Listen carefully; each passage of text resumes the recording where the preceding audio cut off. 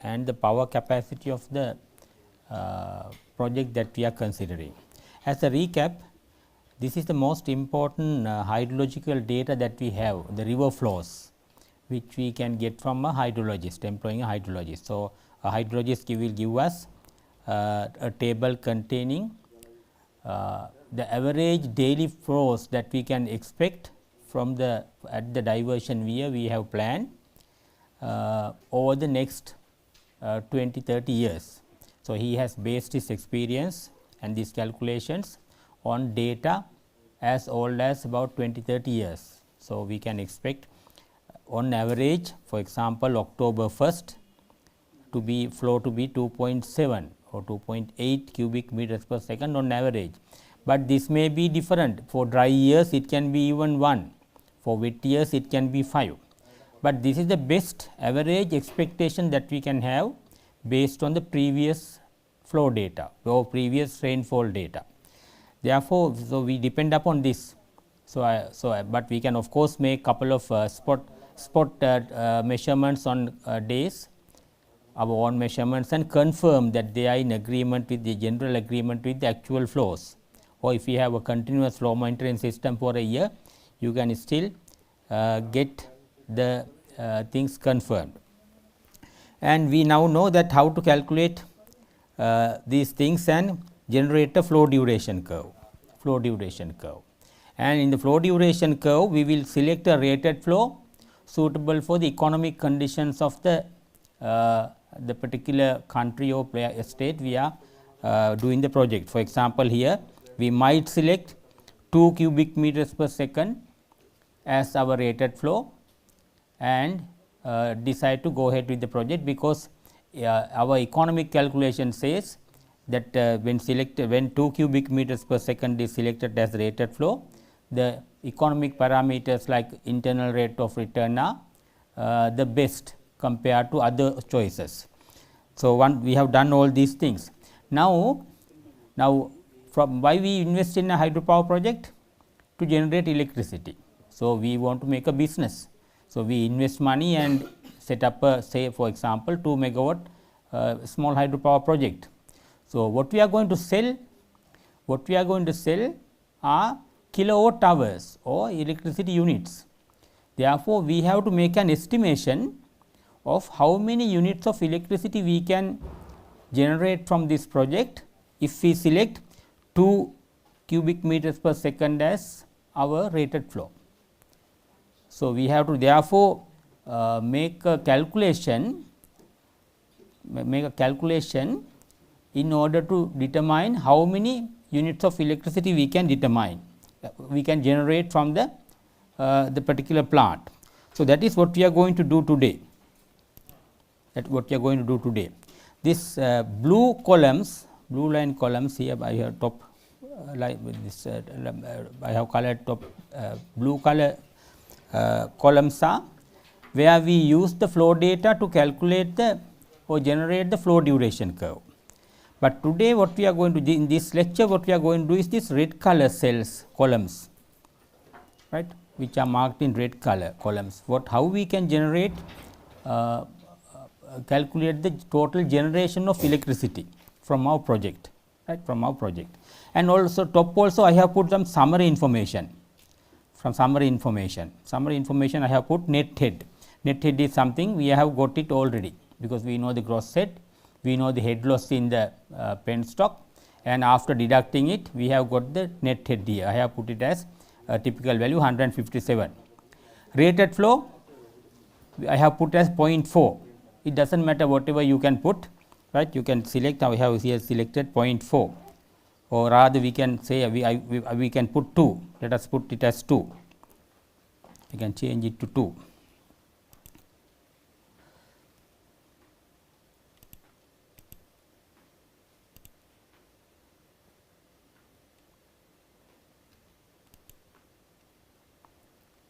I will put it as 1 cubic meters per second for the convenience, right. And then I have put a value here, efficiency of the generator and transformer as 94. Normally I told you that generators are about 96% efficient, and the transformers are about 98% efficient. So, combined together 98% into 96%, about 94% is the total efficiency. And I have put also here something called minimum flow, right. So, minimum flow is something that environmental study will determine, and say river part where the water is we have diverted from, it should have minimum environmental flow. So, I have put it as 30 liters per second or 0.03 cubic meters per second. Normally, it will be specified by the environmental authority who is giving the approval for the project. And this green color things here are to be calculated. This I have summarized here after calculations. So, that is what we are going to see, what should be our plant's capacity and how many electricity units, kilowatt hours or megawatt hours or gigawatt hours we can generate from the project, right. So, now I have put now our equation.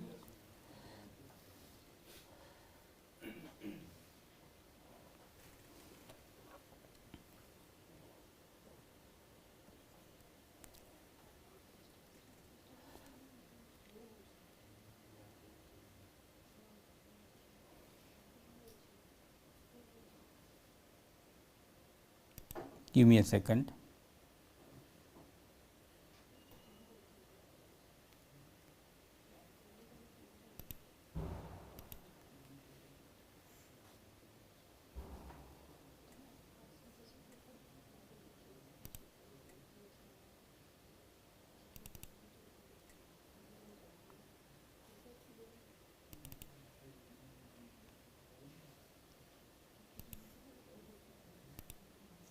I can easily write on the PowerPoint. So, I will use PowerPoint for writing, right. So, our power equation is Q rho G H. Now, H is known, H is 157, net head is 157, that for project, and rho is 1000 cubic meters per kilograms per cubic meter, G is 9.81, we know that, and the efficiency and Q are the things that we want to know to calculate power. First, let us calculate power, then we will calculate energy, right. So, the power we have to know what is the efficiency at each flow rate and the flow rate at which the plant is operating.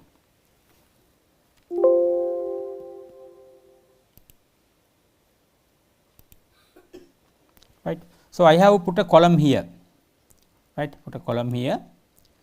as Q corresponding to our original line, right. So, here I have put here, see the value B 12 minus J 5, B 12 is the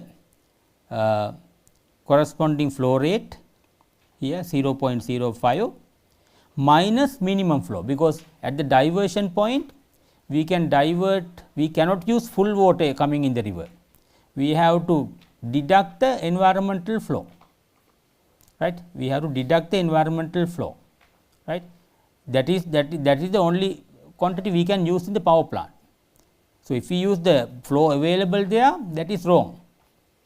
Therefore, I have here in the Q column, in this column I have put here the cell value is B 12 minus J 5, J 5 is the environmental flow here 0.03, that is why 0.05 becomes 0.02 here, right. Similarly, 0.01 becomes 0.07370 because we have deducted the environmental flow.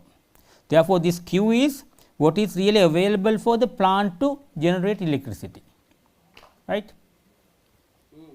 Right, you get it, I hope you get the point, right. So, we have got the Q now, right, we want to get the Q for a given time, and then we want to know the efficiency at that point, right, efficiency at that point, right. So, when the flow is 0.05, right, Q is this, then the efficiency of the turbine, how can we get the efficiency of the turbine? That we have to get from that curve that we discussed earlier, suppose it is a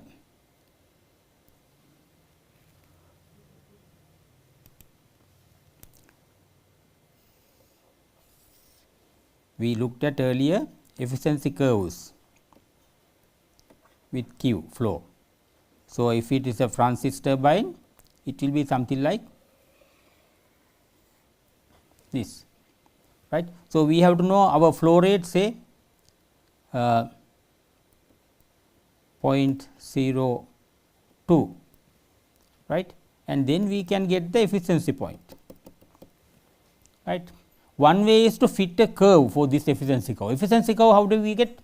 Efficiency curve we can get from the turbine supplier. He will say this is the efficiency curve for my turbine, right. So, once you know the efficiency curve, theoretically you can fit a curve on this. I am sure that all the engineers are familiar with curve fitting techniques, right, using MATLAB or even using simple hand calculations. You can fit a curve on that parabolic or some curve suitable for this shape, right. Then you can just insert the flow value and calculate the efficiency.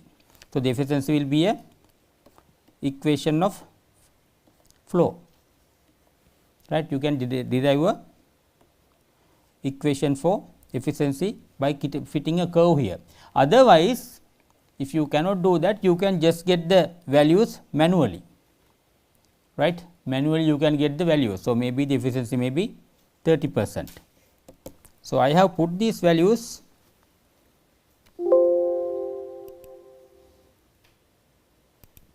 I have calculated the efficiency at 0.05 to be 30% turbine efficiency, right. That how I have got it from a curve, right. So, you can manually get it if you want by looking at the curve and using measurements, or else you can fit a curve and get it. At 0.07 I have got as 52%, right. These are in percentages, right, and then at 0.15 70%, right, and so on. And you can see at 0.55 where the most number of days 183 number of days flow is in this range, right, in this range 183 days. So, efficiency is 89.2, right, 89.2. So, these things comes from the efficiency curve, right, efficiency curve. Now, once you know the efficiency, now you can calculate, right, you can calculate P, because other things are known already, right, other things are already known, these things are already known. For the Q, say Q is now for that particular date 0.05, efficiency is 30%, right.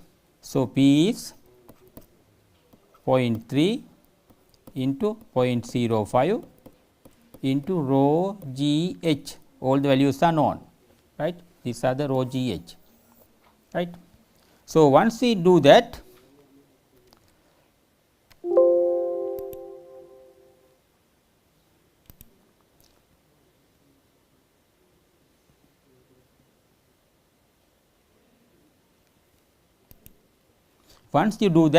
you can calculate this P turbine output, right, turbine output.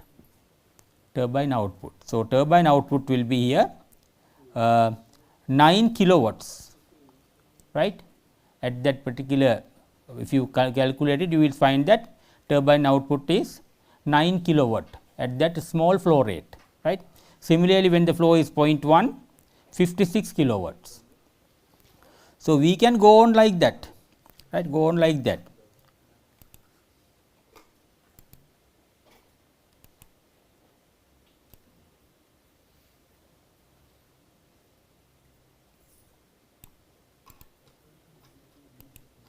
Right. Okay.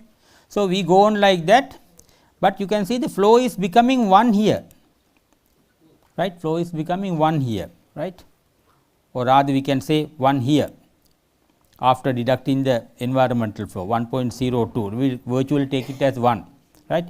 So, we have taken the rated flow in for this example as 1 cubic meters per second here rated flow, right, that is from our economic calculation. So, once we do that, you can see at at rated flow 1 no 1.02 almost 1 here, right. You can see now our rated flow is this, we are designing the plant for that. So, we can't have higher capacity than that, right. We cannot have higher capacity than that, because we have decided to have only 1 cubic meters per second as the rated flow. You can see if you look at the other below cells, plant capacity is going up and up and up, because the flow is increasing.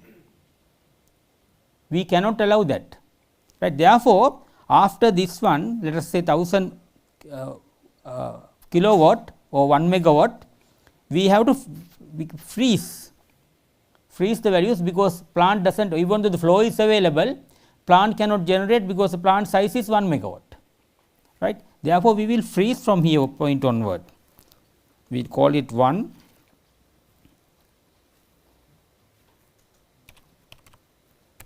right, and then that will be the available capacity for the entire rest of the flows.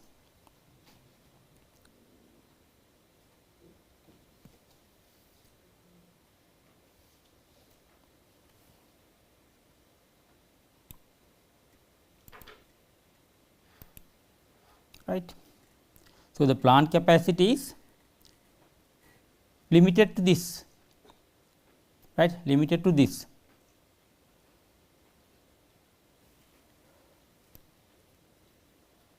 Did I make a mistake there?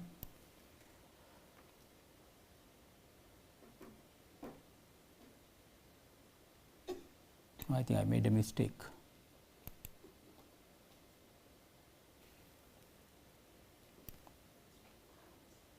Here the plant capacity here, sorry, P column, right, column P turbine capacity.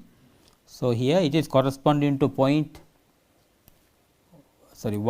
cubic meters per second flow is, sorry, I made a mistake earlier, it should be 1363, right, 1363 is the plant capacity corresponding to 1 cubic meters per second here, right, corresponding to 1 cubic meters per second flow rate. Turbine capacity is 1363, right. We are looking at the here P turbine, right, P turbine. So, you can see now, so we cannot have beyond that. So, that is why I have frozen the value to, even though the flow is increasing 1.07, 1.12 etc., I have frozen it to 1363, beyond that. Flow increases, but we cannot have, because our plant is limited to 1 cubic meters per second flow rate, right. If you go here, no sorry, if you go to the flow duration curve, so our flow rate is, rated flow is 1 cubic meters per second here, right. So, even though you have higher flows, your plant does not have a capacity to generate. You have limited the plant capacity corresponding to 1 cubic meters per second flow rate, right. That is why we freeze it here. So, at 1 cubic meters per second flow rate, plant capacity is 1363. So, even though the flow is increasing, our plant capacity will still remain at 1363, because you cannot generate anymore, your plant does not have capacity, your turbine generator all are sized to this 1 cubic meters per second rated flow, right. I hope you understand. That is why I have frozen it beyond that, right, beyond that. So, this is the turbine capacity column. I will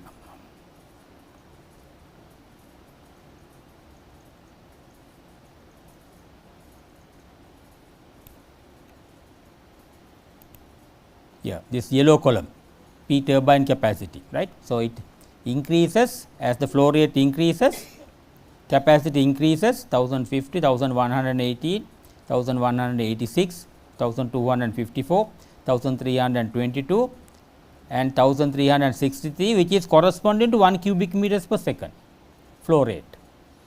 and when it comes to 1.070, our plant cannot use the extra water, right. 0.070 extra water it cannot use, because it has a capacity, penstock and everything. Your canal you design for 1 cubic meters per second, canal and the penstock everything designed for to carry 1 cubic meters per second. So, extra water you will allow at the diversion point to go in the river on rainy days, right. You get into your system only your rated maximum of your rated flow or below that, right. If it is more than that, extra water you let overflow into the river, right. So, together with the minimum flow plus extra water will go in the river, right. So, in dry day when the flow rate is less than 1 cubic meters per second, we have to send the minimum flow, but when the flow is more than 1 cubic meters per second, all the extra water will go in the river, right. All the extra water will go in the river, overflow and go in the river. But if you selected the different rated flow, if you selected say 2 cubic meters per second as rated flow, things are different. Let us see what happens then. In that case, if you select 1 cubic meters per second, you have to freeze here, but otherwise you can go on generating. Say we will go until 2 rated flow is 2 here 2.02. Let us see what happens there, right. You can see. So, if you select 2 cubic meters per second as your rated flow, your plant is 2753.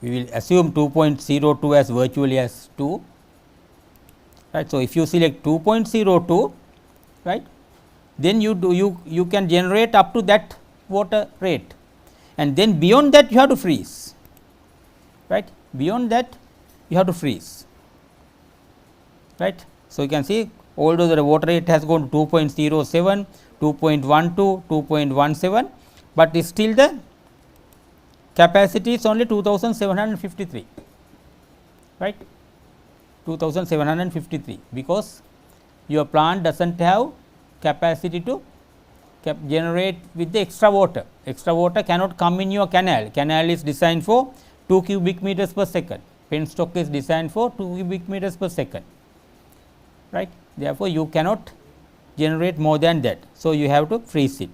Now, let us go back and say we finish it, we stick to 1 cubic meters per second flow rate, rated flow rate as we have assumed, right. Okay. So, you can see this is a turbine output, energy power output at the turbine, that is the one that is input to the generator, and to the rest of the electrical system, transformer and other things, right. Therefore, the plant output will be turbine output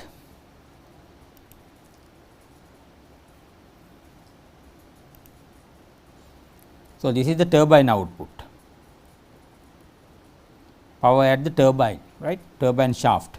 So, the plant output will be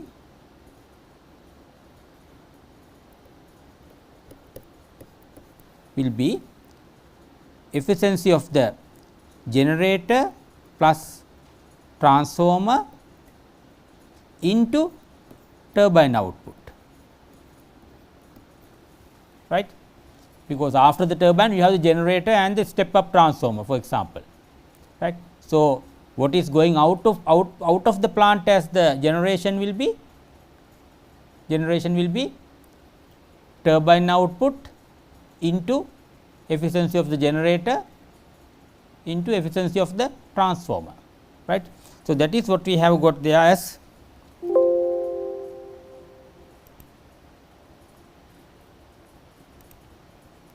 here. Now, we put a value here, generator and the transformer efficiency as 94% here, right. So, we multiply the turbine output, right, with 0.94, right, 0.94. So, this number has not changed because I think the decimal places. You can see it is 8.7 really, because 9 into 0.94, right, 9 into 0.94, and the next one is 56 into 0.94, which is 53 kilowatts, right, plant output. 129 into 0.94, 122, right. So, this is the really the at the terminals of the transformer after stepping up the available power to be connected to the grid, right, available power to be connected to the grid, right. Okay. So, now we know the power, right, now we know the power what is coming out, right. Now, what we have to do is we are interested in calculating. So, if somebody asks you what is your plant capacity, now you can answer. If it is my plant is 1363. So, normally we will round it off, we will say 1400 kilowatt, right, because when you buy equipment you can't buy 1363, you can ask the turbine manufacturer I want 1400. So, we will come to the nearest 100 for practical reasons, but for calculations we can still use this.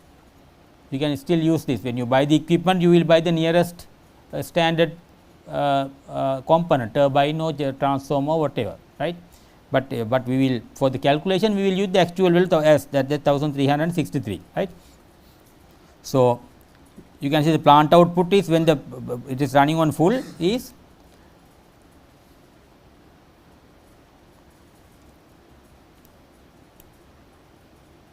this column I have to put little bit modify.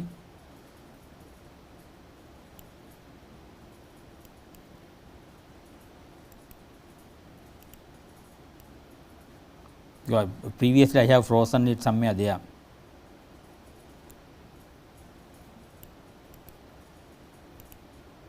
Right. So, when 1363 is the turbine output, plant output is 1363 into 0.94, which is 1281, right.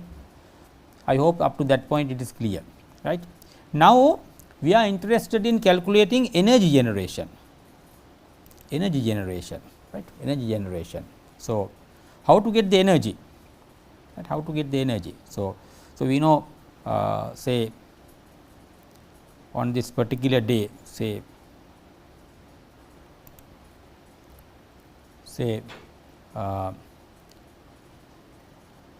we will take this maximum number of days. There are 183 days, right, there are 183 days where the flow is 0.55, right, flow is 0.55, or the actual available flow after deducting the environmental flow is 0.52, right. So, the plant capacity is on that day 714 kilowatt, 714 kilowatt, right. So, there are 183 days in this flow schedule, in this flow data sheet, where the flow is in that range, right, 0.55. At 0.5 to 0.55 range, there are 183 days, largest number of days in the days that is in that range, right. Now, on that day, when the flow is this much, so in 183 days, your plant capacity is 714 kilowatt, sorry 672 kilowatt, turbine capacity is 714, right. Plant capacity is 672 kilowatt, right, in 183 days. So, we can do it now, right. So, 672, let me go back and remember the values, 672, 183, right, 672, 183. So, you have 672 kilowatt, and for a day we are calculating, therefore, 24 hours, and there are 183 such days,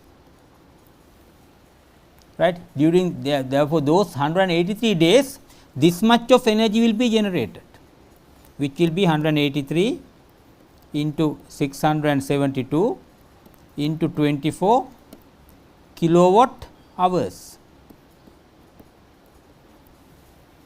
right, kilowatt hours, right. So, we multiply by 183 days. Okay. So, for that particular flow rate, this much of energy will be generated, right. And then if you go to the next flow rate 0.06, there are 27 days, right, 27 days. So, the plant capacity is flow rate is 0.57 actual flow rate after deducting the minimum flow, and then plant output is 738, right, 738, and number of days are 27. So, again we can calculate,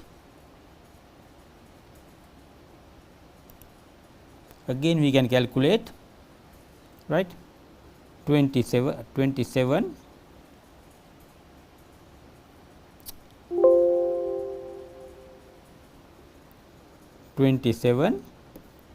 I forget the numbers,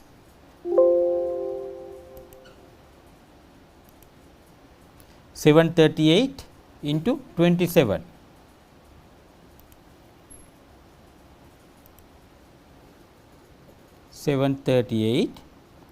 into 24 hours, this is kilowatt, this is hours, right.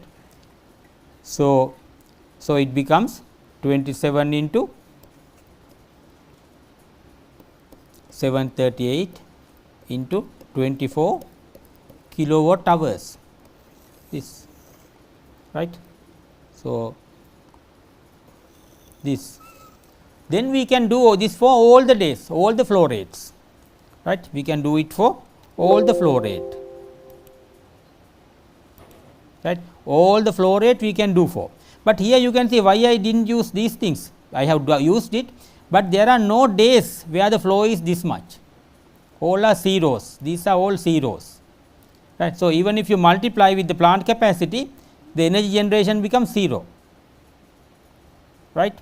So, this number is really, right, this number is really what we calculated here, right, 183 into 672 into 24 kilowatt hours. I have divided by 1000 to make it megawatt hours there. So, this is in megawatt. I will put the units here. I will put the units here for your easy understanding. This is percentage, this is kilowatt,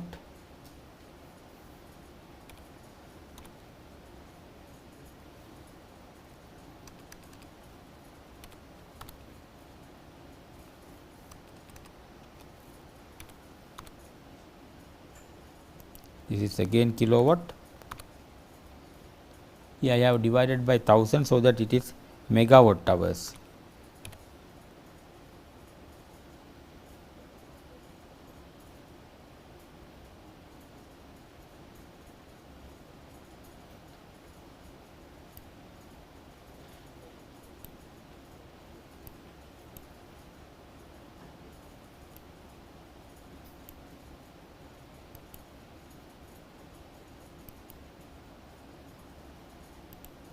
Okay, right. So, this is in megawatt hours. You can easily divide this by 1000 and make it megawatt hours. This number is too large, that is why I have divided by 1000 to make it megawatt hours. This number is too big. So, I have made it megawatt hours to make it, otherwise this will be 2.9 million something kilowatt hours, right. That is 2949 megawatt hours. Similarly, for all the other days, right, all the other days. So, we can calculate, and finally, at the end we can add up all these things.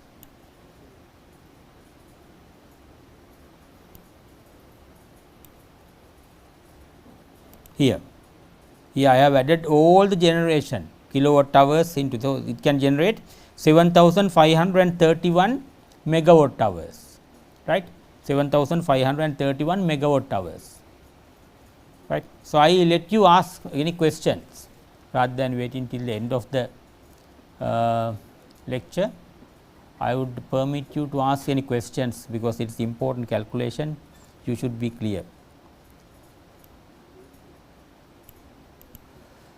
Any questions, or you want me to repeat it?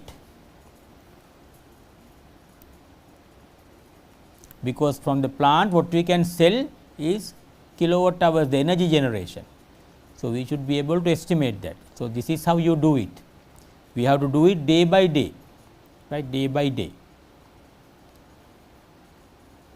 Any questions from online or from physical present?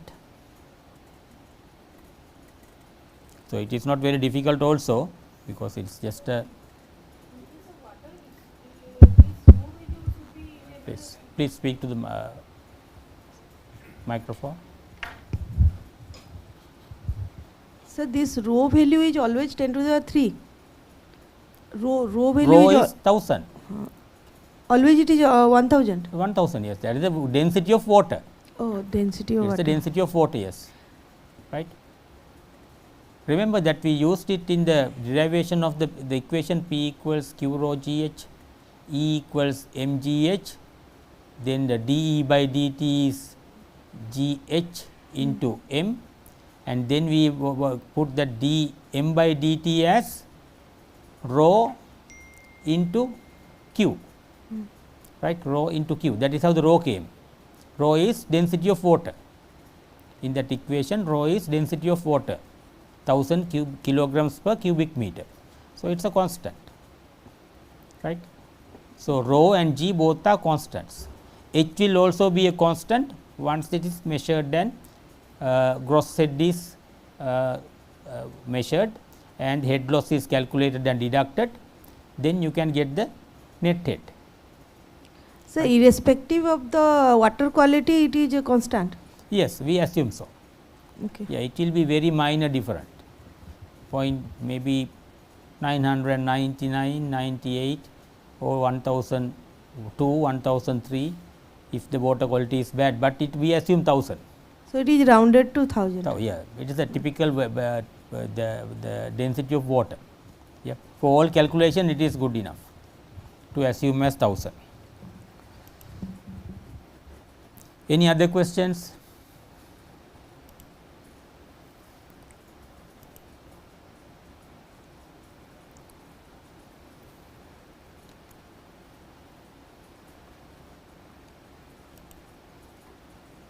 Okay, right. So, we can calculate energy generation in a similar manner, right. Maybe you can experiment on your own calculation and do this, right.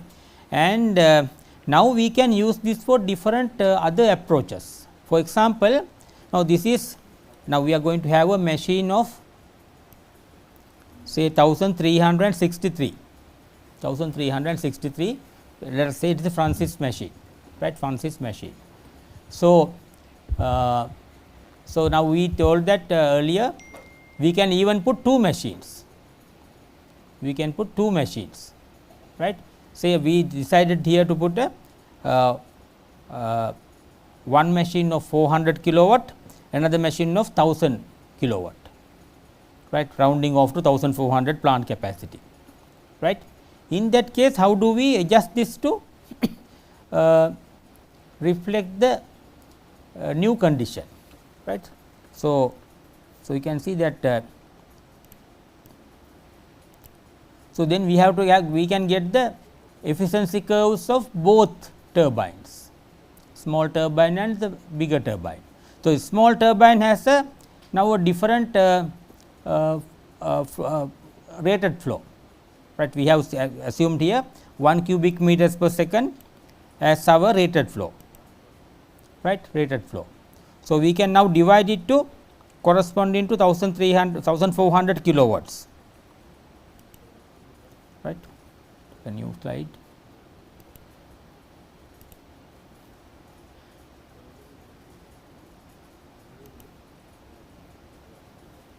So, our when the rated flow is 1 cubic meters per second, our plant capacity is P is, let us assume 1400 kilowatt. We have rounded it 360 to 1400, right. And then now we want to have a 400 kilowatt machine and a 1000 kilowatt machine, right. So, we have to proportionately get the allocation of 1 cubic meters per second to the two machines. So, it will go to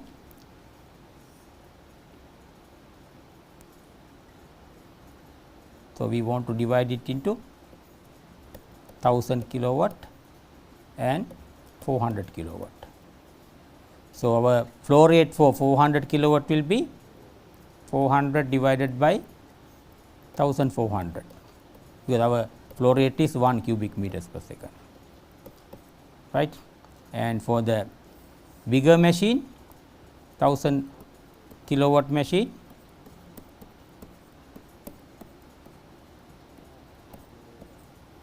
so this will be the rated flow for 1000 machine, QR for 1000 kilowatt machine, this is the QR for 400 kilowatt machine.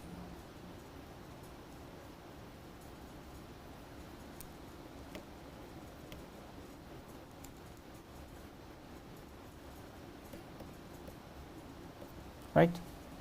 So, let us calculate how much. Can anybody has a calculator, or we can use their phone and calculate.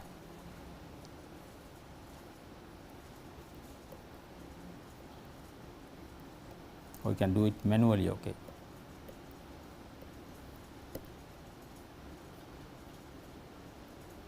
.28.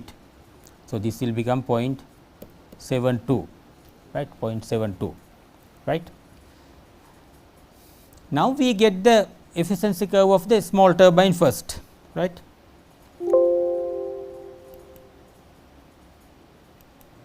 So, now see how the flow rate increases, right, flow rate increases. Here you can see the flow rate goes on, right, until 0.27, right, 0.27 here, right.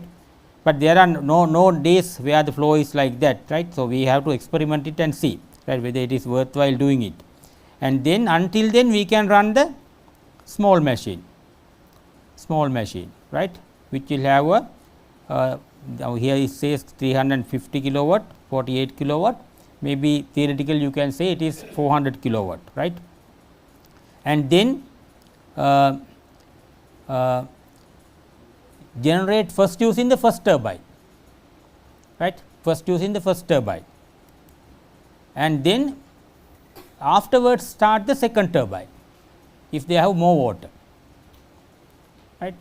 I am sure that you can do these things with your own judgment, your own thinking, right, because it is a simple argument, right, it is a simple argument. So, you go on calculating power, right, until your flow rate is 0.28, here it is 0.27 is the one that is available here, right. So, all this will be generated by the small machine, right, but it is free, the efficiencies will be higher, this may be 0.5. Now, the efficiency curve for the small machine will have a higher efficiency values, right, higher efficiency value, because its rated flow is now less.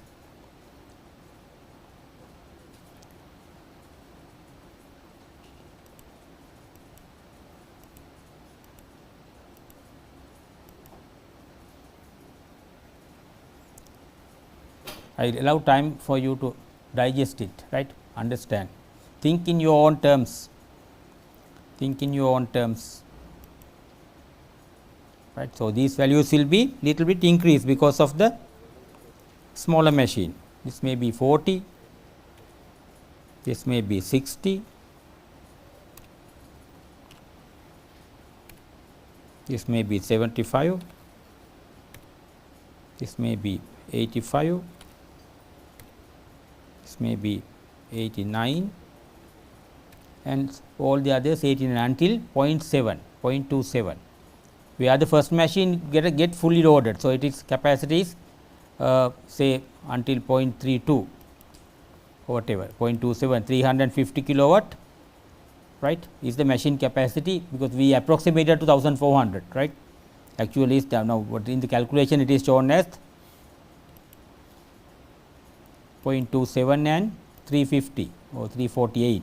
Here we took it approximately, right. We have approximated to 1400 and 1000 machine and 400 machine, but in the calculation it comes as 348, because that approximation is not applying here, right. It does not matter for the calculation, we use like that, but when you buy the equipment we have to give the round values, right, 1400 kilowatt and so on. But now beyond that, now if there is more water still, now this we use when the flows are very low, right, and on the other days we can start to use the next machine, and then you have to go on calculating for that one separately, right. But now our selection does not seem to be very sensible here, because there are no days on which the flow is so low, right. All of them are very little. Therefore, maybe we can think of having two similar units if you want, right, rather than having 1401, we can have 700 into 2 probably. We can try that option also. 700 kilowatt into 2, right. So, that is an option, right. So, what we do is we do all these different combinations, and look at the final energy generation, whether this number change by the new combination of machines, whether this total energy generation is increased or not. That is what is very important to us. By putting 2 machines, we are trying to increase the generation. It should be substantially increased to justify the additional cost, right. To justify the additional cost, it must be substantially increased. So, we will prepare several sheets, worksheets for different combinations of the machines and see whether the total energy generation is increased or not, right, whether the total energy generation is increased or not. That is the intention, right, that is the intention. See whether you have any questions, you can digest it. What I am going to show you is this same sheet can be used for a variety of calculations, right, different combinations of the machines. Only thing is you have to sensibly put the efficiency values, so that you can get the advantage of higher efficiencies for small rated machines, right, small capacity machines. Now 1400 kilowatt machine,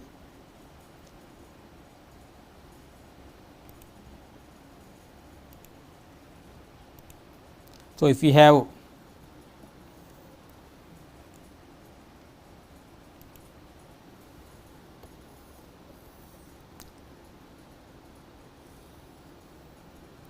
1400 kilowatt one machine, right, when the flow, that is 1400 kilowatt one machine with rated flow of 1 cubic meters per second. So, when it is 1 cubic meters per second, right, it will have maximum efficiency. When it is when it is 0.5 cubic meters per second, efficiency may be 70%, here it is maybe 90%, right. So, you can see that in your data sheet,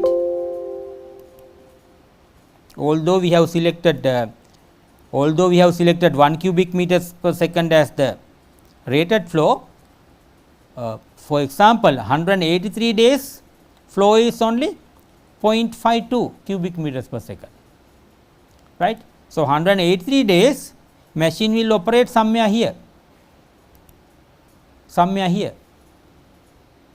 right, with efficiency of 70%, right. But now instead of this, you selected 700 into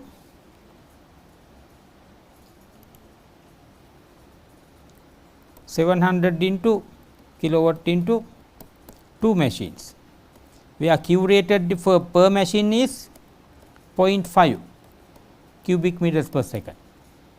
Right. Now, your machine has at 0.5 the maximum efficiency. Right. Your this 700 kilowatt machine will have efficiency curve something like this.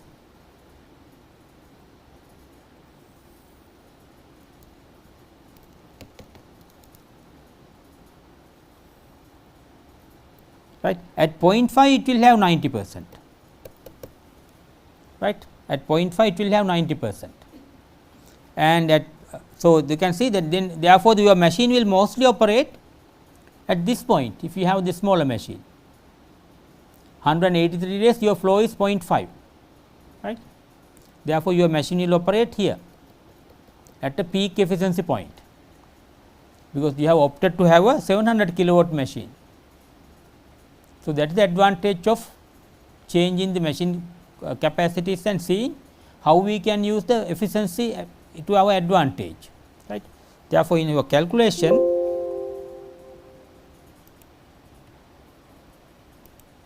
here, so you will go until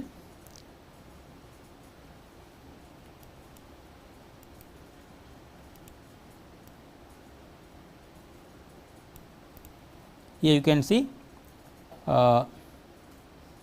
700 kilowatt, right. Let us say approximate 672 here, this one is the corresponding one.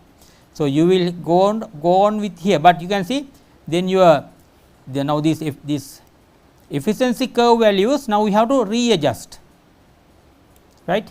These values you have to readjust as per the new curve of the 700 kilowatt machine, which will be much higher numbers for these part loads now, right, much higher numbers for the part loads. Here you can see earlier they were for the part loads, they were smaller earlier. You take at this one, earlier it was smaller because of the previous curve, but as per the new curve it is a high efficiency point, right. Therefore, this efficiency value figures we have to readjust. These efficiency values you have to readjust to suit the new curve that corresponding to 700 kilowatt machine. So, that will increase the amount of energy generation, right, because of the high efficiency of the turbine. And then we will look at the total generation, how much it is increased, right, how much it is increased.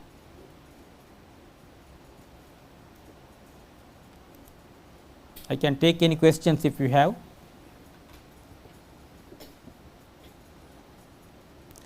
Of course, you know that you can have your own other methods also for this kind of calculations, right, all the other methods, but you can you get the when you get the idea, you can develop your own method, right. You can develop your own method. You do not have to go by exactly the way I have prepared the Excel sheet, but you get the common sense. What we want is every day when we get the flow duration, this flow data, from flow data how to generate electricity, because we know October 1st flow is this much. Then we can apply our equation P equals efficiency into Q rho G H. This is Q, right. So, you can calculate for that day, right. If you want, you can do separately for every day, right, calculate the power and the energy, right, but it will be going up and down like the time series that we talked about earlier, right. So, if you just plot these 365 points in a time series, how will it look like?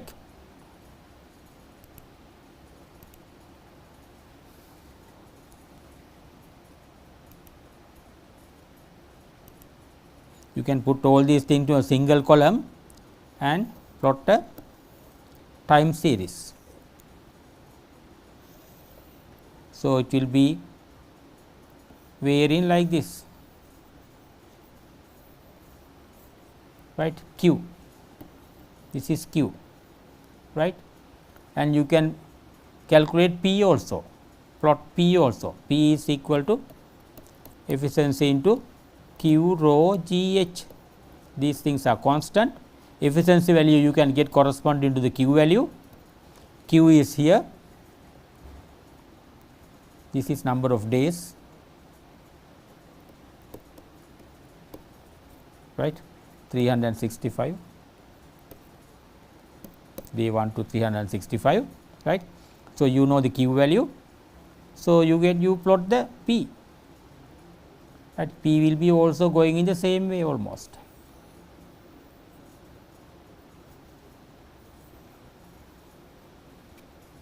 Right. So, this will be the power generation, right, this will be the power generation.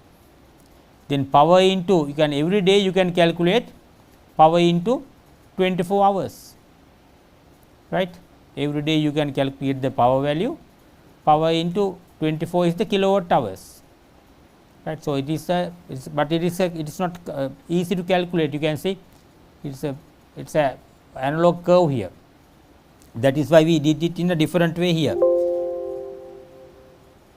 But if anybody is interested, they can do this way also. They can put all these values in a single column, 365 days. For each day you can calculate how much power, how much energy, and then add it up, right. So, that is all, that will also give the same answer, right, same answer. But for each flow you will have to get the corresponding efficiency from the efficiency curve, right. For October 1st, efficiency corresponding to flow of 2.7, October 10th, efficiency corresponding to 7.7, and so on, right.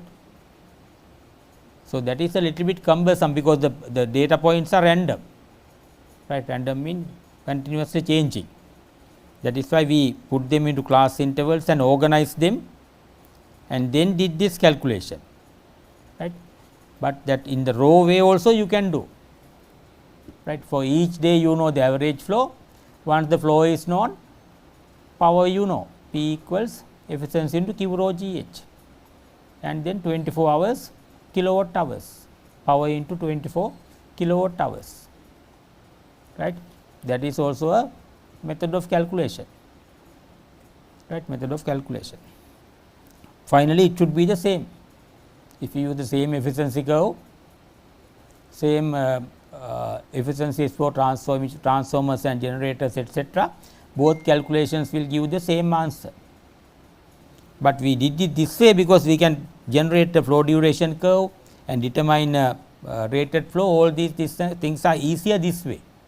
Otherwise, by looking at this data set, we can't decide the rated flow. No scientific way of doing it.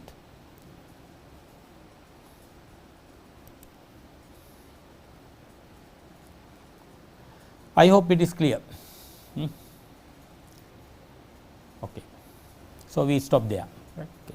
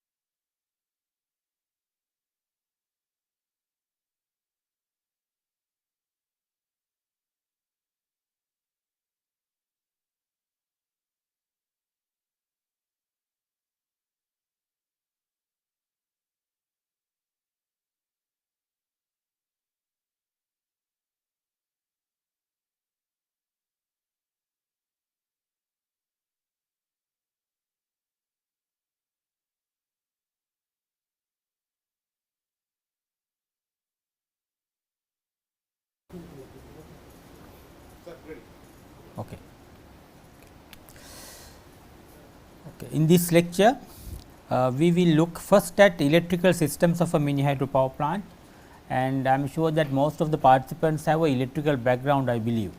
Therefore, I will not go into very many details because you are already familiar, but I will just run through it because our course should be completed, and so we can't just forget about electrical things. Therefore, but we will make a small change, and first we will look at the electrical systems and generally browse through it, and at the end part of the first lecture that I will introduce to you some that is village hydro systems, where the grid is not available, and then how you can run a plant, or maybe you can design a simple power plant system for a village hydro if there is a request, right. There is a waterway and they want to generate electricity and use in a village, how we can have a simple system and how to size the component, etc. we will briefly look at, right. So, in a hydropower plant, in a small hydropower plant, so some of the electrical components we have are obviously the generator, which is connected to the turbine, control equipment, protection equipment, earthing system, transformers, primary distribution system, secondary distribution system as the case may be, and the power limiting devices and metering equipment, etc. right. And it depends upon whether metering is done. If you are really selling energy, you will need metering equipment of high accuracy, etc., etc. So, some of these things we will briefly look at, but I am sure that you have learned these things in your engineering life, your undergraduate studies somewhere. We will just brush up things in the point of a hydropower engineer. Remember, we are doing this course from the point of a hydropower engineer. So, hydropower engineer is a little bit of electrical, little bit of mechanical, little bit of civil, and a hydrologist also. So, he has to know all the cross section of things that are involved in a hydropower project. So, we will not look it from the point of an expert electrical engineer only. Expert electrical engineer we will use for the final designs and implementation, right. For example, protection systems of the generator, that will be a separate subject which we will not study here, right. When the generator is provided by a supplier, he will provide also the protection equipment, he will not supply only the generator, right. Otherwise, you have to separately coordinate and get the protection systems like say overcurrent, earth fault and other protection required separately designed and implemented. Usually, we get it from one source, right. We get from one source, right. So, the most important component, electrical component, is the generator, right. So, nowadays even in small hydros, it is very common to have a synchronous generator, right. But it is much cheaper to have induction motors as generators, what we call asynchronous generators. So, in the smaller power sector like say pico and micro hydro, less than 200 kilowatt like, at the beginning it was very common to have induction generators, because they were less costly and also more rugged in construction, and it was easier to source also, right. Induction generators. Here is a synchronous generator, right, synchronous generator and the induction motor as a generator, what we call IMAC, right. So, they have their own advantages and disadvantages, we will see them in a little while, right. So, I think we all have studied, right, synchronous generator. So, it is in this course we do not want to teach on the operating principles, etc., into details, right. What we know is there is a field winding, rotating field winding, which is usually nowadays supplied by a generated electricity from a 3-phase winding mounted on the shaft, and then rectified using rectifiers, rotating rectifiers, and then field is created which is rotating. So, usually brushless, right, brushless type. So, that we generate DC for the poles to be magnetized. It may be 2-pole machine, maybe 4-pole machine, maybe 8-pole machine or whatever, and then all will be magnetized using this DC created by rectifiers, which are also rotating and mounted at the end of the shaft, generator shaft, right. So I think all these things are normally quite familiar. We have an automatic voltage regulator, right, and then where the set point is adjusted, right, and then we can generate whatever the voltage that we want to generate. Usually in hydropower schemes, say less than 1 megawatt, right, less than 1 megawatt approximately. You can even generate voltages at 400 volts or 415 volts 3 phase, right. But you can see when it is 1 megawatt at 415 volts, currents may be rated currents may run to 1400 amperes, right, pretty big currents to be handled, conductors to be sizable. Therefore, when the power capacity increases, right, generally the generating voltage will increase to about say sometimes 3.3 kV or 6 kV, etc., because otherwise the conductors will be too large to handle the current, right. Therefore, we have a new situation, because your generation voltage is now 3 kV or 6 kV, right, and then if you want to have a station supply which has to be 415 volt for your own utilization, you will have to a separate transformer, because you are generating at say 6 kV.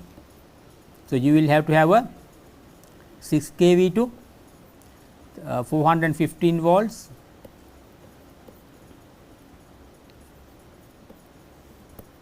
step down transformer for station use, auxiliary transformer, right. So, in power plants we have this situation, because it is only in small power plants less than 1 megawatt we can generate at 415 volts, right. Otherwise, it is not very practical because of the heavy currents, right, because of the heavy current. Otherwise, the generator becomes too expensive.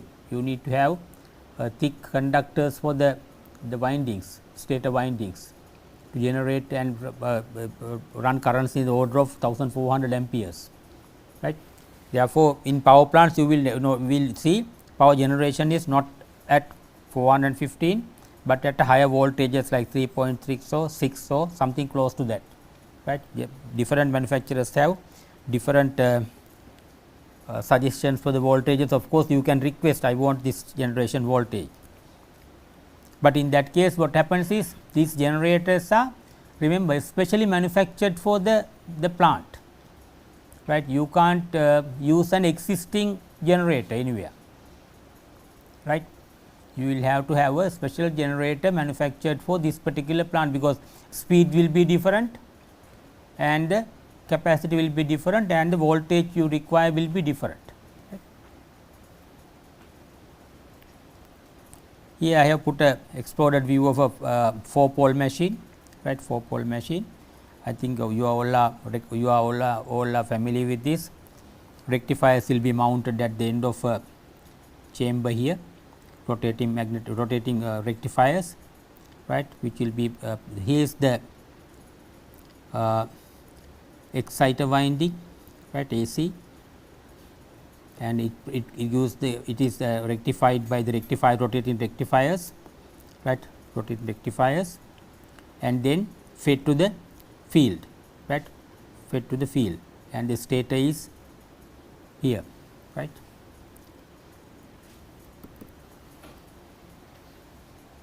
But as the number of poles increases, that is the issue, because the turbines normally run at 750 and so on RPM, right. Then you need large number of poles, then the generator becomes more and more expensive. If you look at large power plants like 100 megawatt, 150 megawatt, their speed may be 400 RPM, right. Therefore, the number of poles will be quite large, because to bring down the speed, right. quite large. So, the gas turbines etcetera, by the technology they are high speed machines. Therefore, they can run with maybe 2 pole 4 pole machines. So, they are cheaper, size is smaller.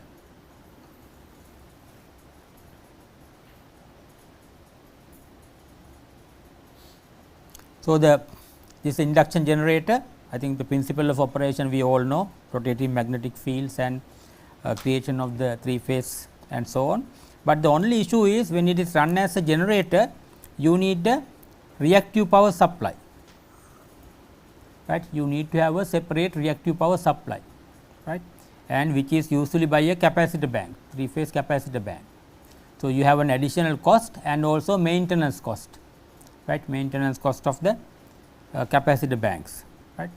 And so, other than that induction generators are also can be used for small scale projects, small scale projects. But when you have to that generate electricity and sell to the grid etcetera, grid will, we are going to see the grid codes in the in one of our discussions, where the requirements of the utility have to be considered.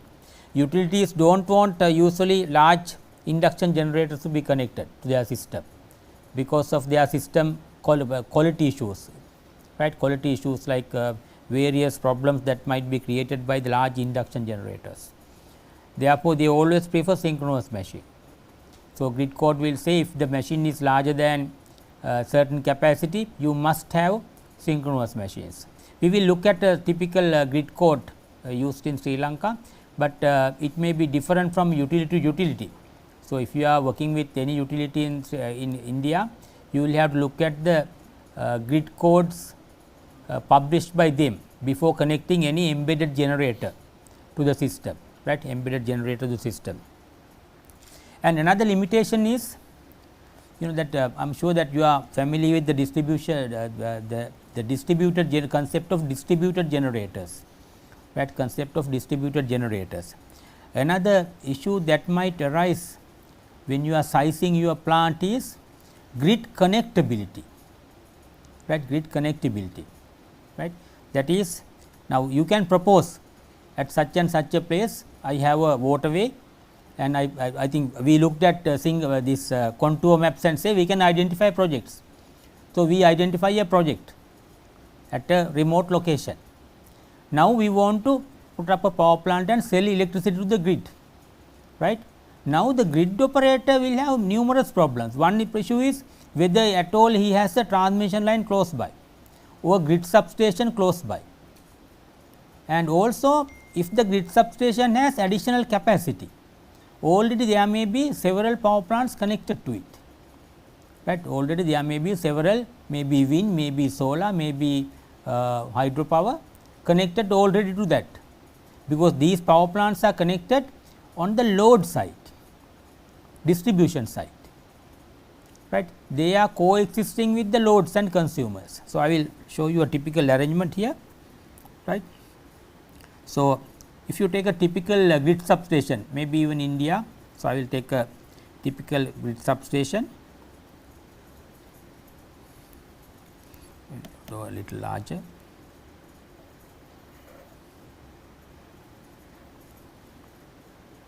Say if the incoming voltage is say 132 kV, usually it is stepped down for example into 33 kV as the primary distribution, right. There may be 2 transformers,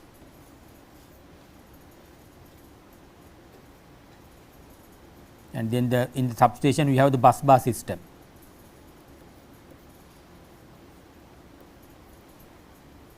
Breakers, by crosses I am indicating the breakers, right.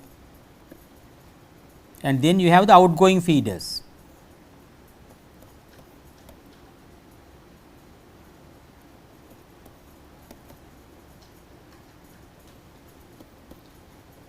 This is not an exact diagram, I am just drawing approximately.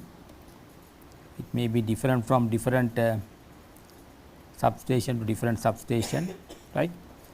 So, this is the 33 kV distribution system, right. So, loads are connected to this, right. Loads and distribution transformers are connected to this with various feeders. So, maybe for each village a line is going and then a step down transformer will be there to get 400 volts, right, for village 1, for village 2 and so on. Every feeder will give supplies to that. So, now we are proposing to connect small hydropower plants and also solar plants and wind plants, right, to this distribution line. So, we want to put up a generator here.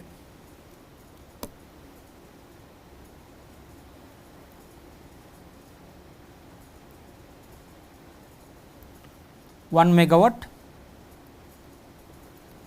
power plant, right. Somebody else wants another one, another 2 megawatt one, right. Someone else wants another 5 megawatt, right. And these transformers are usually 31.5 MVA.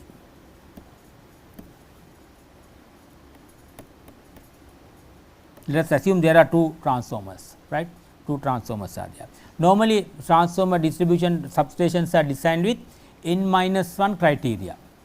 N-1 criteria means one fails, still system can be managed. So, if one transformer is under maintenance or repair, still you can fully supply the system, right. So, usually 31.5 MVA transformer can supply about 25 megawatts with a suitable plant. If you take a 0.8 like power factor, so you can give about 25 megawatt loads altogether. So, you will make sure that your total loads here with a suitable diversity is not exceeding 25 megawatts, right, otherwise you can't supply, right. And now, see the situation, now you are adding up various generators here, right. Now, suppose there is a day which is due to whatever reasons people are not utilized, maybe a daytime in a weekday, all the people are at work, right, their consumption is now minimum, because during a working day, right, almost all the people are going to work, home loads are very minimum. Therefore, in this system consumption is minimum now, right, consumption is minimum. Then what happens? Now, suppose that is a very rainy day or whatever, right, generation is maximum. These generators generate maximum capacity, right. Now, if you have many such machines, what happens? Now, consumption is very small here. Therefore, now the power flow goes back to the transmission system, reverse power flow happens, because the generation in this side is much more than the consumption, right. Therefore, power begins to flow upward, reverse power, right. But suppose if we have too many generators connected here, then you might exceed 25 megawatt, right. Now, the transformer does not have enough capacity to allow all the generation to go up, right. Therefore, utilities will have a limit when you have 2 transformer system, each having 25 megawatt 2 transformers. All the addition of all the generators, right, has to be less than 25 megawatt, right, has to be less than 25 megawatt, right. That is together mini hydro, solar, rooftops, all together they will not allow it to exceed 25 megawatts.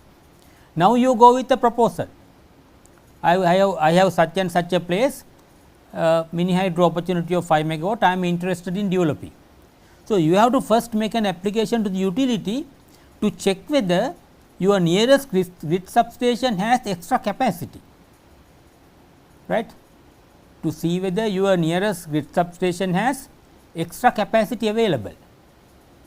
They will check whether already transformers are already the system is full of mini hydropower plants, then they will say sorry, we can't, this we cannot grid connect, right, this we cannot grid connect, because of the substation capacity is not enough.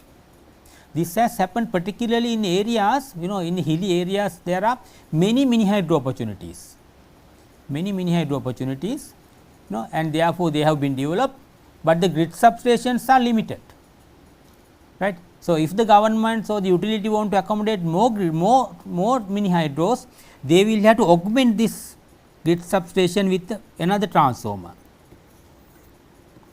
another 31.5 MVA transformer, right, which can take another 25 megawatt. So, when you have 25 into 3 with n minus criteria, when you remove one, other two can operate, then you can accommodate up to 50 megawatt. Then you can accommodate mini hydros and other power plants up to 50 megawatts, right.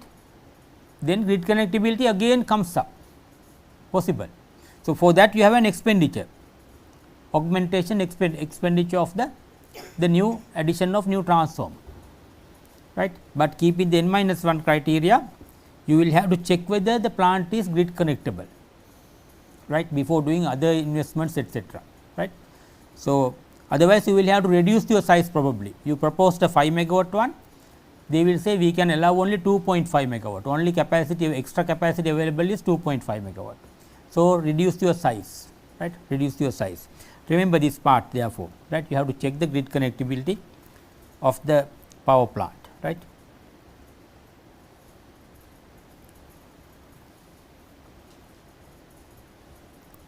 So, this shows the principle of an asynchronous generator, that is the induction generator, right. Again I will not go into details, I think you have already studied it, right, and various control strategies are there, and about this reactive power supply and the cheaper ways of doing it, etc., etc., but I think you can separately study if you want. But induction generators we rarely use in larger small hydros, right. So, it is just for the information I have put, because there may be non electrical engineers in the course. So, in that case for their benefit I have put the components of a induction machine for their information. They can of course read something and study more. So, these are called squirrel cage type, right. Squirrel cage is this one, where the ends of the conduction bars are short circuited.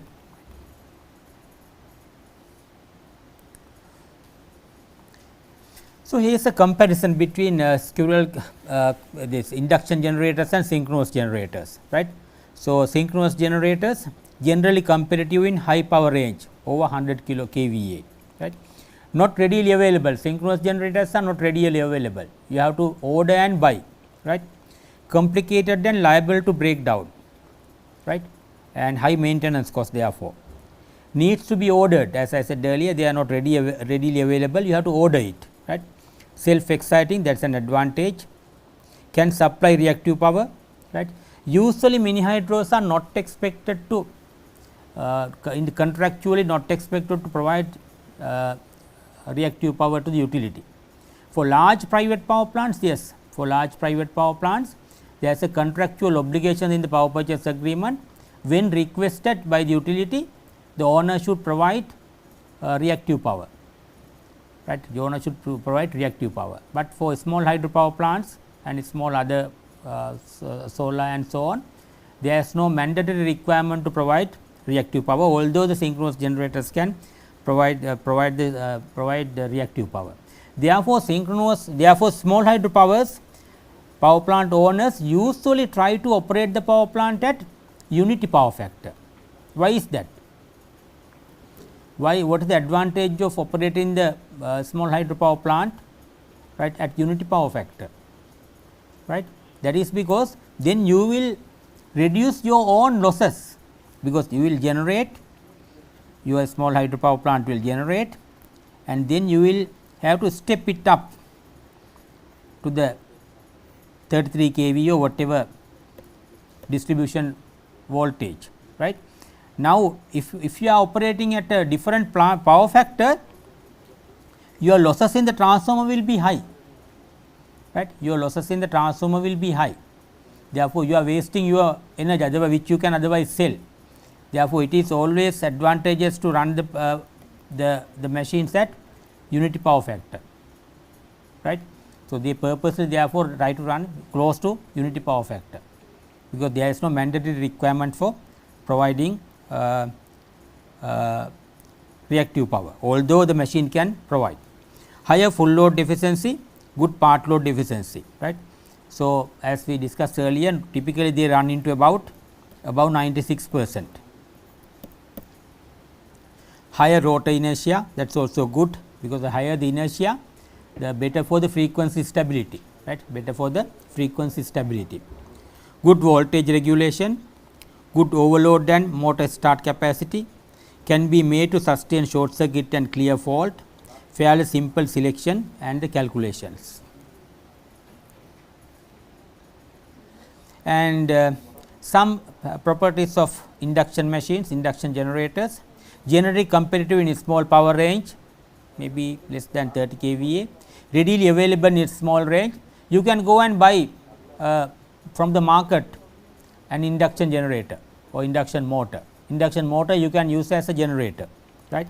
So, they are readily available for many applications, they are made, and therefore, they are readily available. Rugged and simple, reliable and low maintenance cost. External source needed to supply reactive power. Capacitor banks are required usually.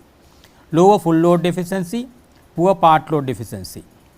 Low rotor inertia, poor voltage regulation, de-excites under short circuit and might need remagnetizing. I think you remember that the voltage build up in an induction machine happens because of the magnetism, right, in the core.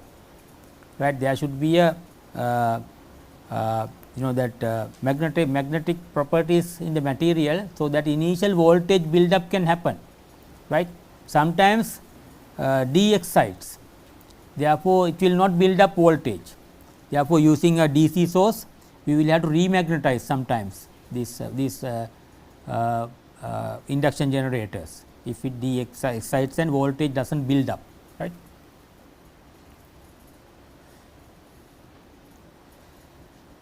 And that depending upon the way the field winding is provided with electricity, they are brush type and brushless. Brushless is the most common now, right.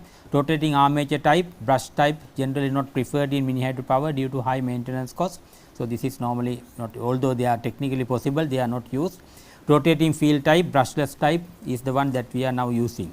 Exciter armature is mounted in the same shaft as that of the main generator, and AC voltage generated in the rotating exciter armature is converted to DC voltage through the use of 6 rotating diodes to feed to the main generator's rotating field winding. This is a typical arrangement. I think in the photo figure also we already looked at that, right. So, cylindrical rotor type and salient pole type synchronous generators can be used, but in small hydros, because of the low speed, we might have to go for salient pole type, right. Cylindrical rotor type 4 or 2 pole machines are high RPM, 1500 3000 RPM for 50 hertz, and invariably used with steam turbine, gas turbines, because in steam turbines and gas turbines you get the necessary high speeds. Salient pole machines are generally low RPM type and generally manufactured in RPM range starting from 148.8 RPM and up to 1000 RPM for a 50 hertz system. So, in the projects we did, I think our rated speed was something like 750 RPM. So, we used, I think as I remember, salient pole machines for those. We did not use a gearbox. One option is to have a gearbox and to increase the speed to higher levels, so that you can go for even cylindrical rotor machines, right. But then you have the question of buying the gear, bearing the additional cost of the gearbox as well as maintaining it. Gearboxes have a lifetime of about say 10 to 12 years. So, after 10 to 12 years you will have to replace them. So, there is an additional initial cost as well as an operating cost and the maintenance cost, and then the replacement cost every 10 to 12 years.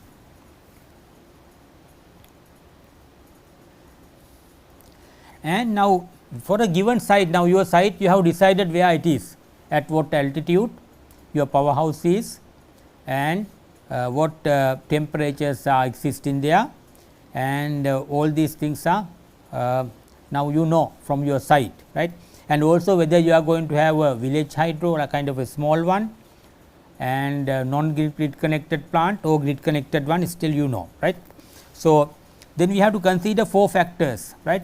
Temperature factor, altitude factor, electronic load control factor, that will come only if it is a village hydro kind of a non grid connected one. So, this is for non grid connected. I will explain a little bit of that later, and then the power factor. So, the generator KVA will be installed capacity in kilowatt, that is the turbine capacity,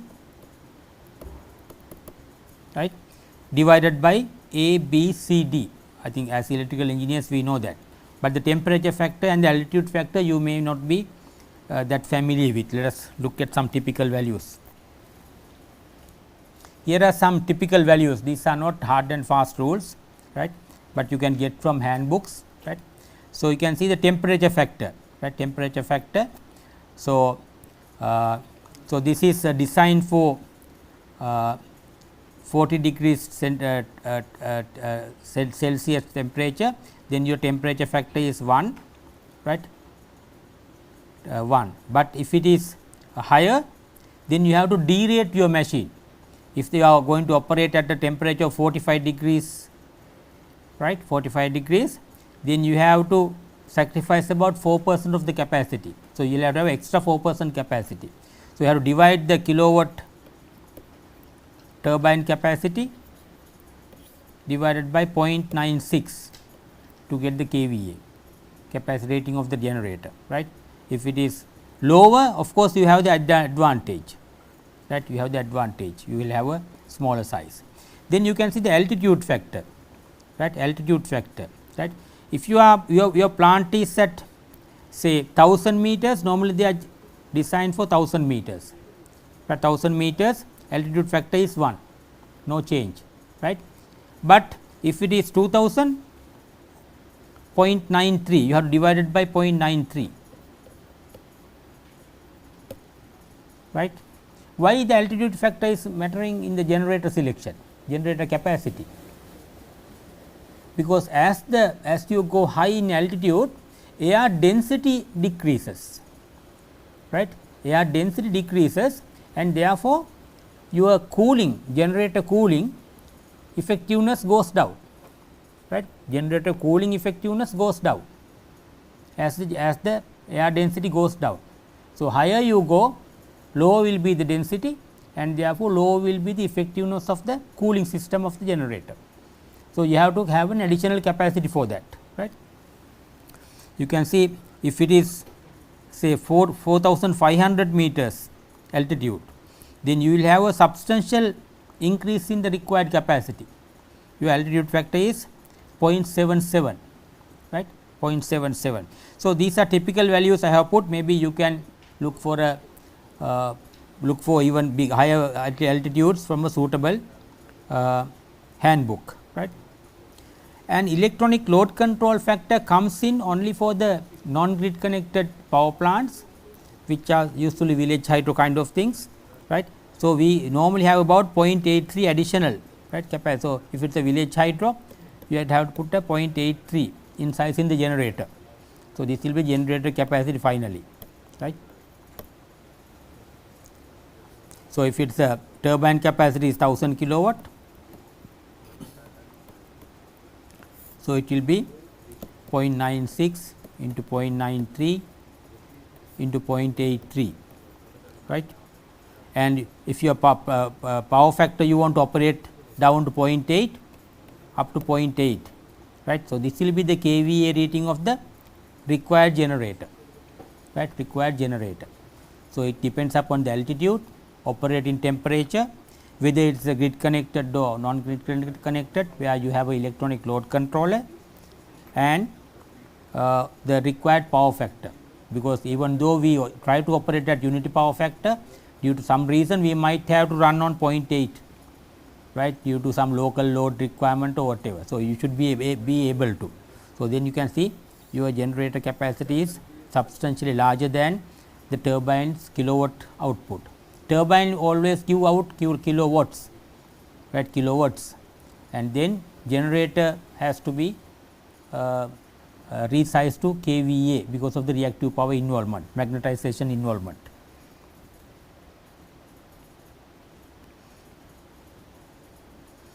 So, the generator size as calculated above is multiplied by about 30% allow for the following conditions.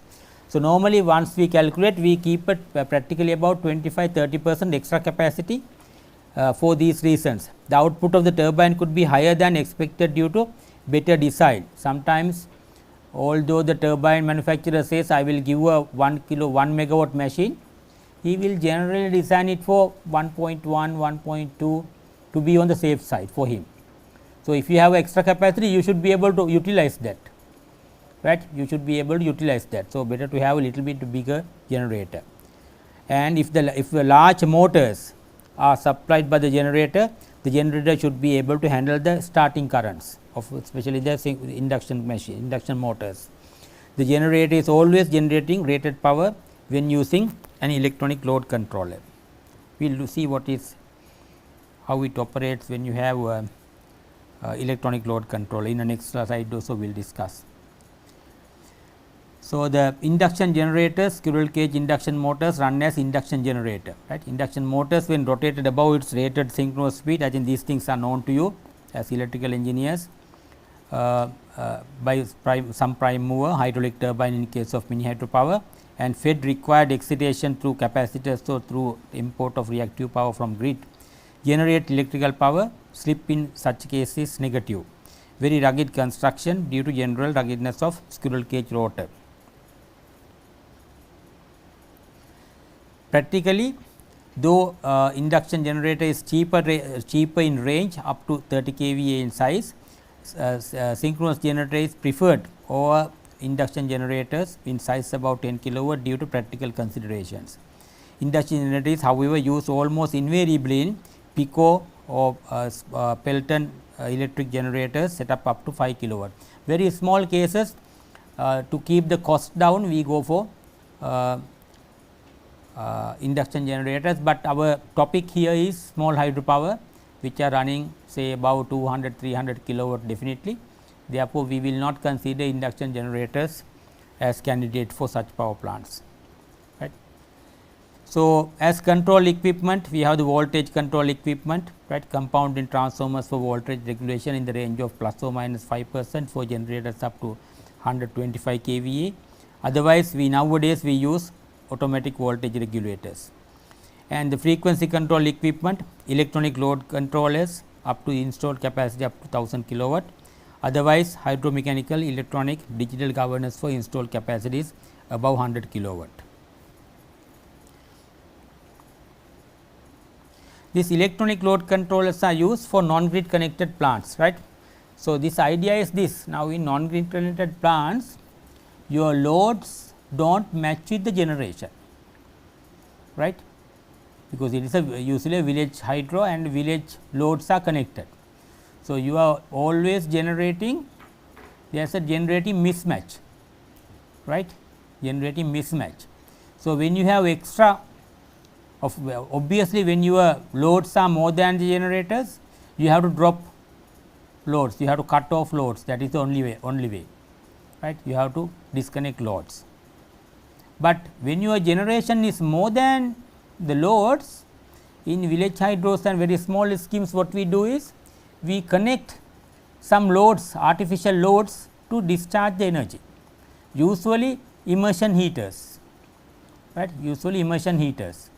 So, there are immersion heaters immersed in water, usually with the same flowing water, and if the frequency tries to go up or if the speed of the machine tries to goes up, we will send the speed, right, and then switch on or switch off immersion heaters, right, until the frequency or the speed becomes stable, right. So, that you maintain the frequency or the speed of the machine, right.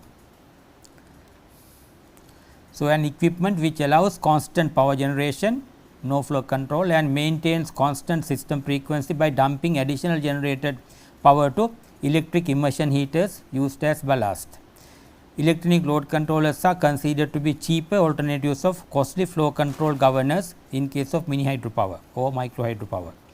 Since electronic load controllers use thyristors as switching devices, many harmonics are generated requiring a derating of generator. That is why we had to divide it by 0.83 because of the harmonic generation. But these are applicable only for pico hydro or micro hydro kind of a small application which are non grid connected and which can be simple, construction can be very simple and costs are reduced, right, costs are reduced.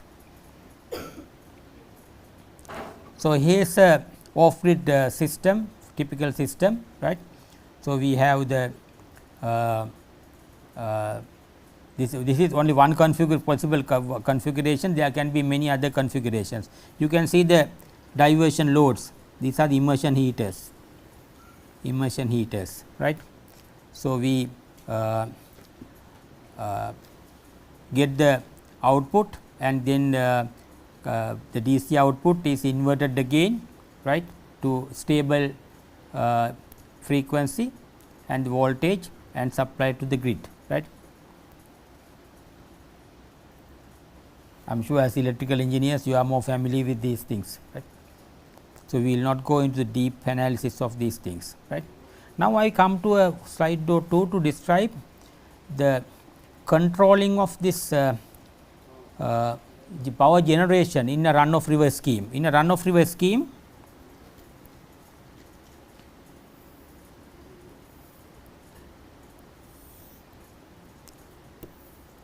we have the flow rate varying,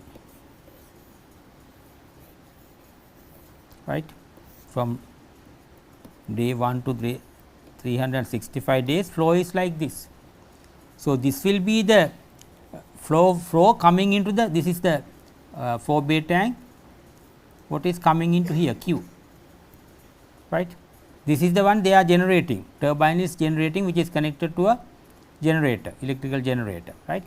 So, now what happens is this when the flow goes up and down, right, unless you increase and decrease your water usage, this water level at the forebay tank try to go up and down depending upon the flow rate. When the flow rate goes down, it tries to go down, when the flow rate is increasing, it tries to go up and even can overflow, right. And depending upon this variation, therefore, you need to open and close your needle valves or wicket gates. Needle valve in case of impulse generators, wicket gates in case of Francis and Kaplan machines, right. So, therefore, we have a water level sensor here, right, a water level sensor here at the forebay tank, right, a water level sensor. So, water level sensor will sense voltage, sense the level and send it to a water level controller here, water level controller. So, water level, it may be a 4 to 20 milliampere signal or converted to voltage, a voltage signal, right. Sometimes it is a wired connection along the penstock pipe, maybe it can be done with a radio connection also. Anyway, the signal is coming here. So, if the water level controller says water level sensor says the level is going up because of the increase in the incoming water, then he will open the needle valve. Controller will send signals to the needle valve, open, right, open, and if it is going down, it will say to the controller, right, close, right. So, I will read this. A water level controller in a mini hydropower plant regulates the water level in the forebay or afterbay to ensure stable operation. The control system uses the water level as an input variable and act on the opening of the wicket gates or nozzles of the turbine. Here is an schematic view, right. You can see the water level sensor in the forebay tank, right. It is a wired or radio link comes to a water level controller, right, and water level controller will give signals to the hydraulic control system of the nozzle, because nozzles have to be forcefully handled, that you need force, therefore, you need to have a hydraulic system to handle it. So, this hydraulic control system will get the pulses from water level controller, and which will open and close the needle valve and the wicket gates, right, and the wicket gates. So, this part is in the powerhouse, this is far away, this may be 1 kilometer distance. Usually, there is a wired connection, right, wired connection. I will not go into further details of it. These are electronic units, water level controller. Sometimes they come as water level controller alone, sometimes it is coming with other functions like say various other protection functions of the power plant. They can be integrated into one unit, right, integrated into one unit like say up over frequency, under frequency relays, all can be combined to one electronic unit. So, that the cost of the power plant can be reduced, and nowadays there are such integrated devices. It provides the water level controlling function and additional functions also. So, you do not have to invest in separate components for each function, right. So, there can be multifunction meters or controllers which can be used for many functions, among which the water level controlling is one. Right. Now, I propose to I purposely saved some time. I want to take you through a virtual field visit, because we have discussed lot of things, right, we have discussed lot of things, but we must see practically how these things. Ideally, we should visit during such a short course, we should organize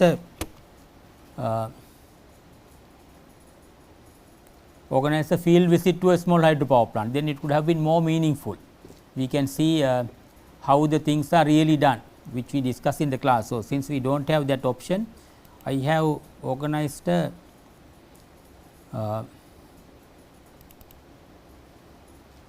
some photos I have taken during construction of our projects.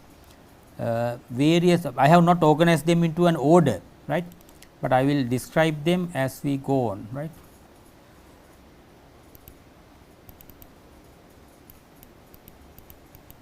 So, this is this photo was taken when we first visited the site.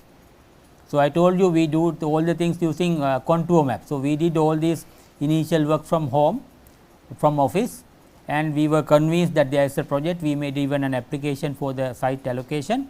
Then we went on in a early morning through the jungle. You can see all jungle. So, you have to go through elephant tracks and other things using animal tracks, following carefully, right. So, we came to this is the possible location for our diversion weir, right. We came to it going through all these jungle areas, right. This is one of my civil engineers. Same location from downside, right. So, those days there were no digital cameras. This is in early 2000, no digital cameras. So, we use the analog this that what is real type cameras, and we print them and then we stick them together to make the entire cross section. You can see several photos have been stitched together to get our required views, right.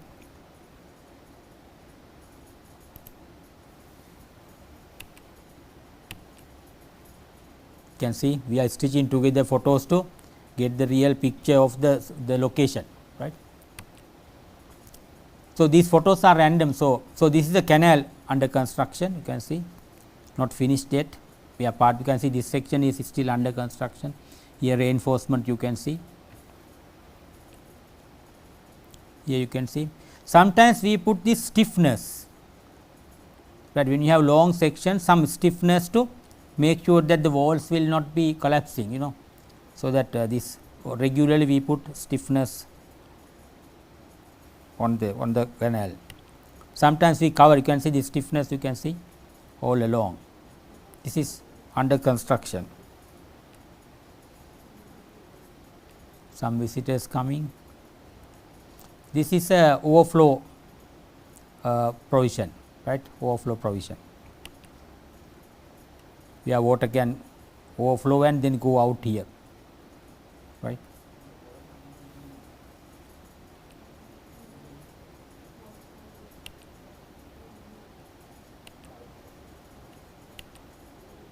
Here you can see our diversion weir was under construction. This is long along there, but still this part has not been closed. So, it is under rainy day, you can see the flooding water, that is ferocious water flows. So, you have to work under very careful conditions when you are working on mini hydros. In the sites you have to be very careful, right. These conditions are not easy. Same place, the more water. So, we build the weir on this rock, pin to the rock, right, pin to the rock. Here you can see.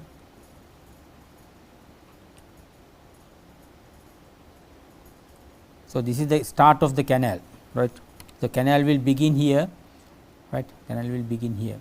This should be connected to the canal, so that the water can flow into the canal.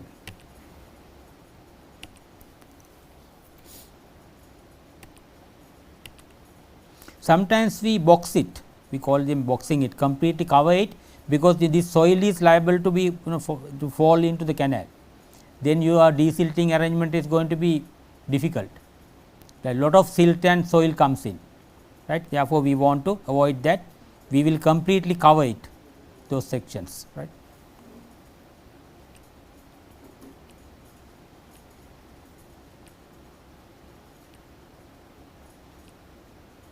Sometimes we have to go on supports, canal has to go on supports when you are crossing, especially streams, right. You will have to have some supports and run it on supports. Here this entire section you can see running on supports.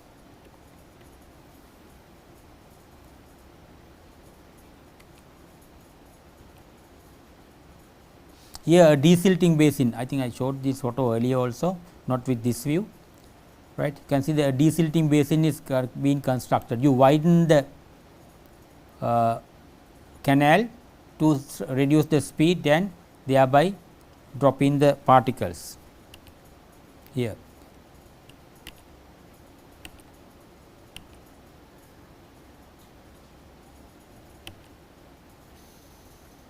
So, this is the water fall that we trapped, but we did not use this part. We did not use this part because there is a observation gallery somewhere here, where people come and see the waterfall, right. Therefore, in the environmental study we were granted to use water from down somewhere here, where people cannot see. So, the visible part we allowed. So, these are the environmental compromises we have to make, right. You can't use because people are coming here, all the tourists, everybody comes to see this. So, if we just constructed the diversion weir here and closed down the waterfall, that is a real big. So, we started somewhere here. This part we left. Otherwise, it would have been a 10 megawatt project. So, we had to limit it to 4 megawatts because of the environmental requirements. There was a, remember these things also, there was a planned water project upstream, right. It was not for the permission from the water board. We have a water scheme to be done in 10 years time, and we want so many meters a day. Therefore, we kept provision for that also, because our power plant is going to be 30-40 years lifetime. So, if we unnecessarily make a large power plant, after 10 years you do not have water, enough water. That is why we constructed a 4 megawatt plant rather than going for a larger plant. We kept for the allowed for the environmental reasons, the visible part of the fall was allowed to continue, and also allowed for the water board requirement, annual water requirement for the future. Now, the water project is done.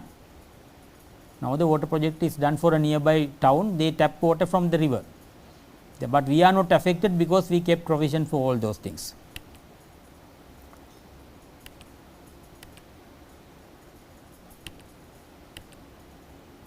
So, lot of rock blasting etcetera, because you have to take the canal on the same level, right. So, you have to remove all the barriers, rocks and everything, and come level it to your requirement.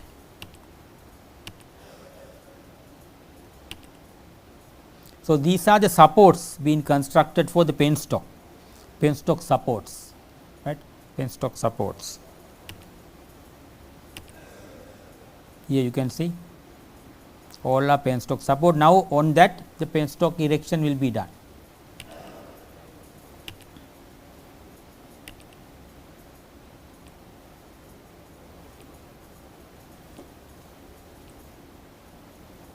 So, waterfall you can see from far away.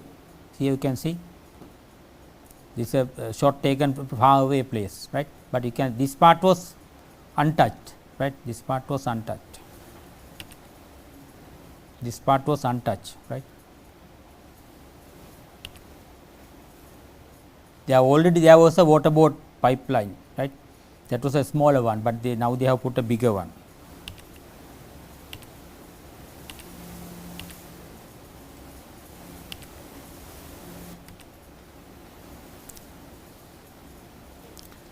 This is where we constructed the measuring weir, right. See, they are pinning it to the rock.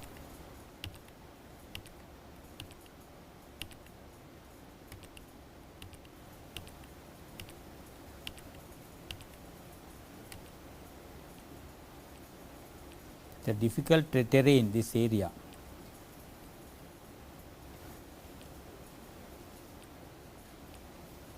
Here you can see the observation gallery. See, this is where the tourists come and see the waterfall, right, and observation gallery.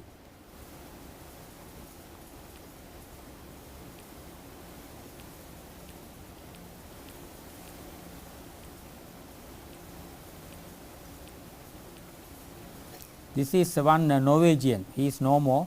I learned lot of things from him, right, because he was a director of our company, but civil engineer and a very thorough knowledge on mini hydropower development. So, I went to Norway and learned lot of things from their power plants and from their design teams. It is very hot for him in Sri Lanka.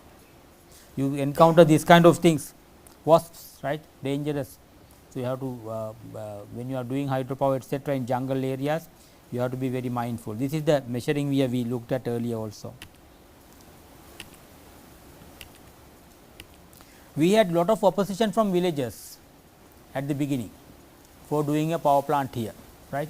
So, there were a lot of political interventions, right, and so we had to take them to the site, politicians and the village leaders. You can see in my young days, you can see me here, and take them and show them what we are doing and how they will be affected etcetera, right. So, this is such a visit.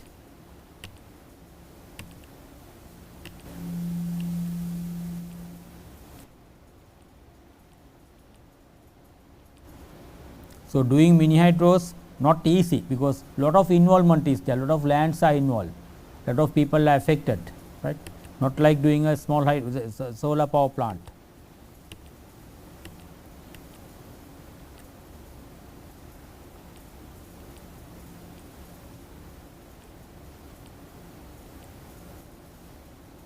This man said, I will never allow this plant to be done, right to my face, right, but finally they all agreed. We got them there and got them convinced that we are not harming their area.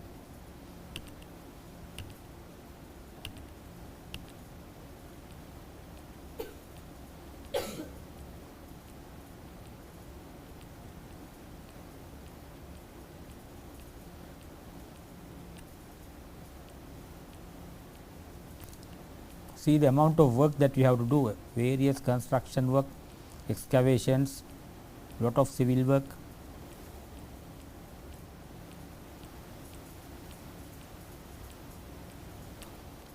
He is our Norwegian director, who also owns about 30%, they are company in Norway. With that I will come to our first project we did. This is a graded, I have sorted out the project, the pictures to different areas. So, this is about the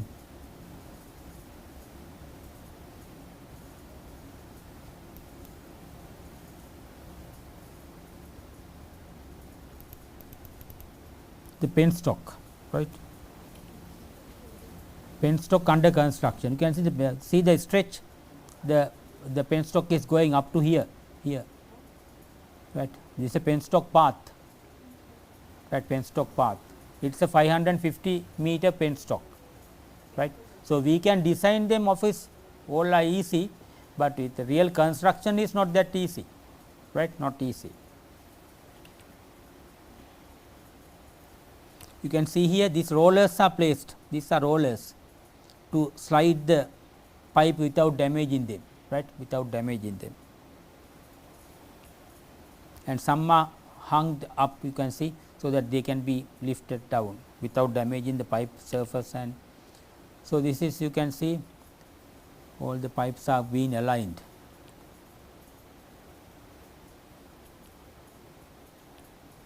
Now, this is after welding, right. This section has been completed, you can see they have even put this anti-corrosive or other paint scheme on the welded areas. So, you can see the supports are here regularly. Here I think I showed you earlier how you keep it on supports, right, either a steel piece, smooth steel piece with grease, or otherwise a nitrile kind of a rubber, strong rubber piece, to avoid, because in the expansion it will move up and down and thereby the paint will get damaged.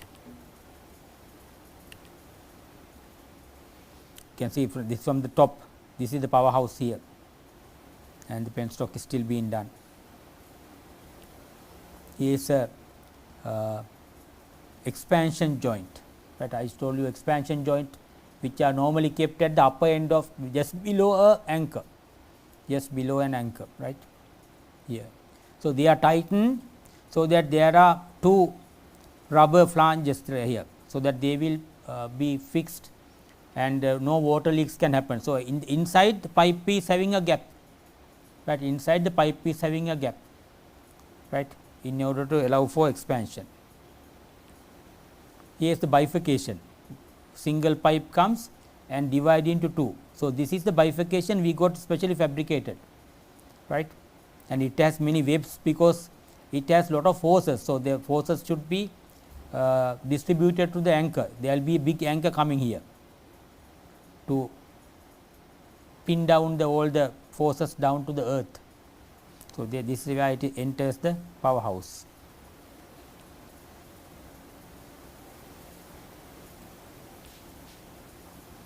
Is an anchor. Whenever there is a slight angle in the pipe, you must have an anchor, it is necessary. It can be a vertical one or it can be a horizontal angle. Here is a welding being done, right. It should be a X-ray quality weld. So, welders, we have to get them qualified, tested and qualified for X-ray level grade testing. Normally dockyards and there are testing agencies who can test them. They will ask them to do samples and then see whether there are inside air pockets and other deficiencies, defects, right. If they cannot do a continuous thorough welding, they are not qualified as X-ray quality welders. And even after doing this, we will keep, not maybe on every joint, maybe on a select 10%, 15% joints, welds, we will keep an X-ray source inside and take X-rays and see whether the joint is okay, because it is critical, because they are subject to heavy pressures, right, can be damaged. Here the inside of a anchor, I think I discussed earlier. Here you can see the bifurcation where the water is divided into two pipes, one from one pipe.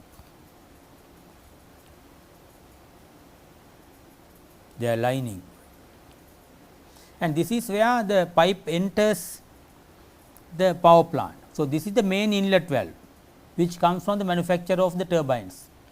He will provide all these things, and now the pipe has to be connected to this main inlet valve. Therefore, you have to get an extra flange from the manufacturer of the this main inlet valve and get it and weld it to the pipe end, because it should exactly match with the main inlet valve's flange, otherwise you can't connect, right. So, therefore, you get an extra flange from them and hand it over to the contractor who is doing the penstock, and then coordinate so that they can do it together, so that they will match, otherwise you can't connect it, right. They should match exactly. So, this will be this part has to be smoothly connected here with a good bend.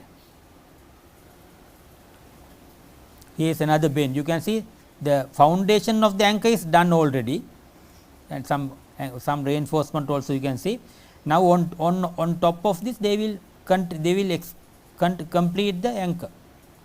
Now, you can see fully finished, fully painted, right, fully finished and fully painted, otherwise corrosion will develop inside, even inside the concrete, right, because there may be defects in the concrete, and therefore, may be water and other things, moisture can accumulate and finally damage the pipe, right. Therefore, you must thoroughly finish it with the approved paint scheme and then do the anchor on it. Here they have done the smooth connection, you can see at the powerhouse entry. They have welded pieces together, pipe pieces together to make it a smooth finish, that smooth finish, and then you can see they will finish connect the flange here. And there at the powerhouse entry there is a big bend, you can see. Therefore, this section will be complete here another anchor. You need to concrete this entire pack, right. From this point onward, all these areas have to be. So, that will be integral part of the powerhouse. Anchor will be integral part of the powerhouse. They are welding, you can see how a bend is welded. They first tag it, the pieces together. These pieces we got from the pipe manufacturer himself. We gave the specification of pipe pieces to cut into certain angles, right, as required. So, we got many of them, so that we can make the bends, right, we can make the bends. So, he is an extra quality welder, right, and both of them. So, they from this side and maybe they go inside, and inside also they weld.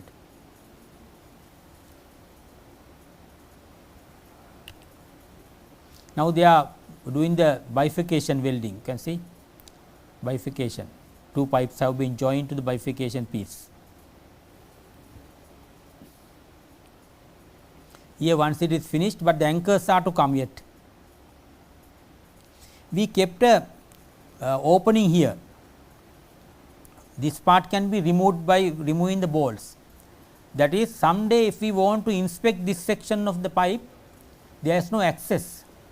Whether the corrosion is too much after 10-15 years, if you want to access it, you can't come from the top, neither you can come from the bottom, right. So, at the middle point we kept a piece here which can be removed by removing the bolts, right, and therefore, you can have an access and inspect the penstock if required. Sometimes we put these clips to hold it down, right, in case any problem occurs. So, this place has to have a big anchor, but you can't do it, lot of landslides happen. This entire, because of the rains, these sections they collapsed here. So, we have to remove all these things again to do the anchor here. You can see it was a difficult area. Here now it is done, anchor is done once, same place. I can see upper anchor also here, anchor, and then you can see the expansion joint here. Here they are fixing an expansion joint, you can see it. So, these two flanges will come here and there will be the rubber packing here, So, there will go and then the bolts will be connected and tightened, right, tightened. Here this is the path for the cable coming from the water level sensor to the water level controller in the powerhouse.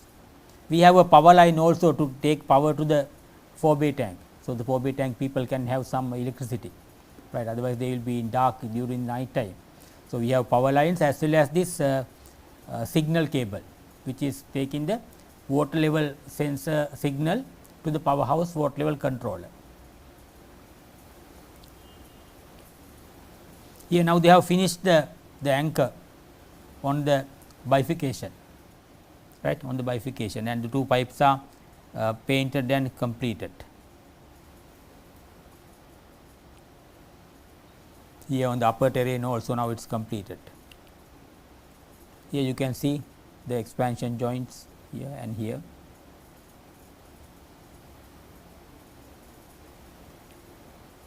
Here the transportation, you can see I told you it is sometimes economical to have several diameters and transport them inserted within that. So, that your transport costs, both shipping cost as well as land transport cost will go down. Otherwise, if you can put only 3 pieces otherwise, right. So, you have to go here, they have 3 pieces inside. So, you can see otherwise you have to go for 2 extra trips, right, 2 extra trips and 2 extra container loads, right, because if you do not do this. So, you have to economize, right.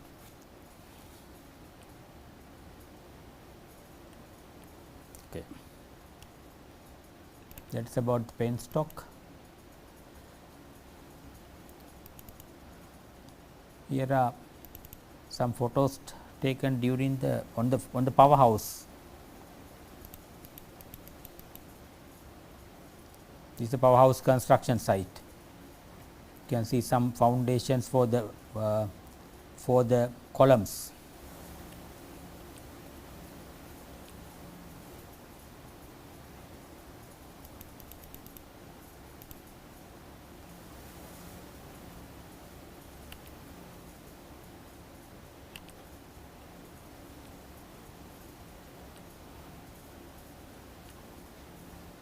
Here you can see the columns have come up, and then we have a horizontal beams here, right, that is for the crane beams to be kept. You need a crane for the powerhouse to lift the generators and then to connect them, align them. So, they are this I will see some other photos also. Crane beams will come on this level. We want powerhouse to be having a heavy weight, right, because you know that when the pressure from the penstock water comes onto the powerhouse, it should not slip. So, it should be well pinned to the ground, because you can see the penstock surface will have such a big pressure and push the powerhouse down. So, it should be very well connected to the ground or to the rocks, right. So, you have the concrete block, concrete mass will make sure it is heavy and connected to the ground.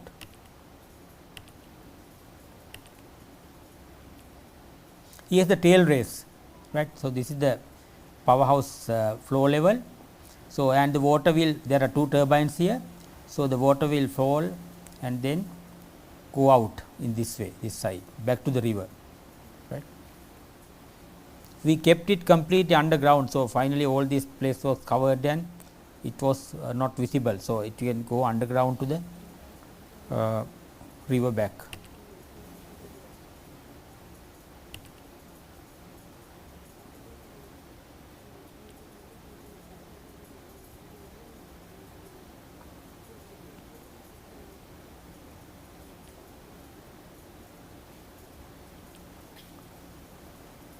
This shape was my choice. I decided to have this shape identity for our power plant, all the power plants.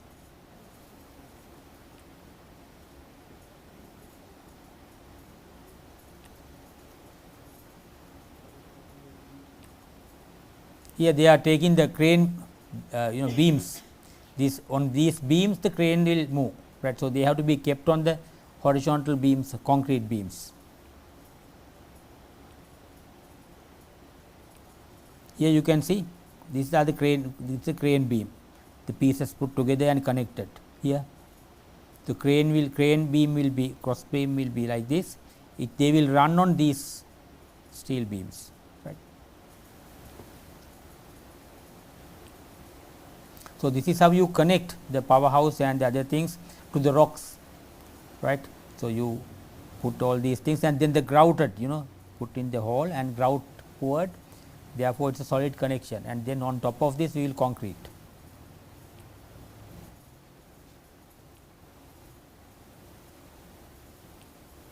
Now, they are installing the turbines and the generators, right. He is my mechanical engineer, he is my electrical engineer. White helmet is as usual, I think you are also following the engineers, others are the supporting staff. Now, here you can see this casing here, it is open, right. So, this entire part has to be concrete, you can see some reinforcement also coming from the floor, right. So, once it is everything is placed, this section will be completely concreted.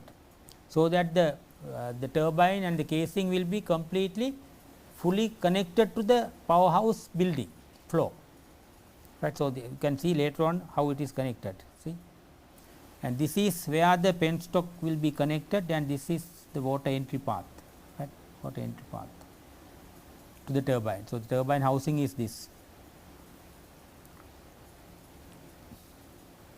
Here they are connecting it. Here you can see this part is complete to be concreted later on, once all the adjustments are done. So, this part will be fully concreted, so that the turbine housing and the fully structure will be fully connected to the powerhouse floor. Here you can see now the generators have been kept and connected to the shafts are connected. Right. There are yellow one are the turbines, red one are the generators. There are 2 units 1.25 megawatt each.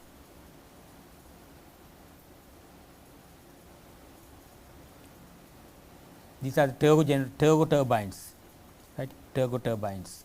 These are the hydraulic units to control the needle valve movement, etc., right. So, they get the signals from the water level control and the control system, right. So, they will put the necessary pressures required, hydraulic pressures required for the needle valves to move in this case. Otherwise, in Francis machine it will be wicket gates to move. Here you can have a better look at the turbo turbine being constructed. This is the outdoor switch yard, where we want to step up to 33 kV, right. We here in this plant one machine is 1.25 megawatt, we decided to generate at low voltage 415 volts. So, it is a 415 volt to 33 kV step up, and that is where we sell electricity. Here the tail race is being further constructed. This is the switch yard, right, switching equipment, lightning arresters and the main breakers, etc., installed. Here the once it is almost finished, right, almost finished powerhouse area. And here you can see a device here, right. This is a weight, right, lifted up and kept there. So, you can see now say the power plant is in operation, right, power plant is in operation. I can write, I do not know, not here.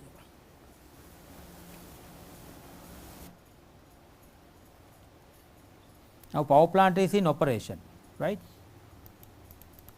Now, while the power plant, now water comes, say rated power water comes, in the here what rated power flow was 1.6 cubic meters per second. So, each machine took 8.8 cubic meters per second, right. And now, suppose it is in smooth operation. Now, the utility circuit breaker trips due to a network malfunction, right. Something has happened on the network side and your breaker trips. Now, look here, now water brings energy You can't stop water instantaneously, right. Water brings energy and now impart to the turbine, and generator cannot take out the energy because the breaker is open. Now, there is a big mismatch. Only choice is rotating parts to overspeed and take the kinetic energy to increase, and that will destroy the generator, right. That will destroy generator. Therefore, I must draw this and show you.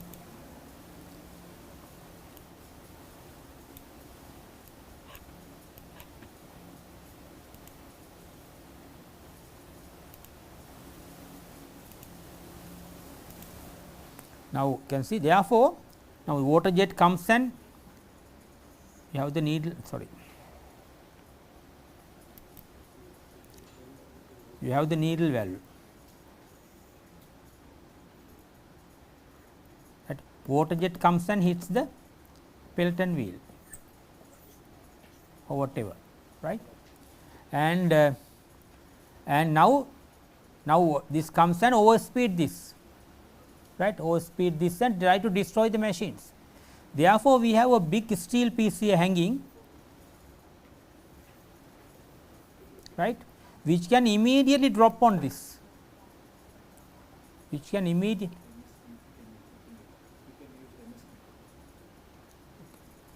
okay. So, which can drop immediately on this, right, immediately on this and divert the flow. We call it a deflector, right. We use a deflector, right. Deflector is a big steel piece and it operates by the weight of that was hanging, not by electricity or hydraulic anything, because when the breaker trips, everything, all electricity supply will go. You can't depend upon anything, only by the weight. So, we have, it will instantly drop and divert the water away from the turbine, thereby protecting it, deflector, right. So, deflector operates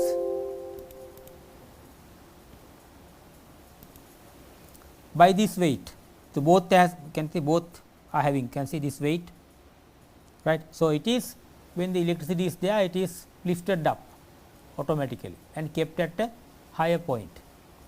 Moment the breaker trips, it drops, and by that weight that steel piece comes down, right, and deflect the water away from the turbine, avoiding any overspeed possibilities, right.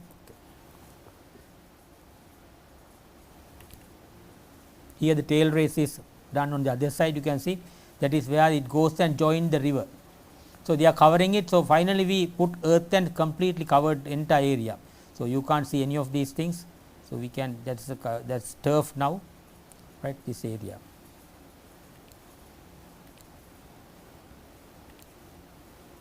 So, we kept a mezzanine flow here, mezzanine flow, that upper flow, where you have the control panels and everything, control panels and everything.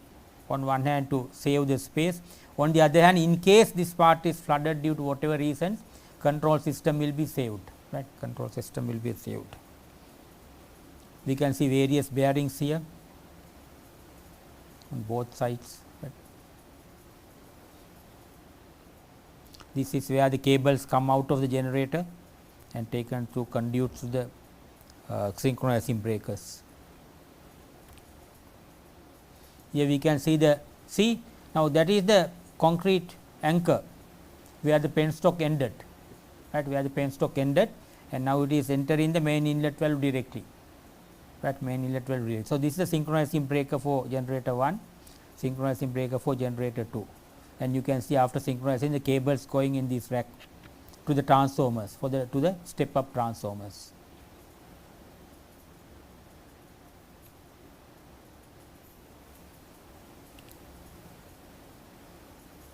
These are my engineers working with the equipment suppliers engineer who came to commission the plant. They are Germans.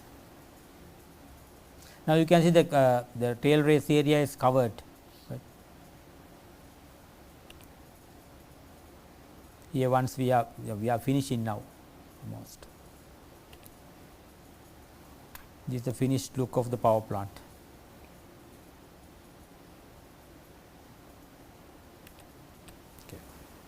that is about the powerhouse.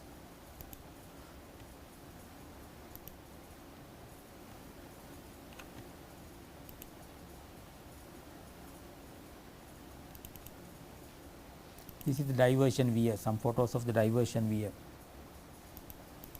This is not the diversion weir, this is a measuring weir. This is a water intake, I have shown this figure earlier also. This is the diversion weir under construction. We want to make it as small as possible and as less complicated as possible. You can see on flood days, river is furious. You can see that very rough conditions. So, your system must be, your diversion concrete weir should be strong enough to withstand all these rough pressures, flood water pressures, and also anything coming with the flood waters.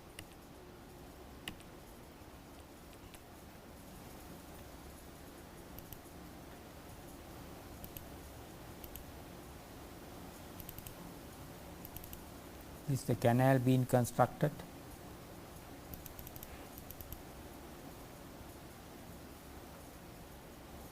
Sometimes you can't avoid a drop. So, there is a drop here because of the physical presence of the canal line.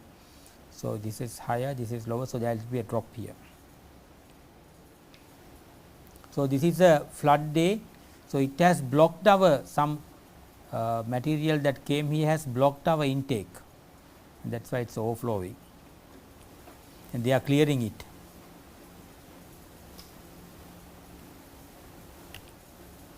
This is the unnecessary overflow. This is the man-made overflow canal, right. This is the one that is in operation. You can see now there is a danger here. Now, normally there is no water here. Overflow does not happen every time. It happens when the circuit breaker trips or anything happens like that, right. Therefore, this is empty. So, when the people are moving about, when they want to take lunch, they sit inside here and take lunch, or sometimes people sleep inside because it is nice, no, compared to the jungle. But the danger is instantly water can come. There have been a death or two in Sri Lanka because people do not know, right. Therefore, you must have warning boards here all along saying that do not get into this canal, water can come at any time, right. Here you can see instantly, right. When the breaker trips, gradually water will be allowed to be overflow, right, not instantaneously. Deflector will first work, but then you will gradually let the water overflow at the forebay tank.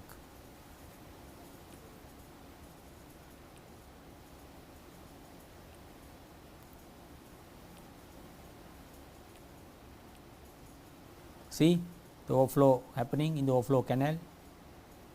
So, if somebody is sitting here, dangerous, right, when the water comes.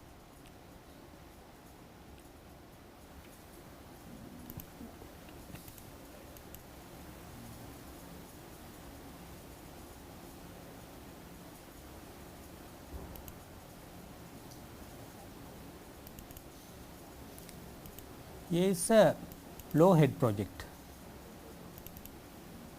This is a low head project. You can see in low head project what is the difference? H is small, Q is huge, right, because Q has to be large, otherwise the power is low. No? See the canal size, right, canal is huge, right, because you have to have high flow rate Q. All the civil components will be penstock components will be fairly big. See where the turbine is to be placed.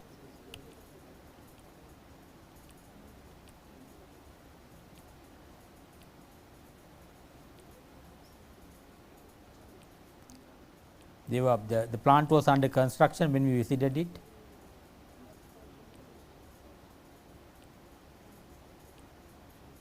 See the size of the civil components, they are expensive and have to be designed correctly. That is why I said people prefer high head projects to be implemented first, right. and then medium height, then high, because the amount of civil work, civil construction components will be fairly big otherwise. This is a powerhouse.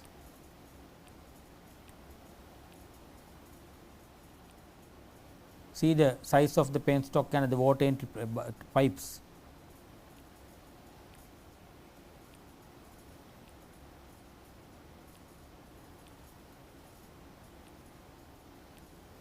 This may be the tail race. Okay.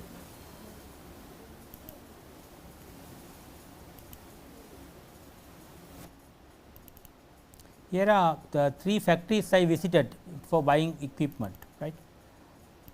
This is a factory in Austria called Googler, right. He is Mr. Googler, he owns it. So, I visited and inspected their turbines. So, these are Pelton turbines they have manufactured for various customers. So, they are monolithic construction, one piece, and then buckets have been machined.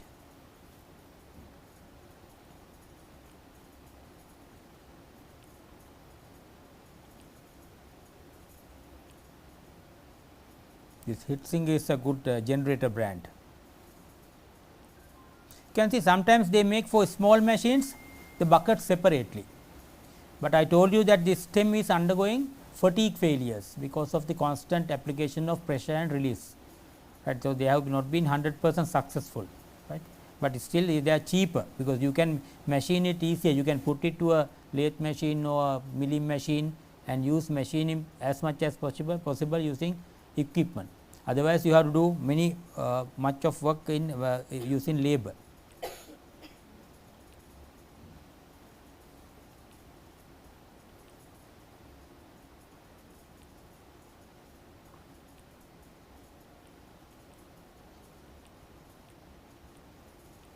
So, this is Austria. So, in the same visit, Austria is in the boundary of Germany. I visited a German factory to decide whether to buy from whom, but I later on decided to buy from this German factory. These are the photos that we looked at earlier, small machine and large machine.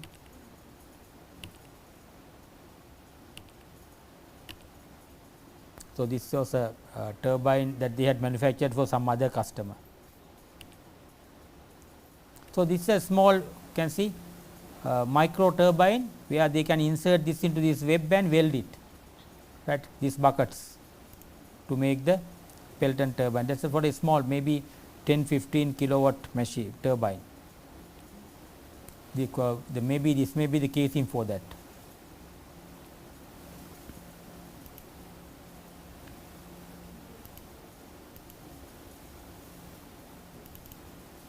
Then for the second plant, 4 megawatt plant, I bought from India. This is VA Tech India near Delhi.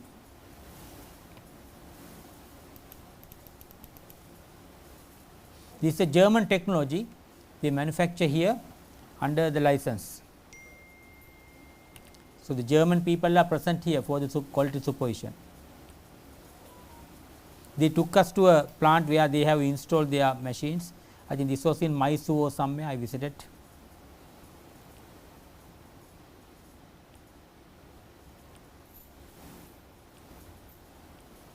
This is their factory.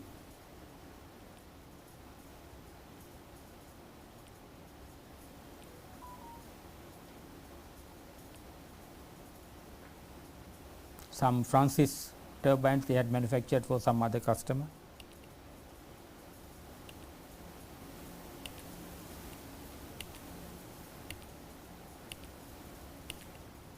This is not far from Delhi, maybe 10, 15, 20 kilometers, 30 kilometers away from Delhi. These are the hydraulic units that are used for the grid, this control of the needle valves and other things. This is a deflector, you can see the steel part, this comes in between the flow, right. So, this can drop.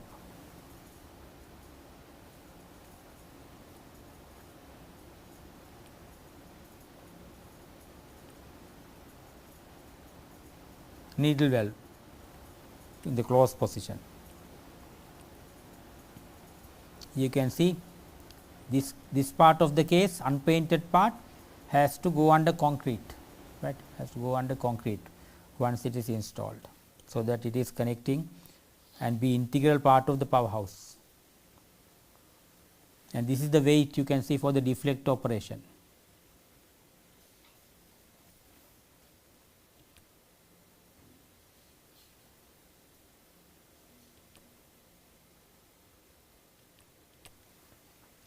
Okay.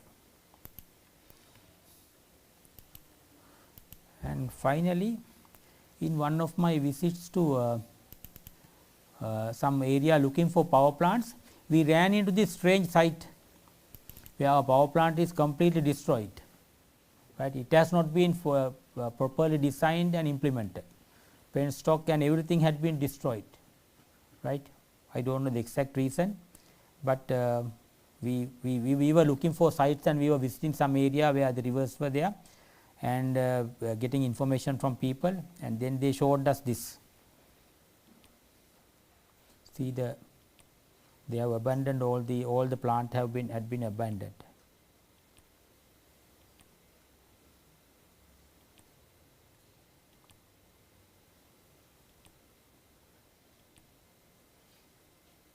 They are my engineers who went with me. You can see they have not done proper anchors, right. At bends they have not done proper anchors, just put some concrete and just try to hold it. It will not work, right, that will not work.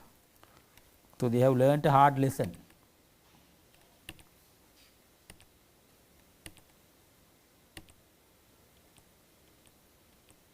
See, they are trash wreck, right, all are destroyed.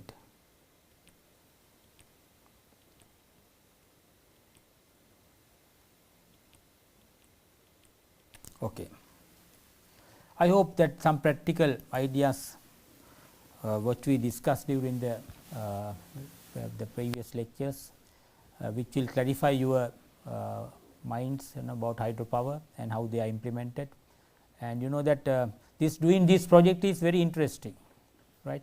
So, it is in the jungle areas and new conditions, right, and so you make your huts and other things to initially, but later on of course you build your own house or whatever, and but it is challenging and interesting. And when you are doing projects like this, that is where you learn, right. If you work in an office doing some engineering calculations and drawings, etc., of course you will learn something, but real learning comes when you do projects. So, if you ever get a chance to do projects, therefore do not drop them, right. Maybe it is difficult because you have to go to remote area, right, not comfortable as living in a quarters or in houses here, but the amount of things that you can learn, I learned most of the things in my project life, not at the university as a professor.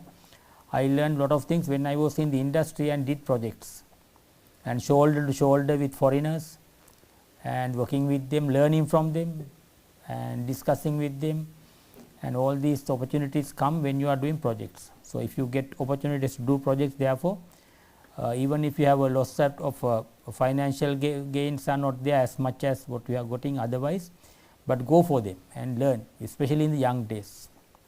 Okay, with that we come to the end of our discussion today. Thank you.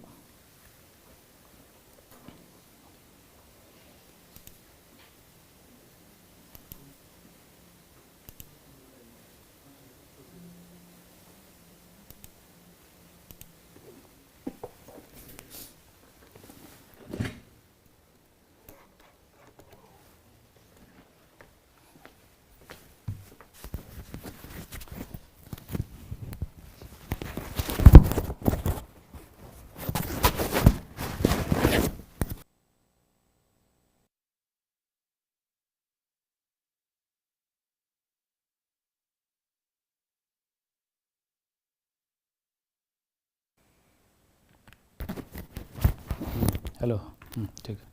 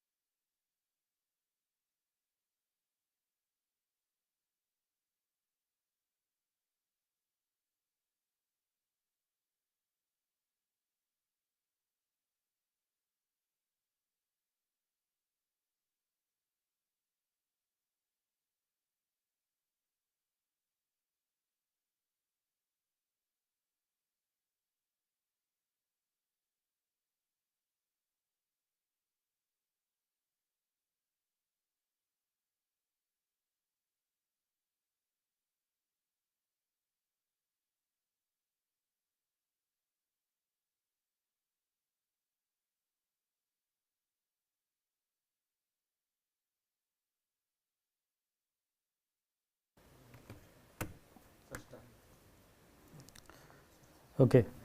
So, good afternoon and welcome to this session, lecture number 25 and 26 that I am going to cover in this 1 hour. So, this talk is about a DC-DC converter, dual active bridge, a special kind of DC-DC converter. So, why it is essential a DC-DC converter, that first I will discuss from the electric vehicle charging point of view, because nowadays the necessity for the DC-DC converter that has come because of this, majorly because of this. Okay. And another area is microgrid. Okay. Now, DC-DC converter, what happens?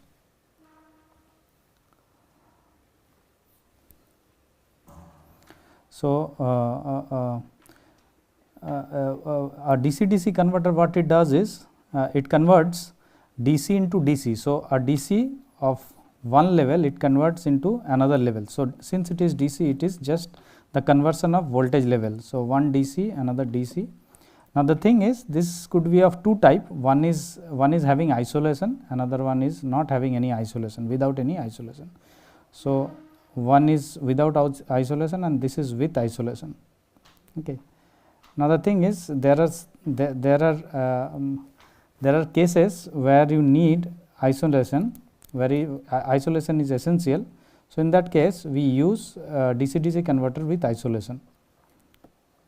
So, this is the symbol of DC-DC converter with isolation.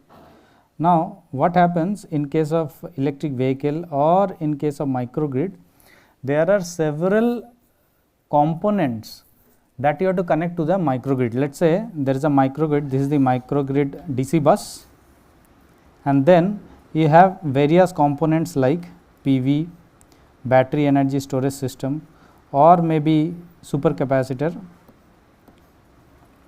or maybe fuel cell. Okay. So, let us say supercapacitor, fuel cell, then battery energy storage system, then PV. So, these many kinds are there. Thing that has to be noted here is, this is plus minus, this is DC bus, and then the type of the type of sources, the type of sources that we have here is, all of them are output is DC. From all of them output is DC. Now, the output type is DC, as well as the voltage level of different. So, voltage levels of BESS, supercapacitor, fuel cell, PV, everything is different. So, here the idea could be like, we might think that why not to make them equal? Why not to make them equal? Equal in the sense, why to use a DC-DC converter? Let us say we adjust the PV, number of PVs to be connected in series and number of battery to be connected in series. We manage in such a way that their voltage levels are equal. That can be done, right? The problem is that is fine. The problem is, yesterday in my talk that I discussed, that if it is a PV, you have to extract power at MPP. Who is going to do that? If you are connecting PV, this PV you are directly connected to this DC bus. So, what will happen to this DC bus? What will happen? There is no control over PV power. So, it is working on its own.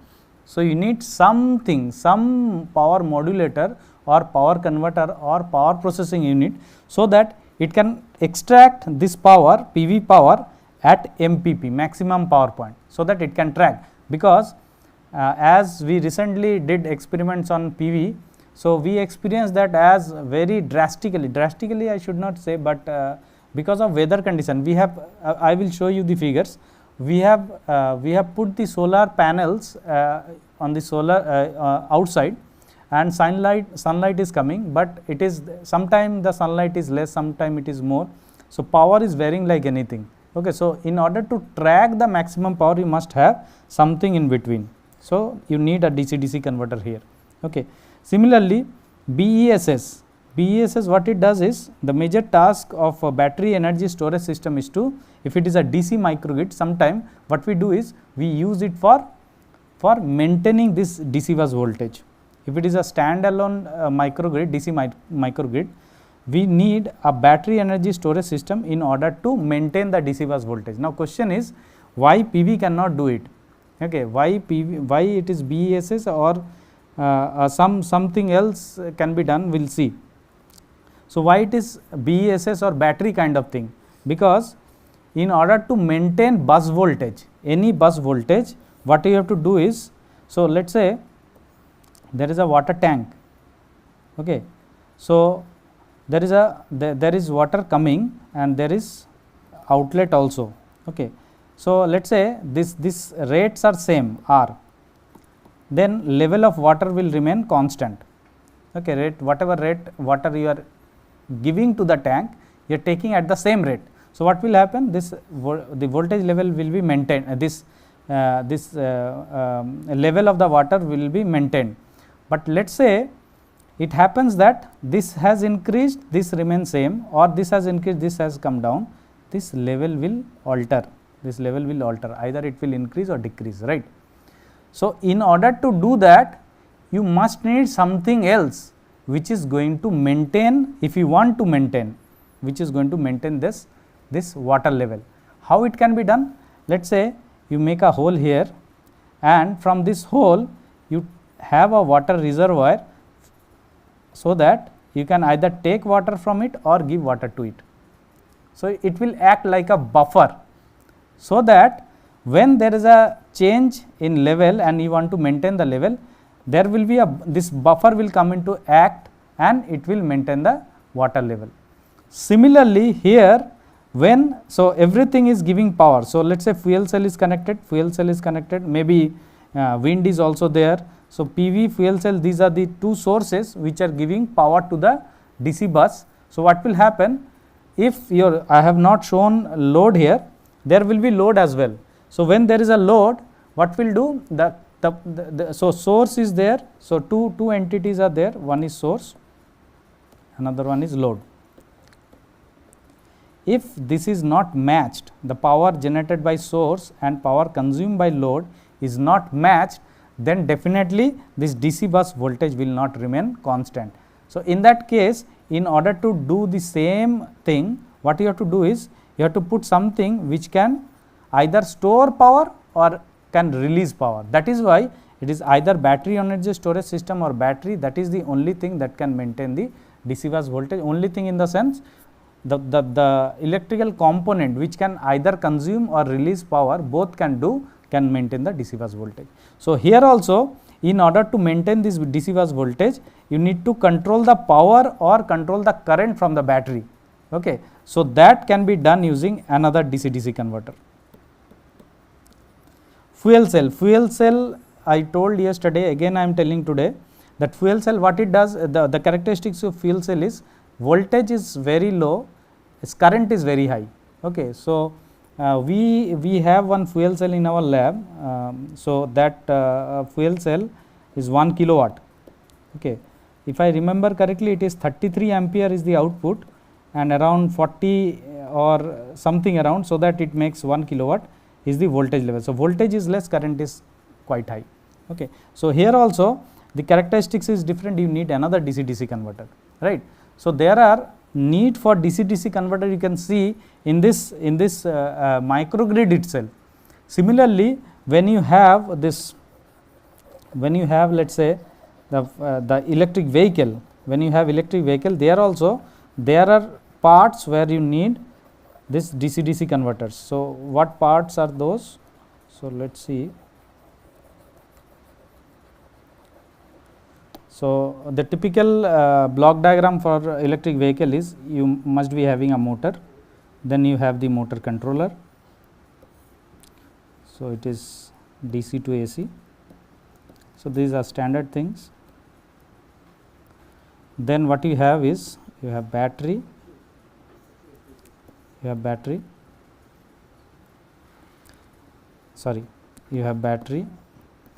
then you have a DC-DC converter,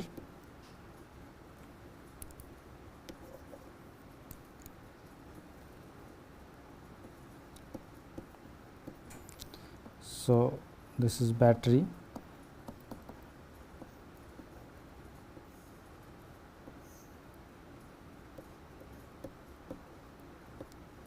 Okay. So, this is the motor, electric vehicle motor, this is the motor controller, this is the DC bus. So, using this DC-DC converter, you are maintaining this DC bus voltage using this battery. So, one DC-DC converter you can see here.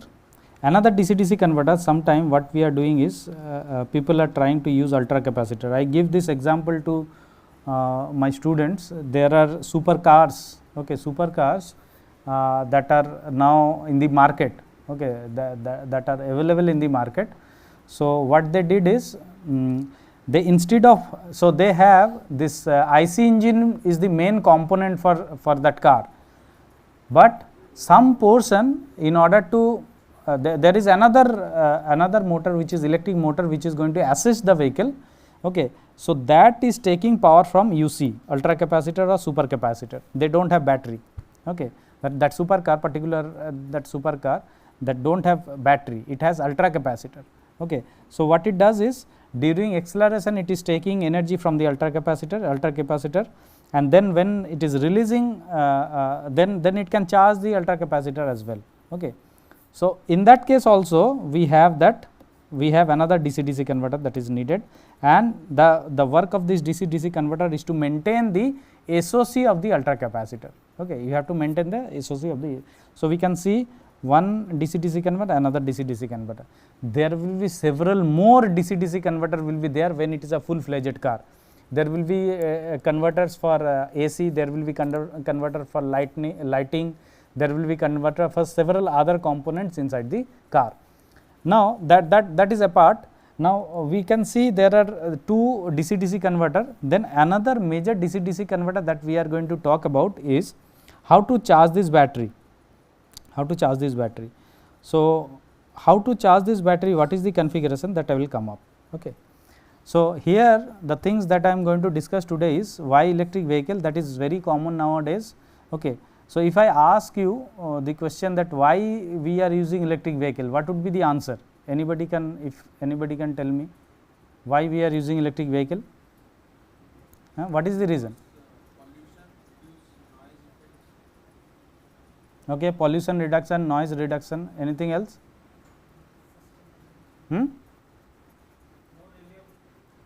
More reliable, okay, more reliable. And then what is the main reason why we are going towards electric vehicle?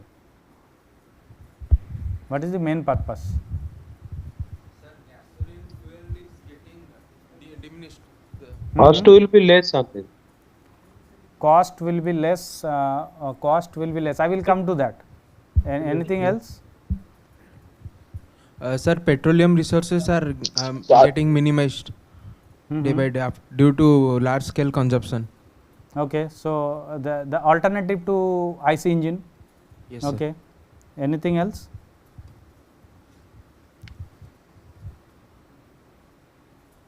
Anything else? Majorly why we are moving towards the electric vehicle? Okay, this question generally I asked any short term course when I deliver a lecture, I generally ask this question and try to convince them what I am saying and try to convince them. But also today I will convey the same thing. Let us see whether you can accept this or not. Okay. So, the main purpose of the use of electric vehicle is to shift from the conventional fuel that we are using. We want to use green energy, that is solar or whatever renewable energy. Okay. If you are charging your electric vehicle from conventional grid, then the purpose of using of electric vehicle is not going to serve, because the grid, if I say for India, the power coming to the grid is majorly from plants. Okay.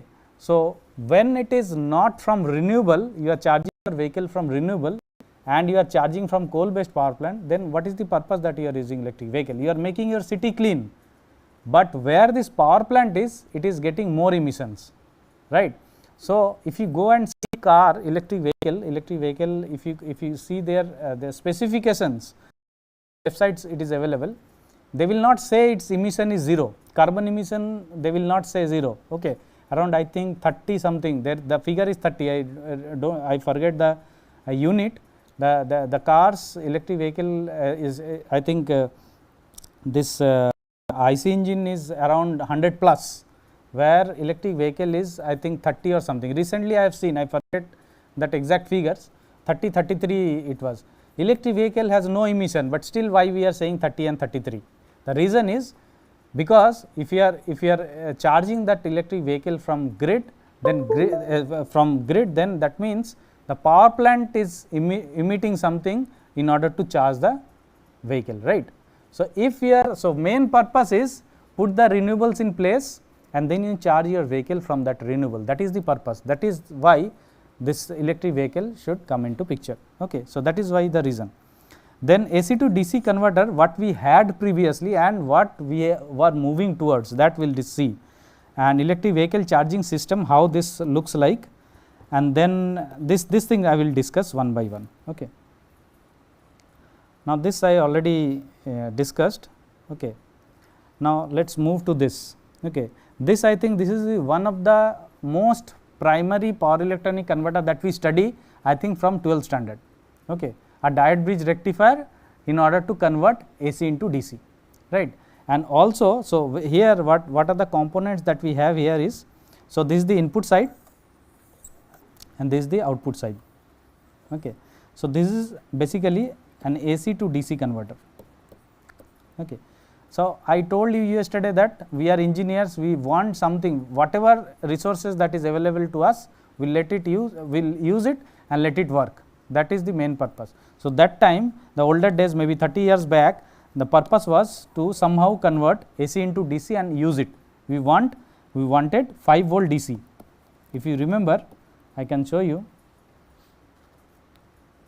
this kind of adapters we had many, right, the heavy adapters for 5 volt. I think I have in my home, there is a home theater which is having this kind of adapter, which converts into, I do not remember, I think 9 volt DC, converts AC into 9 volt DC, where we have this bulky transformer, that we will see. So, the components that you have in this converter is AC to DC converter, source side. Then we have the transformer to match it, because if you want this to be 5 volt or 9 volt DC, from this is 230 volt AC, at home you have 230 volt AC. So, 230 volt AC means the peak voltage that you are going to get is around 315 or something, but you need 9 volts. So, there should be a step down transformer that you must have. Okay. And this step down transformer is 50 hertz transformer, this is not high frequency transformer. So, it is heavier, okay, bulky. Then you have the diode bridge or 2 diodes or whatever it is. When it comes to a product, they always try to optimize the number of components. And then you have a filter component that I have shown you yesterday, that you must need a filter at the output or input. Definitely you must have a filter here as well, but since it is power level is very low, so we are ignoring this transformer leakage impedance is sufficient enough to filter it out. Then at the output we are going to get DC. This was the configuration. Okay. So, it is a rectifier and power flow direction unidirectional, power you cannot feed from this side to this side, since it is diode. When there is a diode in your rectification process, you cannot do back power flow, means you cannot feed back power.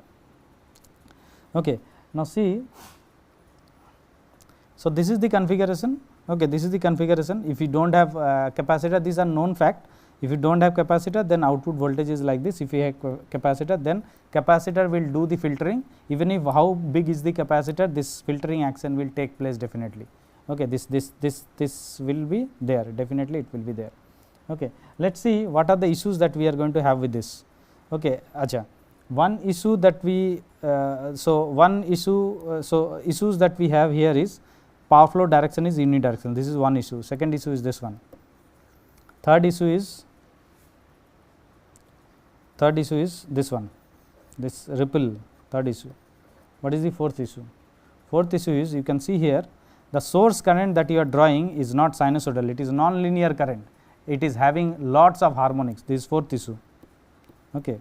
Now, you might ask that why it was not necessary that time, why it is necessary to improve this source current quality, because the purpose I was saying that is that time it is 5 volt 9 volt charger, power level was very low compared to power level that we are going to use for electric vehicle charging, where battery is taking substantial amount of current. So, the source current that you are going to draw, if you use this kind of configuration, if you are going to charge your electric vehicle battery, substantial amount of current it is going to draw, and that will not be accepted by the grid.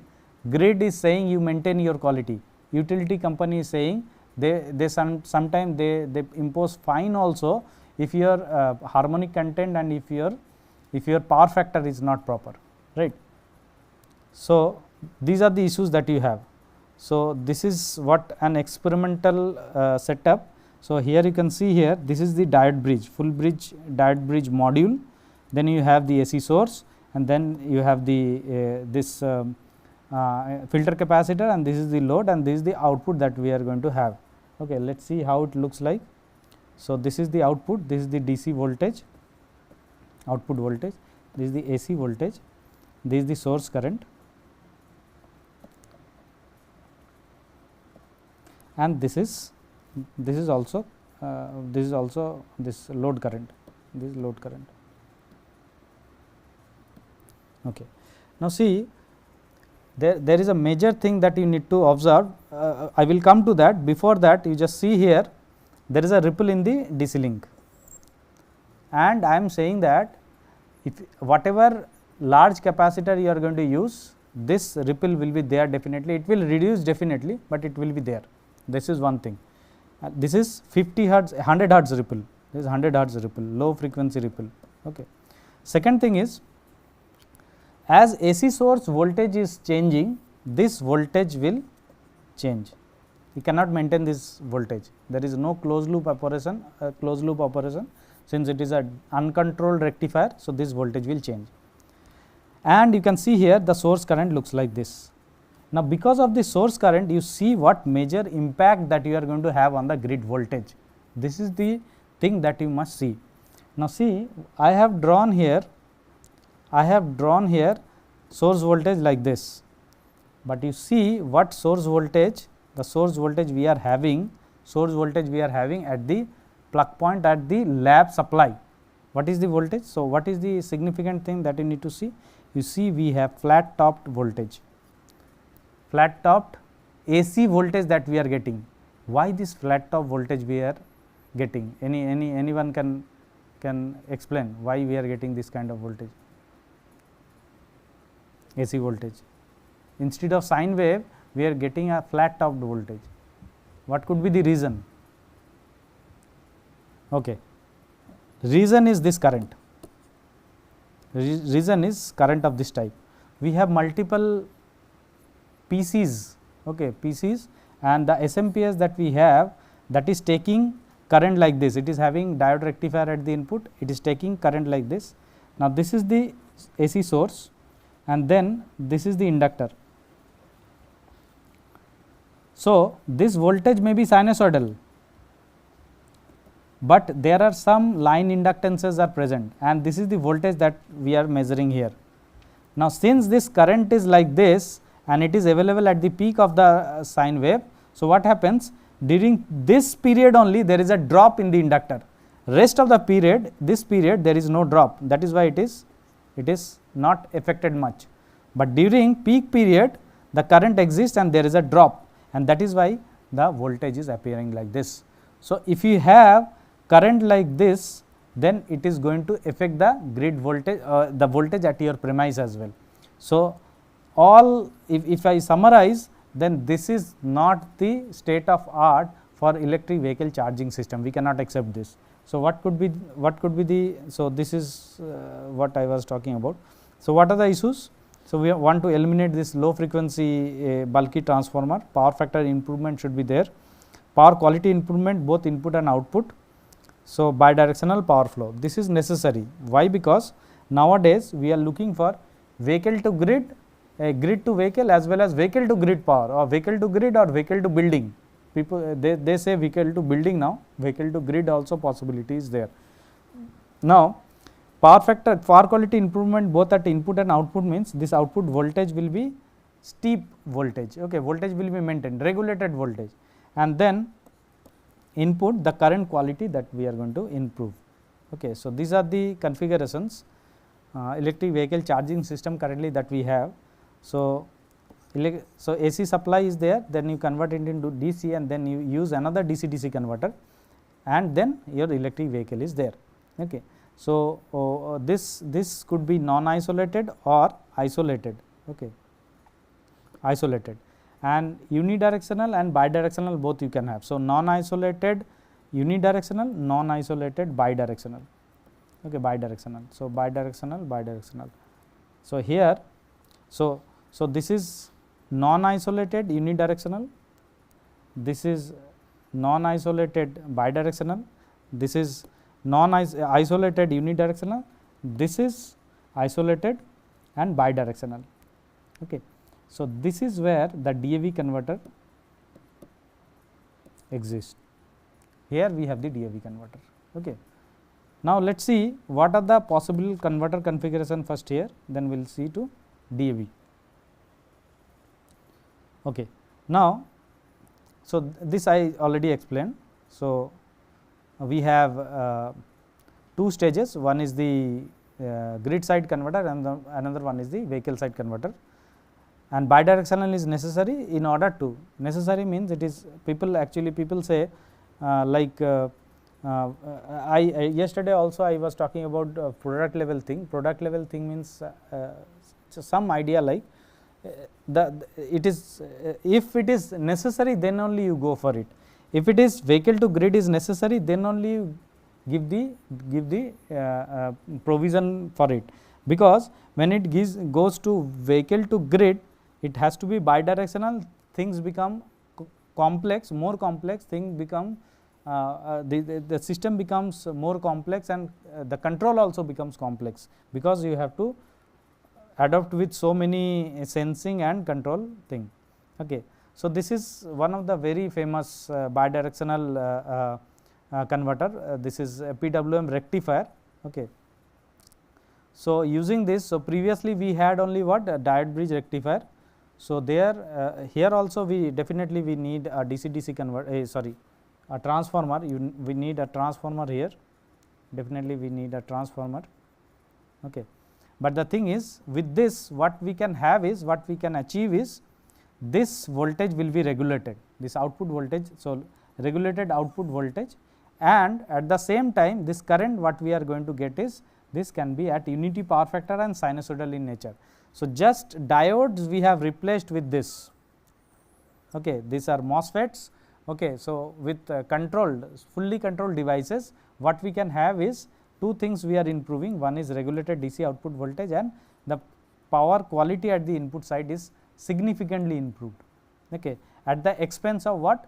The semiconductor devices, these are costly devices, then it comes with sensing arrangement, then it comes with driver circuit, necessary power supply. That was simple, easy, but limited capability. Here you have more advanced thing, but with control thing. Now, here we are sensing the current and then with the reference current. So, sensing sinusoidal current and then okay. So, how DC link voltage is maintained? So, we are sensing the DC link voltage, then it is compared with the reference DC voltage and then it fed to the PI controller, error is fed to the PI controller, that is generating some DC value here, which is multiplied with a sinusoidal template in order to generate a sinusoidal reference current, and that is compared with actual current, and then PI controller is generating the voltage, converter voltage, and that through PWM controller you are generating the PWM signal for the switches. This is the simple control that is now universal. Okay. Now, we have two control loop, one is DC link voltage control and another one is, so DC link voltage control is here, another one is this current.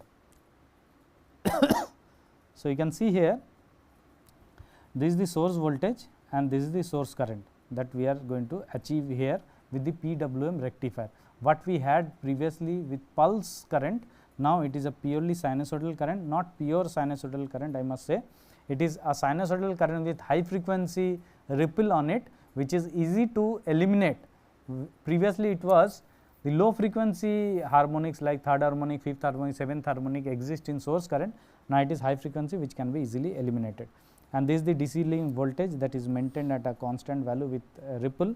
When it is from single phase, this ripple you cannot avoid, okay, and this is the harmonic profile. Now, there are several such topologies. Okay. So, this is the PWM rectifier, then we have I will come to that. So, bridgeless interleave PFC. Now, this topology, just you look into this topology. So, what we have is here this very famous topology, and you must be familiar with it. So, what we have is source voltage, source AC voltage we have, and then using a diode bridge rectifier we generating an AC, we generating DC, and then we have this is called DC boost converter. You can see here boost converter. Okay. So, using this, so this is AC stage, AC to DC stage, and then you have boost converter means it is DC to DC stage. Okay. So, two stage, but the problem is, as I told you, since you have a diode bridge rectifier, so this is not bidirectional. If this is not bidirectional, this DC-DC converter that we are going to use is unidirectional. So, here also the bidirectional power flow is not possible, but the thing that we are going to get here is, one is this current will be improved, this current quality will be improved, and then this voltage you can maintain, this output DC voltage can be maintained, but you cannot eliminate this high frequency transformer, because you have to match the voltage. You cannot and bidirectional power flow is not feasible. Here bidirectional power flow is feasible, DC link voltage is maintained, this current is maintained, but transformer you cannot eliminate. Here also same, here it is interleaved. So, you can see here we have two boost converters which are interleaved. So, one boost converter is this one,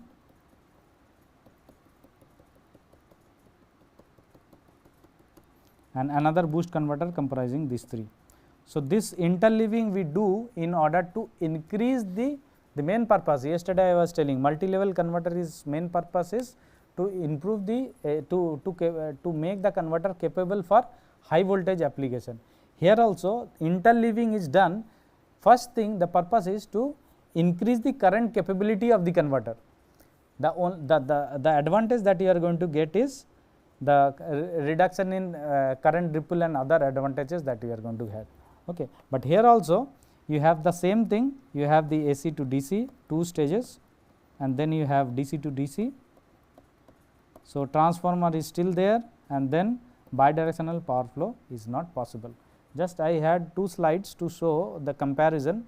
So, you can see here the currents, this is the source voltage and these are the currents from all those four converters that I have shown, and then this is the ripple in the current. Okay. So, only thing is they are having almost same feature. Only thing is in PWM boost input current is the frequency is little bit, means twice, frequency is half compared to these three cases, but does not matter because it is at 25 kilohertz, it is very high frequency. So, input inductor is sufficient enough to filter out this thing. These are the loss comparison. Okay. So, yesterday I was telling you that since it is multi-level converter, the switching losses are less. These are what? These are not multi-level converter. These are conventional two-level converter. That is why you can see here IGBT switching loss or MOSFET switching loss. If you can see significant component which is higher compared to conduction losses. Okay, this is what I mean to. So, this if you see, this has been done, the switching frequency we have taken 25 kilohertz, which is for multi-level converter, this is less than 2 kilohertz.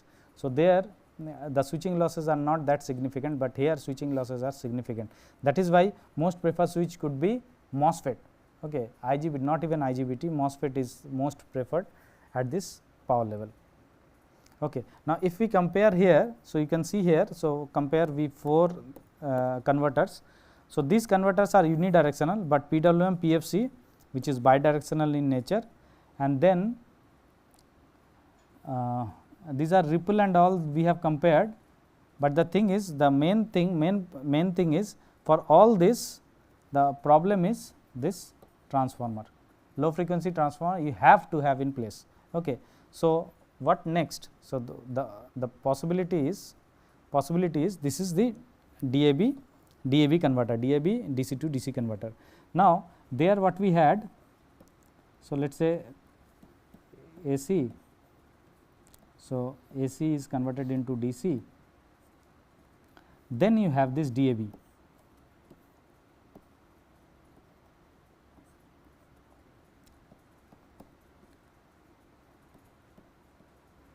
Okay. Now, let us say this is some voltage level Vs, corresponding to this voltage level you are generating the voltage level at this DC bus. Then you use this DAB to step down this voltage, okay, to step down this voltage. So, what is the configuration of a DAB? So, you see here you have input DC voltage and output DC voltage. In between we have a high frequency transformer, this is the high frequency transformer. Okay. So, high frequency transformer, then we must be having one inductor, I will tell you what is that. But the thing is, when it is high frequency transformer, the core size reduced significantly. Significantly means, I will show you, we have one 2 kVA 3 winding transformer, high frequency transformer, 20 kilohertz transformer. I have figure, I will show you at the end of this lecture. Their size, you can see how much small size it is. Okay. And size reduces, also the weight of the transformer reduces, though. So, this is called high frequency link. So, you are linking these two sides through a high frequency link, and that is doing the stepping up or stepping down, whatever necessary, that is doing. So, you do not need low frequency transformer. So, one example I can give you, adapter I was talking about, like for speakers we had those heavy adapters. Nowadays what you have? You have this mobile chargers, you have this laptop chargers, there you will not find that is heavy, right. Mobile chargers are very lightweight, but mobile, what is the voltage level of mobile? Maybe I do not know, means is it 5 volt, around 5 volt. So, 230 volt you have at your home and you are making it 5 volt. How that stepping down is done? Definitely some kind of, if isolation is there, definitely high frequency isolation should be there in order to accommodate that transformer inside this small piece of box that you have as a mobile charger. So, this is high frequency link, gives you compact size, also this lightweight, and then, but previously we had very less number of switches. Here what we have is, we need to have 2 edge bridges at the input and output of the high frequency 2 winding transformer. So, this edge bridge and this edge bridge, the purpose of this edge bridges is to convert this DC into AC, square wave AC or quasi square wave AC, that we will see, and then also here also this DC into AC. So, this is the configuration of a DAB. So, we have 8 total active switches, then a high frequency transformer and 2 filter capacitors, and then there is a need for an inductor in order to control, in order to have a current control.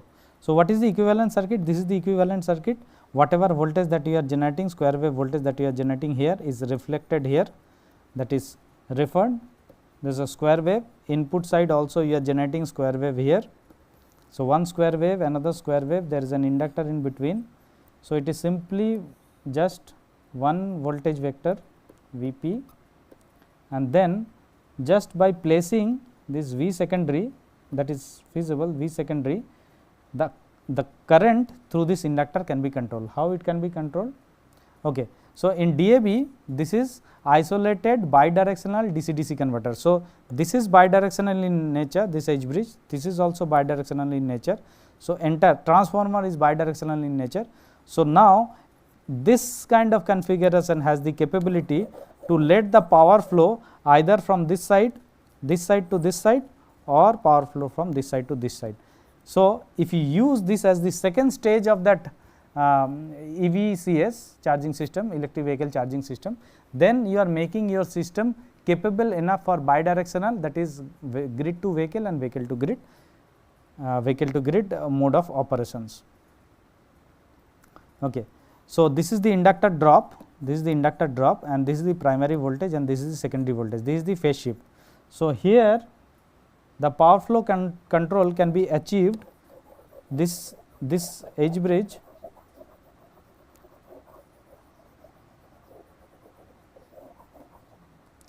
okay. So, this edge bridge is generating a square wave, this let this as a reference. Okay. So, why we are employing a phasor here, because first harmonic analysis we can do on this.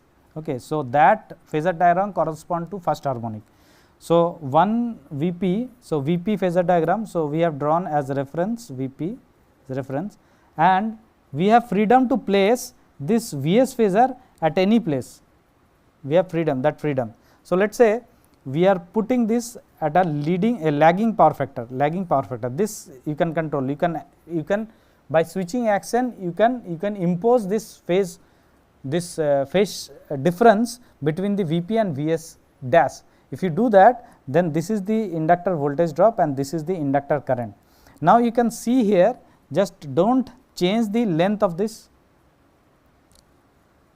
If the length of this phasor and this phasor we are keeping constant, just mere changing this position of Vs prime, what we can see is either it could be here or it could be here, it is up to us, we can even merge them. If we merge them, there is no current, there is no drop in across the inductor, there is no current. As you increase this phase shift, the current to the battery starts increasing. So, like that you can control the current to the battery. So, what actually happening? What actually is happening? Now, what happens when you are, so this is constant. Now, voltage you are not doing anything, its phase you are not doing. So, this voltage, this square wave voltage is constant, you are not doing anything, this voltage is constant and you are keeping this constant. So, this you are not doing anything, you are controlling this voltage, you are controlling, that means your Vs dash you are controlling. As you are controlling this Vs dash, the drop across this is changing, and accordingly this current is changing, and hence the current flowing to the battery, this I battery eventually is changing.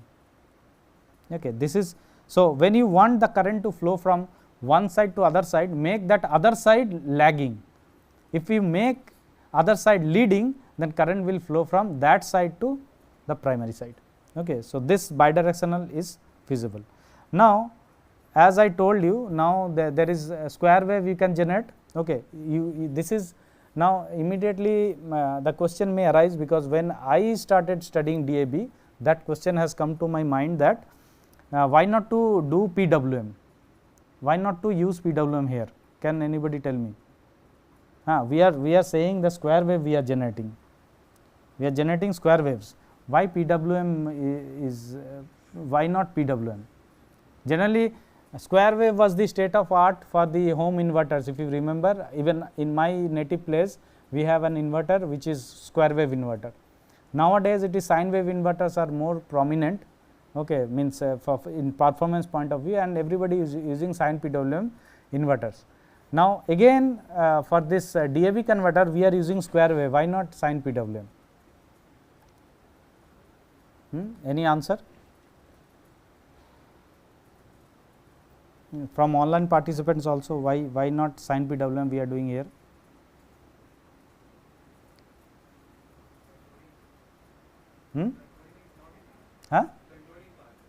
Controlling. Okay. See, what information that I missed here is, this transformer is of very high frequency transformer, which is 25 kilohertz. Operating frequency is 25 kilohertz. That means the square wave that we are generating here and here is of what frequency? Something around that frequency, 25 kilohertz range, right. Now, when we do sine PWM, if it is 50 hertz, we use 25 kilohertz. Now, our fundamental wave frequency is 25 kilohertz, then what would be our PWM frequency? PWM waveform frequency would be. So, here it is whatever times that you have to that you multiply, and then you have to have some hundreds of means some very high switching frequency, that these switches are not capable enough, and also we do not allow this because switching losses will increase. Okay, switching loss will increase. Now, here one point I need to mention very important, that we try to go as high frequency as possible. We are trying to go towards that. What is the reason for that? We are trying to go very high frequency up to, I have seen a lab prototype which is designed for 100 kilohertz. Okay. So, we are going towards that. Why? GIAN devices we are planning to use, SiC devices we are planning to use, we are using SiC devices we are using. Why we are doing that? Means why it is necessary to go for very high switching frequency? Any idea? One is size is component size is reducing, but still we try to go further because we want the size to be reduced further. Okay. But the problem is, as we are increasing frequency day by day, the switching losses are increasing significantly, switching losses. Okay. Devices are almost same, switching losses are increasing. So, if switching loss increases, the problem is, what is the problem if switching loss increase? What is the problem?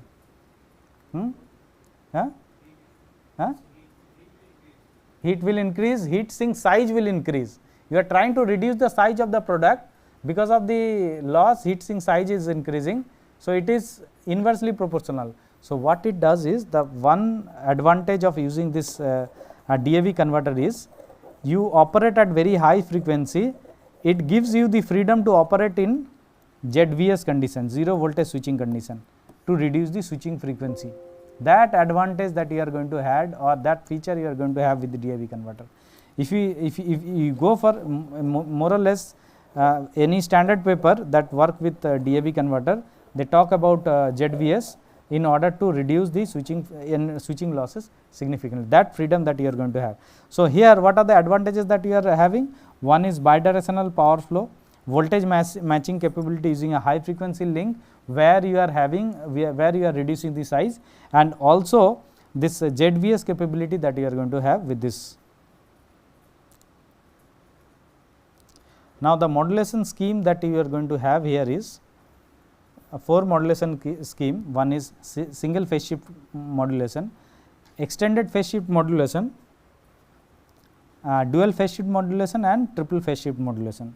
So, you see here, this is SPS, EPS, DPS. So, what are these that let me explain. Okay. Now, see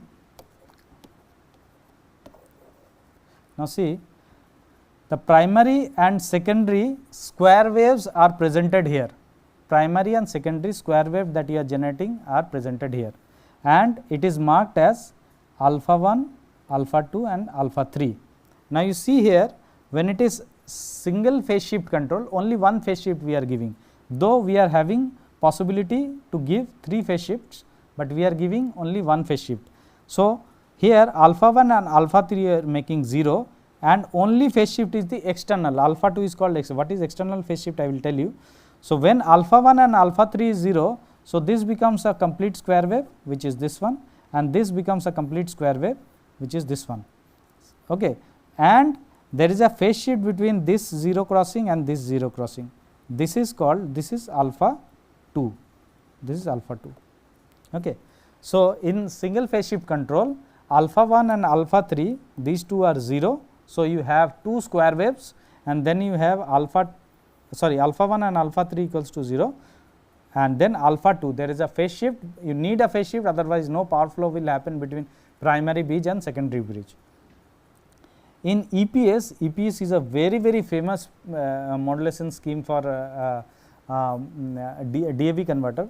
So, I will tell you what is the reason for it, but first try to understand what is EPS. In EPS, what they are saying is alpha 1 is 0. So, alpha 1 is 0 means this, alpha 1 not equals to 0. That means the primary bridge the square wave it is generating, which is a Cauchy square wave, whereas the secondary bridge that is generating a square wave. Okay. So, what is the advantage of using it as a quasi square wave and square wave, that I will tell you immediately.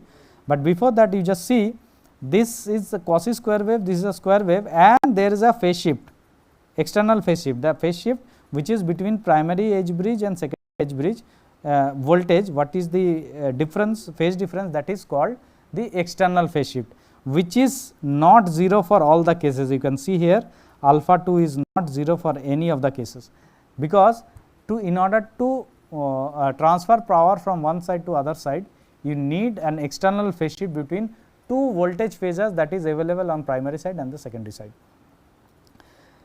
Now, EPS, the primary side quasi square wave. So, similarly for DPS, dual phase shift, both are quasi square wave, the primary bridge voltage and secondary bridge both are quasi square wave. And in TPS, what happens in primary in DPS, these two are same, means this is same for primary and secondary bridges, these two are same. For TPS, these two are not same, for TPS these two are not same. Okay. Now, you see here with two edge bridges, we have these many degrees of freedom, 4 degrees of freedom that we are going to have in corresponding to control perspective. Here we will discuss about this modulation, only these two modulation scheme. If you understand these two modulation scheme, you can employ, means this can be extended to this also. Okay. What is the reason that we are using this quasi square wave? Okay. Now, see the phasor diagram was something like this.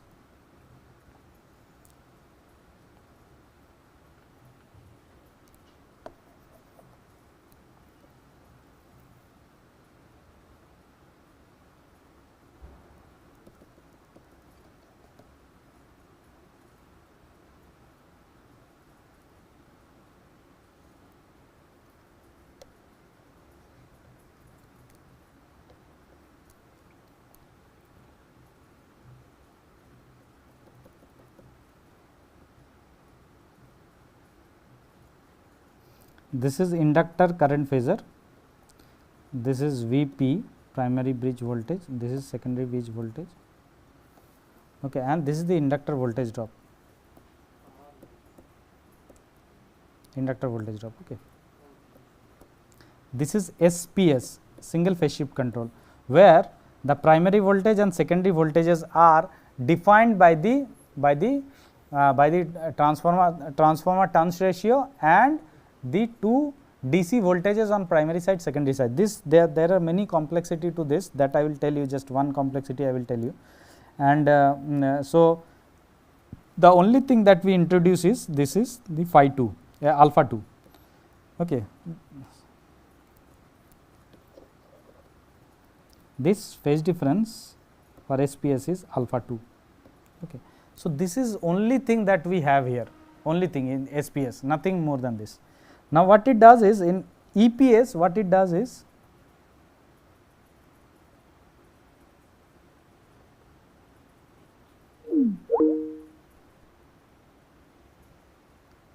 is this pen color can be changed.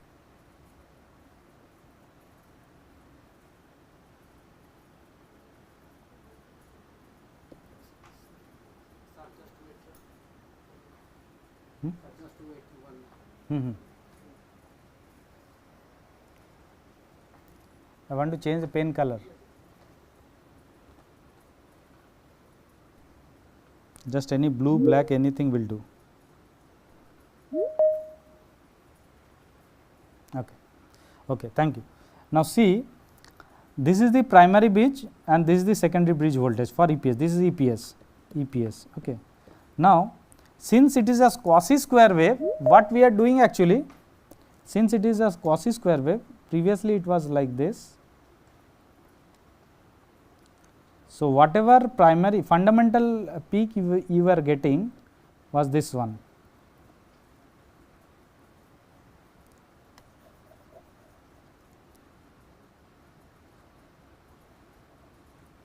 Now, when you reduce the width of the pulse, because now you have on the primary side you have this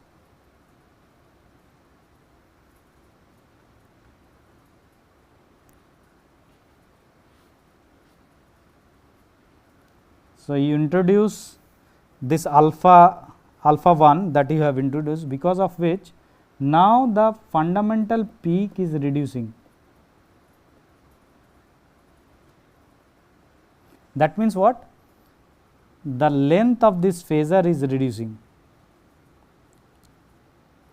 Now, in EPS this is Vp dash. So, that means what?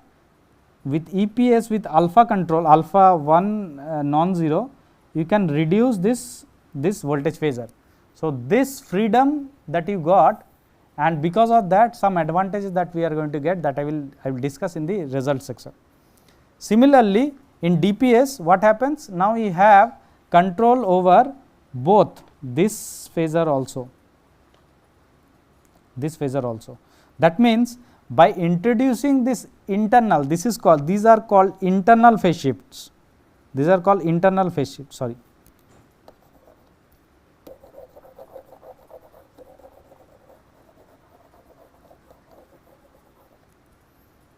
These are internal phase shifts, and these are called external phase shift. So, internal phase shift in case of SPS was 0, we do not have that freedom. For other modulation schemes, we have this internal phase shift option is there. So, our degree of freedom is more. So, by doing this, we can minimize the back power flow. Back power flow means what? In SPS what happens? There is a power that is delivered by the source, and the load is not capable enough to consume the entire power delivered by the source. So, the source is delivering some amount of power, let us say 100. So, this is supplying, let us say some amount of power, let us say 100 watt. This load is not capable enough, it is consuming only 90 watt. I am assuming there is no loss in the system. Then what happens? This 10 watt, this is going back, 10 watt is going back, though it is not utilized by the source, it is coming from the source, but not utilized, coming back. What will happen? The switches are more stress. The current supposed to be for 90 watt, now the current for 100 watt has to be definitely more, and switch ratings are more. But what happens in case of EPS? This backflow power can be minimized and even can be made 0 in order to reduce the switch stress. That is the main purpose of introduction of EPS. Okay, so, in SPS, so these are the square waves that we generate, and this is the inductor current. So, here in so the square wave is generated at 50% duty ratio, and there is no phase shift, there is phase shift between two bridges is controlled. So, only phase shift that we have, as I repeatedly told, that it is only the external phase shift that we have, internal, there is no internal phase shift. Okay. So, this I already explained. This is one of the most simplest form of modulation scheme for DAB converter. We have we finished one project. So, that project is on a TAB converter, triple active bridge converter. There we implemented using SPS. Okay, there it is not DAB. I will show you the result. I will show you the setup. And in EPS, what it does is, this is the primary voltage, primary bridge voltage, this is the secondary bridge voltage, and this is the inductor current. Here you can see that this voltage is a quasi square wave voltage. Okay. So, here we have two duty ratios, alpha 1, alpha 2 and alpha 3. So, alpha 1 and alpha 3 are equal, only alpha 2 is different from the alpha 1 and alpha 3. So, this is outer phase shift, which is actually we have considered alpha 2, and the internal phase shift. So, here alpha 1 not equals to 0 and alpha 3 equals to 0. So, for this bridge there is no internal, this is internal phase shift, inner phase shift, which is not, this is outer phase shift. Okay. Now, at this point let me tell you one important thing that happens in case of DAB when you employ for battery charging. Actually, the paper which introduced extended phase shift, that is they have connected DAB between two microgrids, where the grid voltage, both the grid voltages are defined, When the grid voltages are defined, there is no issue, but when you employ this for battery charging, what happens? One side is fixed, let us say primary side. So the paper which introduced DAB, the EPS, there what the system they had is, this is microgrid, this is microgrid with defined voltage, which voltages are constant. But when you employ this for battery charging application, from a constant voltage, because previous to this what we have is power factor correction circuit. So, it will maintain the DC bus voltage.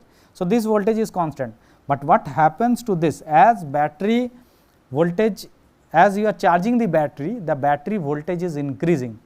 So, when battery voltage is increasing, what will happen? This phasor is not constant anymore.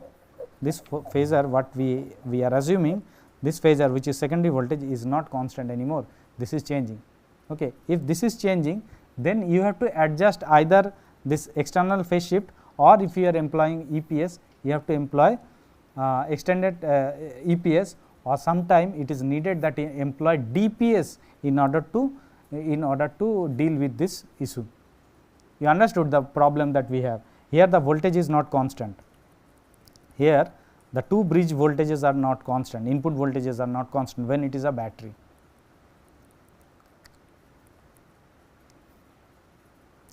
Okay, these are standard things, that is how to calculate the duty ratio, which is available in that paper. Okay. Now, let us talk about the back power flow. Okay. Now, see, this is SPS, this is SPS. Okay. Now, see here we have primary bridge voltage, we have secondary bridge voltage, and there is a phase shift, this is the phase shift. Okay. And this is the inductor voltage, because this difference will be definitely the inductor voltage, the difference of this voltage definitely will be the voltage across the inductor, and this is the inductor current. Now, you see here the input power drawn from the source is having some negative portion, that means what? The power is flowing back to the source, that means some power was already came, and that now you are feeding back that power, it is not utilized by the source load. Now, this is with EPS waveform. Okay. Now, you see here there is no negative portion, that means the back power flow can be adjusted to minimum or sometime can be eliminated as well. Okay. So, this is quasi square wave, this is square wave, and this is the voltage across the inductor, and this is the inductor current. Okay. So, this is inductor current and inductor voltage. Okay. So, with this I have come to the conclusion that so here what we have explained about, the EVCS, electric vehicle charging system, mostly single phase. If it is on board, you can think of on board also, and we have used the secondary stage, we can use secondary stage as a DAB converter, since the DAB converter, the size can be reduced, the losses can be reduced by ZVS operation, and its controllability is much superior. Okay. So, conventional diode bridge rectifier are not fit for this EVCS. PXC converters are needed at the front end in order to improve the input power quality. DC-DC converters are needed at the secondary stage, and DAB converter is isolated. When you have a battery, there is a need for isolation sometimes, and nowadays it is becoming a practice to have an isolation, and then because of bidirectional capability, we can achieve grid to vehicle, vehicle to grid operation. Okay. So, though SPS modulation is less complex, EPS modulation more degree of freedom to control back power flow and ZVS.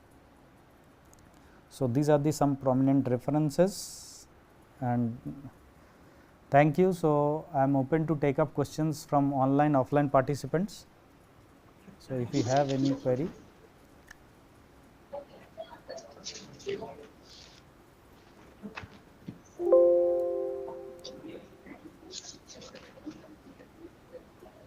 Okay. Yes.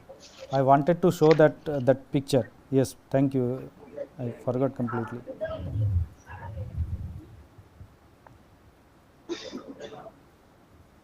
Not this one.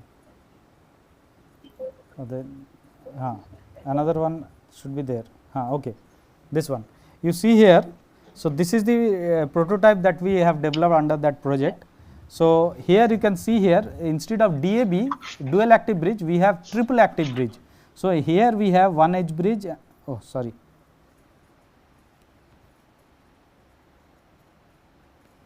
So, here we have 3 edge bridges, edge bridge 1. So, here this is the high frequency transformer, this is the high frequency 3 winding transformer. These are the 3 edge bridges, this is the inductor and this is the DSP microcontroller, and this is the pen. I put that pen in order to let you know what is the size of this configuration. Okay. And this is the driver circuit, and this is what we have developed for field testing. And so, here you can see is the size of the transformer is small enough, and these are the battery and battery energy storage. Another figure, field testing figure here. So, we did it with solar panels also, since during that time this weather condition was not that suitable. What we did, instead of solar, we tested with the DC voltage and supplying from a diode bridge rectifier in order to get the validation of this topology. Now, here some of the, so here some of the results, if you can show the results, if you can show the so inductor current and edge bridge voltages you can see here, inductor current, edge bridge voltage, and here you can see the battery current. We have charged the battery, and these are the square wave voltages that we are generating at the output of the edge bridges. Okay. So, this is how the DAB can be helpful in electric vehicle charging or battery charging, or integrating DC microgrid and other in place of other DC converter we can use it, but you have to keep in mind whether this converter is really necessary for that particular application. In power electronics you can do many things, but my suggestion is always try to look whether that application is looking for that thing or not, then only employ that suitable converter. Okay. Thank you. Questions? If no more question, then we can stop. Any question online? No. Okay. Then we will stop here. Okay. Thank you.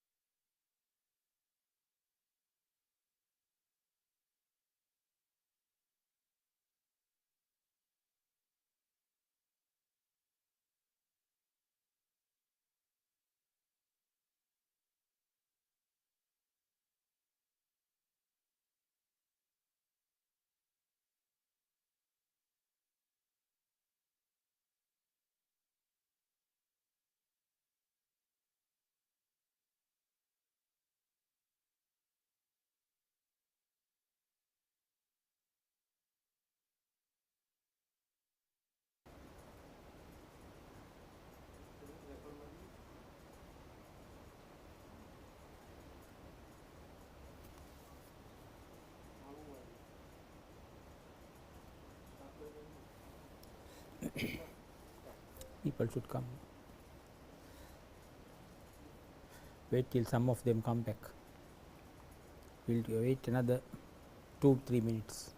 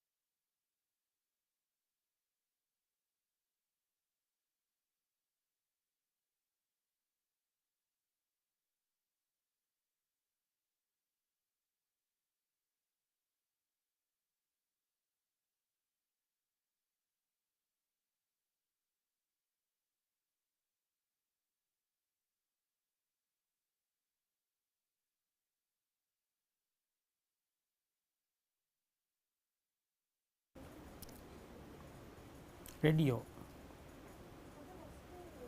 Okay.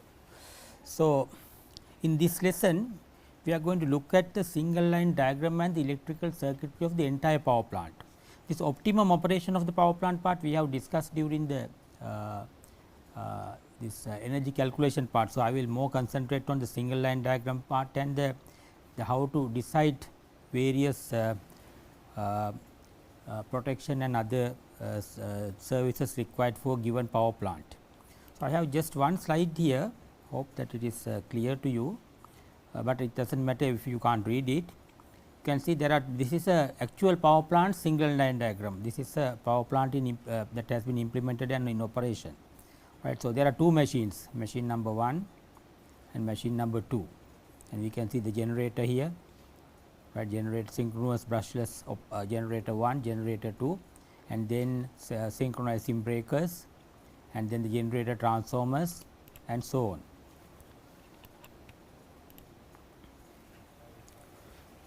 Right,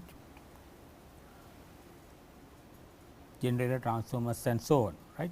And now it has various protection schemes, measurements, and you can see here in the neutral earthing, and then there is CT measurements and also a neutral earthing resistor, and all these things are who governs that, who decides that, how an engineer can decide what protection schemes and what way the scheme should be implemented, right. That is the subject that we are going to discuss today. For that, each electricity authority has published what is called a grid code, right, grid code. So, the grid codes are available in every utility depending upon its own technical parameters, and protection requirement. So, this is the grid code applicable in Sri Lanka, right, published by Ceylon Electricity Board. So, if we are going to construct a power plant, this is applicable not only for hydropower plants, it is for solar, wind, for any technology this is applicable. So, this is for, that is why they call it application evaluation and interconnection procedure, December 2020 to guide for grid interconnection of embedded generators, right, guide for grid interconnection of embedded generators, right.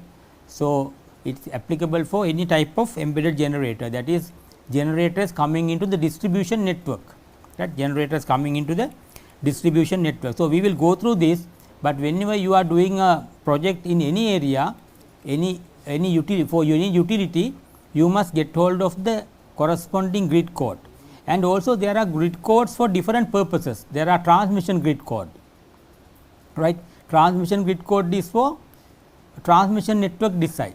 So, it is not applicable for this. So, for small hydropower, solar PV and other things which are going to be connected to distribution network, for example, 11 kV or 33 kV networks, we must use a embedded generator interconnection guideline, right, interconnection guideline. So, this is in two parts, we can't go through the entire book. So, we will just go through some important areas and see, get a bit familiar, then you can use your own utilities grid code, right. So, you can see, so it is defining what is embedded generator and so on, and then various operating conditions like say islanded operation, grid system security, availability of capacity, grid capacity, embedded generation and system load, system reliability and stability. So, all these things are subject matters of this guideline, and how you can make an application, and how CB will check, or the utility will check the grid connectivity, right, and then it gives the format for form of initial application, form of letter of intent, forms of information to be exchanged and so on. So, all of these things are there.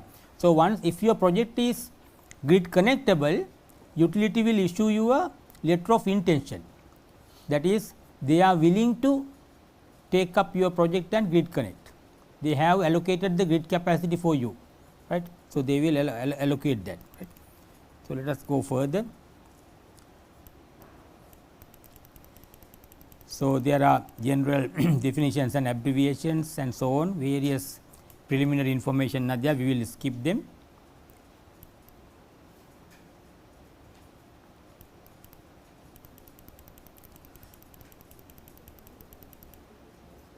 You can see it says embedded generators have been connected to Ceylon electricity board system under power purchase agreement since 1997 and so on and so forth. It gives the background.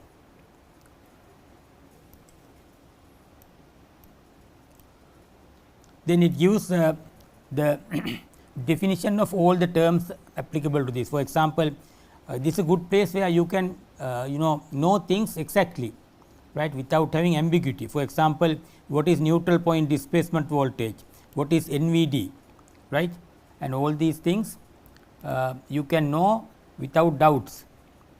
So, that is why the definition part is very important. Some are very familiar to us, some are not. Or voltage or frequency, these are familiar to us. Then point of common coupling, point of supply, they are legal definitions. Otherwise, when you go to courts over some matter, there will be ambiguity, right. Then ROCOF, that is rate of change of frequency protection, reverse power, standby earth fault, spinning reserve, step voltage, all the definitions are here.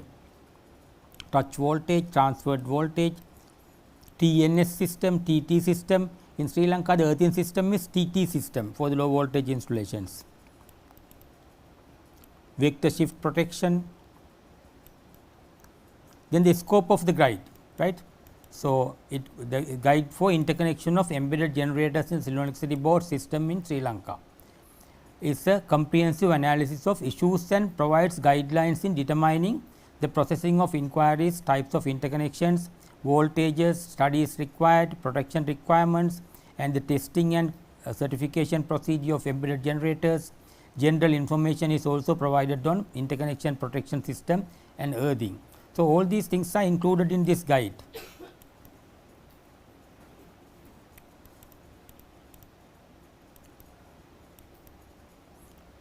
I will not read everything, I will just browse through it with you, and important points I will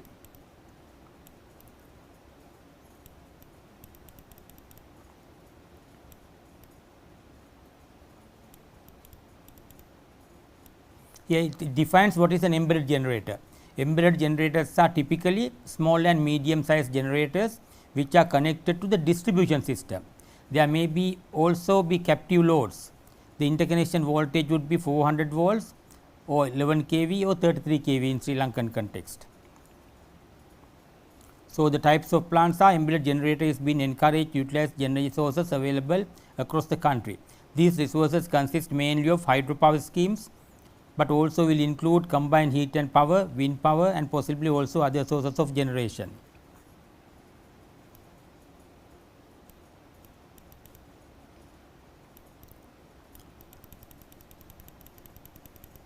Then it defines the islanded operation. For the purpose of this guide, islanded operation is the situation that arises when a part of the electrical system is disconnected from the main grid and is energized by the embedded generation connected to it. So, this is there is a safety requirement, right, safety requirement. Suppose we are having a generator running in connected to the distribution network, and somewhere maybe upper side of the distribution network feeder some breaker trips, and this generator and part of the distribution system is working in in synchronism. So, that could be dangerous, because then unknowingly the service personnel might come and try to correct the whatever the fault that occurred while the system is energized, part of the system is energized.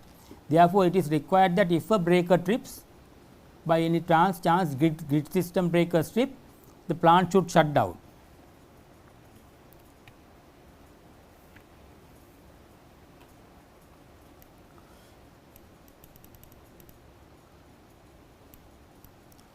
Grid system security.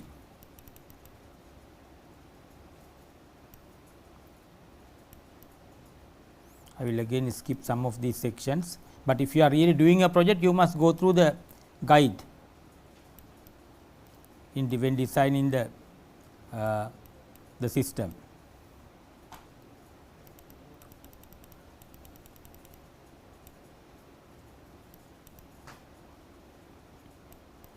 here is a typical distribution system with embedded generators. Just make it a little smaller. Here you can see a typical system they are giving, right.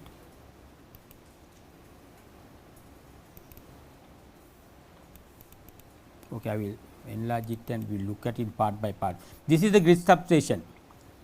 We looked at it some concepts earlier also, right. So, 130 kV grid substation, where you have this usually the capacity of these transformers are 31.5 MVA, and you can see then afterwards you have the 33 kV feeders, and then we connect the embedded generators at different levels.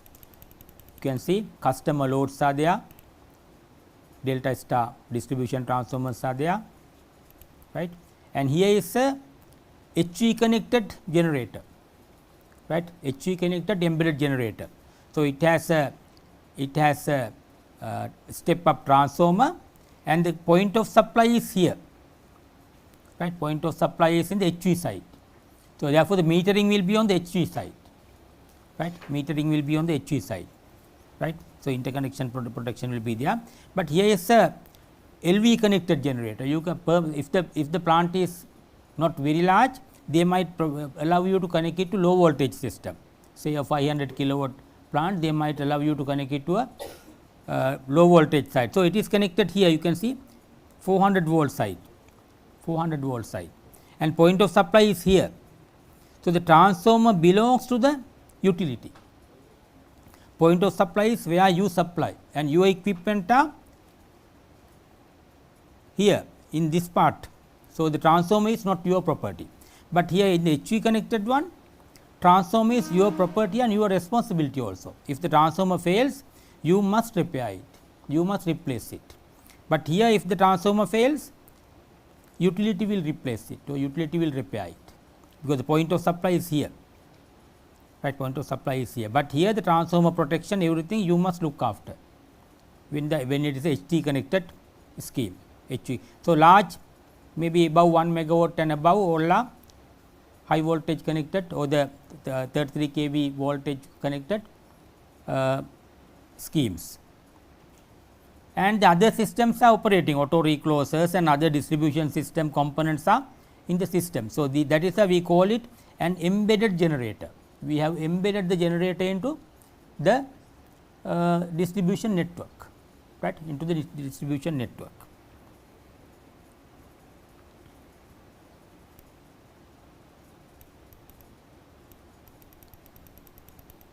Then they talk about embedded generators with substantial captive local loads. So, there are, for example, some people have developed mini hydropower plants in tea estates, tea estate owners.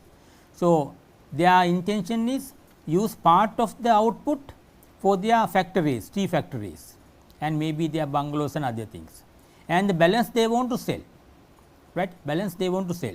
So, that is why it has a substantial captive load. So, while it having a captive load, the balance they can sell, right. These generators will regularly operate in parallel with the CB network, but supply the power requirement of a localized industrial or other facility. The embedded generator and the load, when considered in together, may either be a net importer or net exporter of the electrical energy from CEB. Usually, there will be no special transmission or distribution lines built for the specific purpose of connecting the embedded generator. The connection will be through the point of supply from the CEB to the captive local load. That the owner has developed a power plant, maybe a solar plant, maybe a hydropower plant, right, and connected to his use, and if there is any excess, you sell it to the utility, right, just like some of the rooftop PV systems. You use your generation, excess you sell.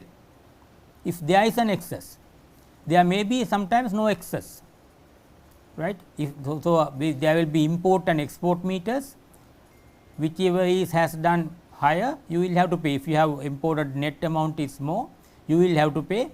If the network has taken from you a net amount during the month, network will or utility will pay you. Then the embedded generators with minimal local load, then a separate agreement required to import energy and so on. So, all these are described in this guide.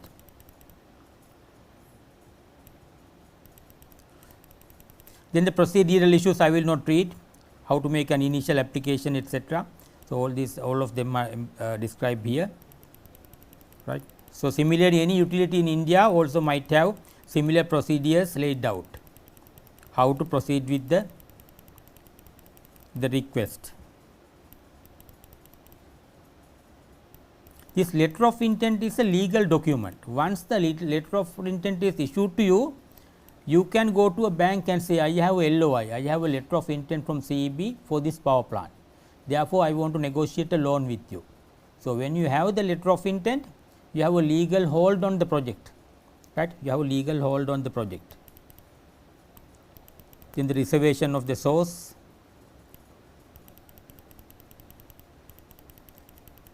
Here is a typical single line diagram for the interconnection needs, right. So, various protection systems that are required, right, overcurrent, earth fault, neutral voltage detection, etc., etc., right. Some of these things you might have studied under your protection studies. So, we can see that what we study in universities in separate modules are applied in the field in an integrated manner. You need protection knowledge, you need distribution knowledge, you need cable sizing knowledge and all, and you need knowledge on the cable generators, motors, and there are different modes of operation. So, we learn these things in different modules in the study program, but when we apply, we have to apply them in an integrated manner, combining all the knowledge, right. Here you can see there is a earthing transformer, right, earthing transformer, because there may be that voltage may be different from the low voltage, right. Here you can see a new situation, right. So, suppose your transformer is earth here. Now, here you can see in this transformer, I do not know whether in India the distribution transformers are delta star or not, right. In Sri Lanka we have delta star, high volt 33 kV side is delta, low voltage side 400 volt side is star, and at the transformer neutral is solidly earth, right. That is the system they are operating for the protection systems, right. And then a new situation arises. Now, your generator is here and synchronized by this breaker, right, and the so the generator is connected, right. But if you earth the generator earth also, there are two earth systems, two earths in the low voltage system, and if you do that, what happens? There will be circulating currents, right, there will be circulating currents. To avoid that, what we do is we keep this, there is a contactor here, we keep it open. So, during normal operations, this is closed, this is open. So, neutral is not earth of the generator. Now, we would consider the situation this breaker trips, this circuit breaker here trips due to some reason in the network side. Now, our generator may be running with the loads available in the power plant, with the loads available in the power plant. If the suppose the water is very low, it had a very small load, small generation, it will balance the load requirements of your power plant and it can run. Now, you have a system here without an earth. Earlier you had the earthing point from the transformer. Now, since this breaker circuit breaker 2 is open, now the earthing is not available for the power plant side. Then it is like this. So, moment this breaker trips, this contactor will close, right, this contactor will close and make an earth for that system, right, make an earth for that system. So, I can read it here. Generator neutral earth contactor to be interlocked with other breakers to ensure safe earthing in all operating conditions. For clearance of faults inside the generator, obtain advice from the manufacturer, right. So, they have given this idea. So, this is to make sure that you have an earth, otherwise if you do not have earth system here, your circuit this earth leakage circuit breakers will not work, right, what you call the trip switches. So, earth leakage circuit breakers will not work unless you have a earthing point, then only the circuit can be completed and the ELCB can operate, right. So, if you do not do this, there is a safety issue, right, there is a safety issue. So, I am just typically showing you one point, you know, that all these are addressed in these guidelines, protection guidelines. That is why it is important to adhere to them, right. Then it talks about point of interconnection,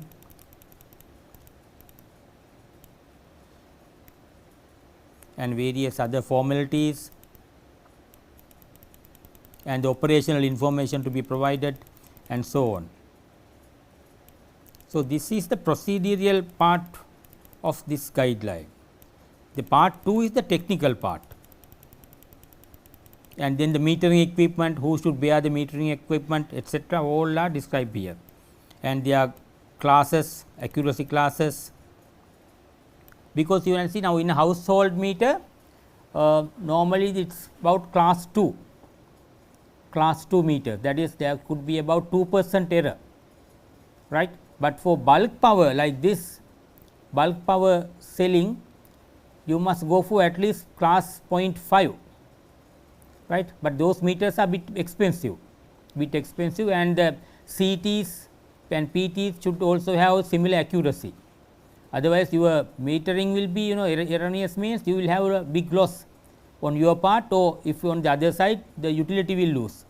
Therefore, big energy sales you should go for higher accurate energy meters like class 0.5 meters.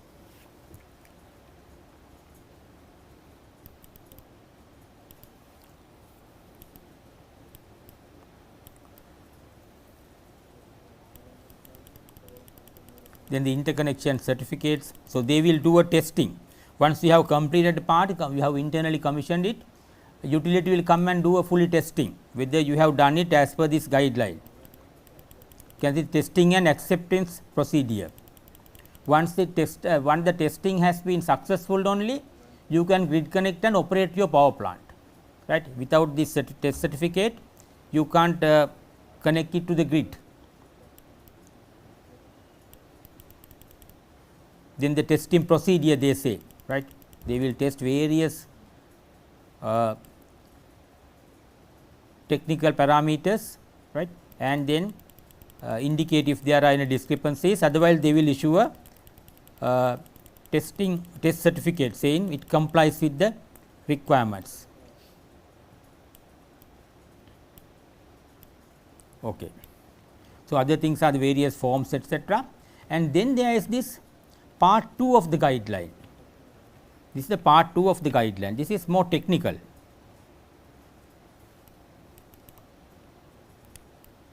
Protection and operation of grid interconnection, right, embedded generators and the protection and operation of grid interconnection.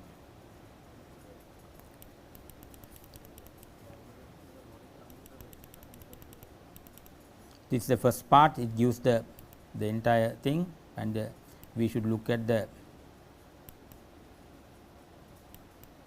part 2. This is the part 2 that we are looking at, right.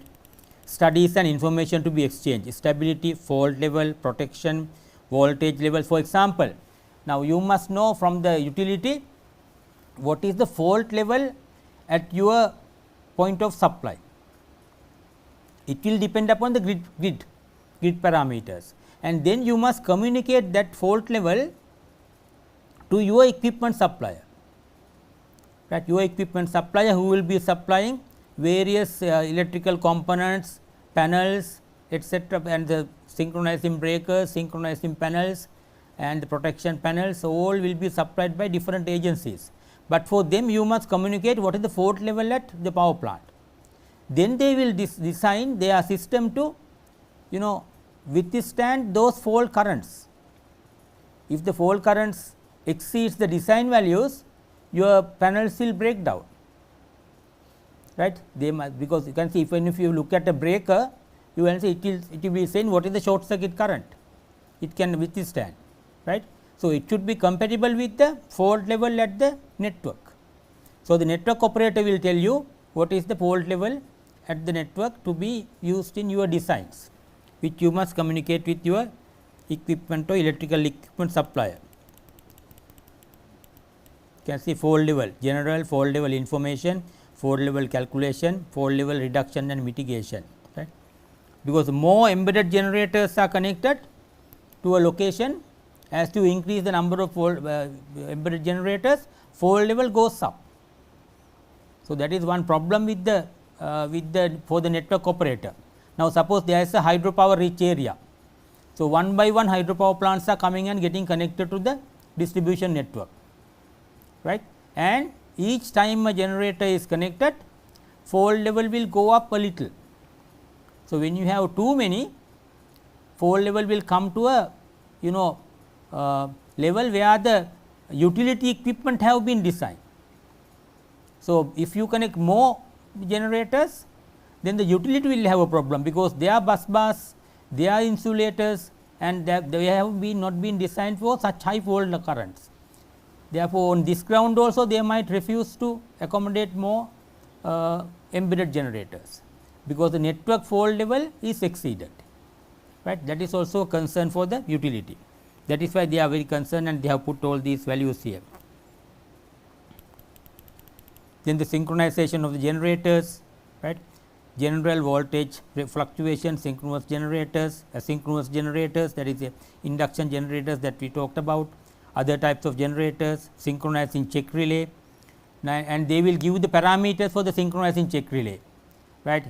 By the time you close the synchronous breaker, what is the maximum angle that you can have between the phases, R to R, Y to Y, what is the angle difference, how many degrees, 3 degrees, 6 degrees, they will say it should be specified to your manufacturer. So, the synchronizing check relay will then make sure by the time the breaker is closed, these are satisfied. What is the maximum difference between voltage magnitude by the time it is the breaker closes, and the speed etc. All these things are checked, right. Then the islanded operation, hazardous islanding, unearthed operation of the distribution system, lower fault levels, out of synchronization recloser, voltage levels, quality of supply. So, we do not have time to thoroughly study this, but I am just browsing through it, so that you get some idea, and then you can make sure that you get hold of the relevant grid code for you, and then accordingly design your systems. Remember, this is not only for mini hydro. Nowadays, we have lot of solar projects coming up. For them also these apply when they come and connected to the distribution network. Some large solar projects are connected to the transmission voltages. So, this will not apply to them. Then they should look at the transmission grid code, right, transmission grid code. So, this is for the generators to be connected to distribution network.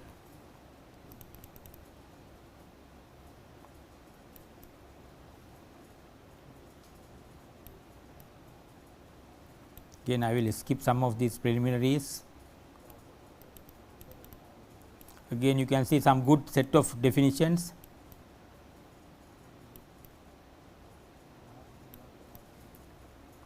For young engineers, you must read all these definitions to be to remove any ambiguity in your knowledge. You can't have two meanings, right? You must know exact meaning.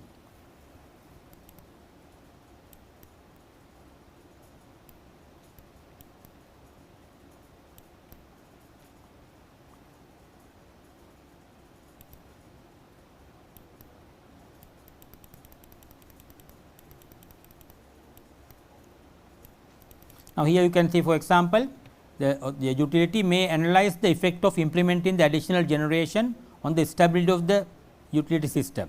Local stability will be studied when the additional embedded generator has a capacity greater than 5 megawatt or makes a total generation capacity on a single distribution line greater than 5 megawatt. You can see.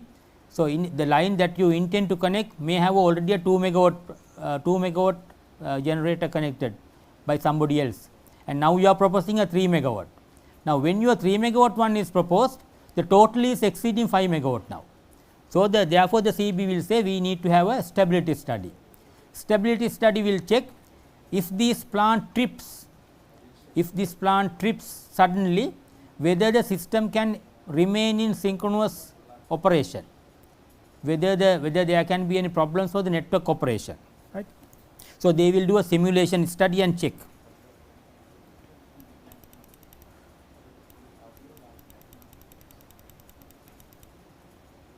You can see it states sometimes it says this may be waived by the CEB for small embedded generators typically less than 1 megawatt. Right.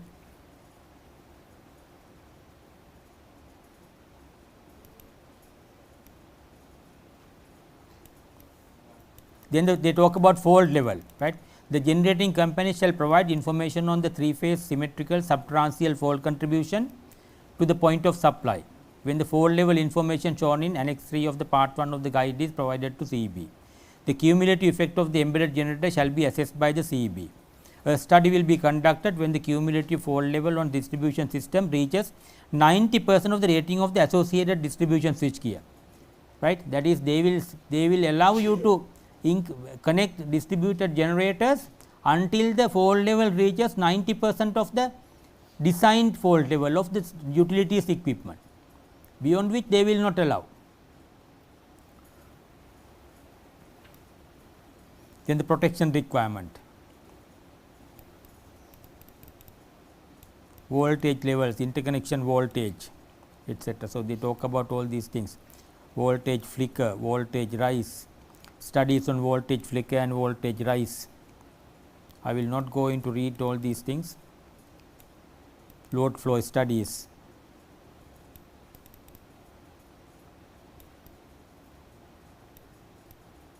Fault level calculation, make fault level, break fault level. So, all these things are discussed here.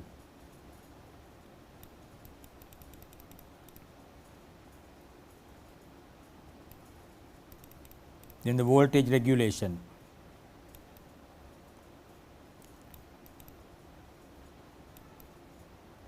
power factor requirement,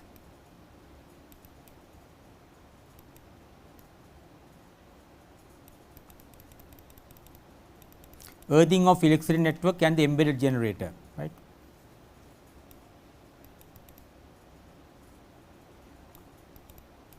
Compatibility of network and generator earthing, generator parallel earthing,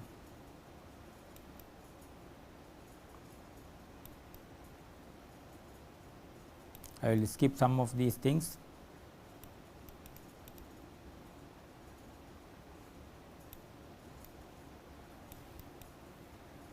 Design of the earthing system, they have various requirements, synchronization of generators, voltage fluctuation, synchronous generators, asynchronous generators. Here synchronizing check relay, you can see the requirement for the synchronizing check relay. Right. Typical relay settings will be plus or minus 20 degrees of phase angle. So, by the time the breaker is closed, there should not be a difference of more than 20 degrees difference between the two phases, the phase angle. Right. Maximum difference in voltage of supply of 7% of the same nominal voltage, maximum shift frequency of 0.44%, a time delay typically of 0.5 to 2 seconds on the operation of the relay is commonly used to ensure the slip frequency is within limits.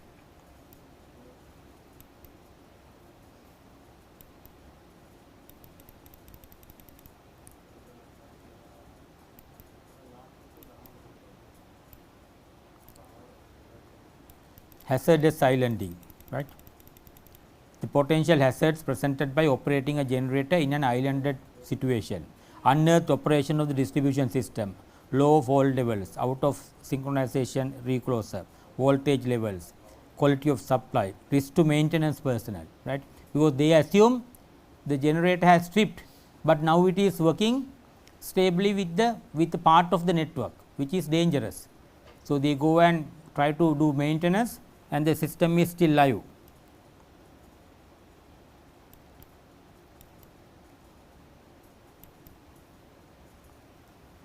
So, we must have adequate protection that such things are not possible.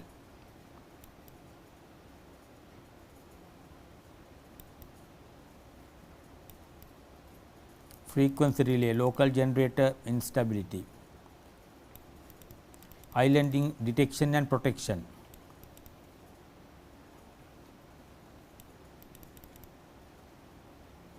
So, all the relay settings etcetera they will tell here, level of HE point of connection plus or minus 10%. So, all are there. So, in your relay in the commissioning stage you must set all your relays to these values, right. Otherwise, in the when the plant is tested, they say your plant does not comply with the grid requirement. Over and under frequency. Here you can see the setting levels plus 4% minus 6%, that is 52 hertz and lower side 47%. So, you must set the frequency relays to trip at these levels under frequency and over frequency trippings. So, you can't set it to something else, because then there will be nuisance trippings.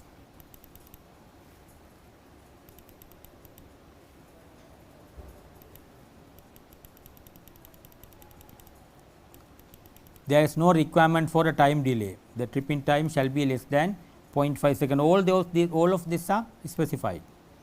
Then the rate of change of frequency df by dt. You can see true rate of change of frequency operation is specified for some situations in section 8. Limits 2.5 hertz per second df by dt. This has been specified to ensure that there is minimum spurious trippings, right. If the frequency is dropping more than 2.5 hertz per second, the plant should trip or should be shut down.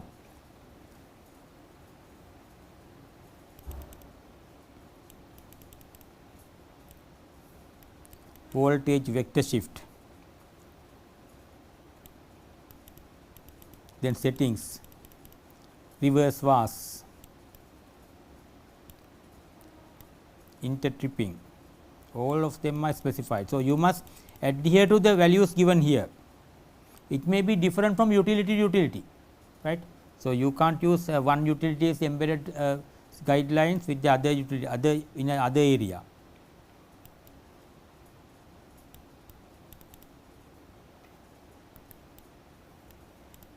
Neutral voltage displacement protection.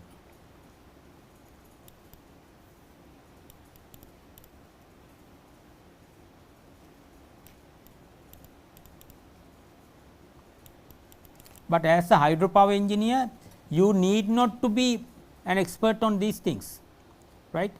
So, you must know these things are there. So, you must ask your electrical engineer, right. He is a expert in the electrical field. So, go through this and make sure we adhere to this. So, he will go through these reports and then accordingly commission the plant. The hydropower engineer is not an expert on all the things, right. But you must show him that this is the grid code we have to stick to, and therefore comply with that.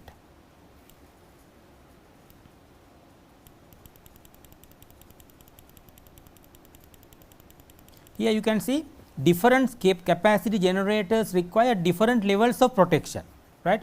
So, different capacities will say, they will say if the capacity is large, increased amount of protection, right. Here you can see a maximum site installed capacity less than 5 megawatt, right, less than 5 megawatt, case 1, case 2, case 3, case 4, case 5, right. So, some are less than 5 megawatt, some are case 4 more than 5 megawatt, So, then what are the applicable protection level? Under and over voltage protection required for all cases. Here you can see all cases under and over voltage requirement, under and over frequency required for all cases. Vector shift protection required for case 1, 2, 3, right, not for these, maybe that is also for all cases. Here may be a mistake. Then the rate of change of frequency protection. So, only for some cases only, right. and NVD protection for some cases only, loss of phases for all cases. So, you can accordingly now looking at your plant's capacity, you can see what are the schemes relevant to you, right, relevant to your plant.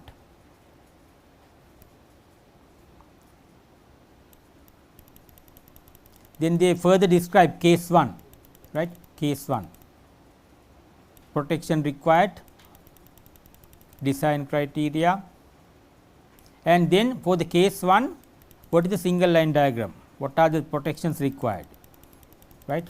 So, it is less than 5 megawatt capacity, and then case 2, right, all types of generators whether synchronous, induction,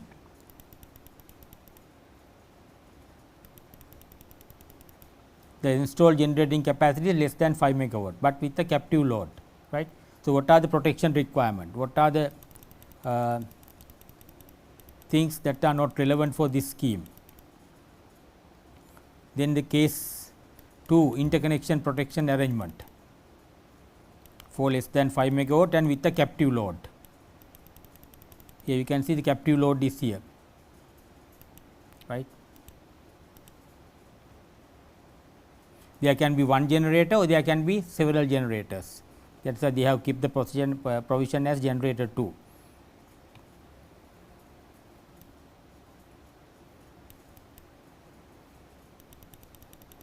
All types except main excited generators, mains excited generators defined in cases 5. The installed generating capacity is more than 80% of the minimum captive load and capacity less than 5 megawatt. Then what are the protection required for that?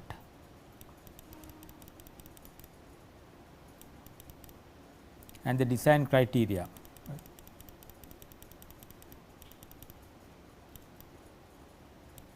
And then the typical protection arrangement for this case.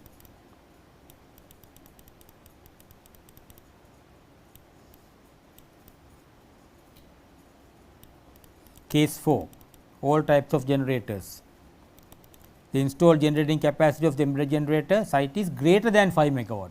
So, this is more than 5 megawatt capacity. Then the protection required.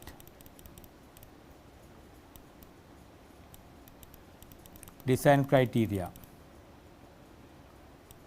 and this is the typical interconnection protection arrangement for a plant more than 5 megawatt in capacity.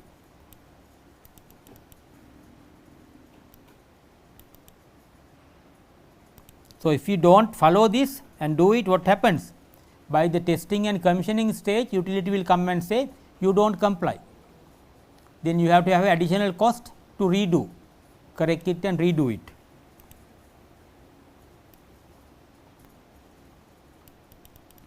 Case 5, again same information, right, with the typical connection diagram. Then the surge protection they talk about, what are the surge protection you should provide, location of the arresters, earthing, selection of the lightning arresters, service life, generator directly connected to low voltage, overhead lines, that is for the small plants like rooftop solar which are connected to the low voltage. Then they talk about harmonics, what are the allowable harmonic distortion levels.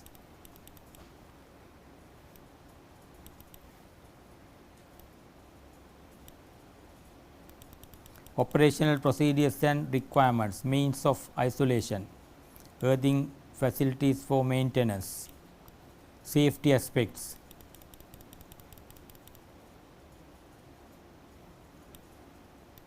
Okay. So, I just wanted to expose you to the requirements of, right, to the requirements of planning the entire electrical system and also grid interconnection requirement, right, because we are connecting a generator to a healthy grid that is available. So, we should our generator should not pose any threats to the healthy operation of the existing distribution network, because the distribution network is connected to the public factories as well as households and other utility other users. So, their safety is a prime consideration of the utility, right. So, if our network our system goes and disturb them, introduce more harmonics, right. So, that is a problem. So, that is why for example, rooftop solar, when they connect, they particularly check whether the total harmonic distortion is should be less than 5%, because lot of switching are there. There's inverter, when the inverter switching are there, the sine wave is disturbed. Therefore, there will be more harmonics. Therefore, bad inverters will introduce higher levels of harmonics. That is why they are checking.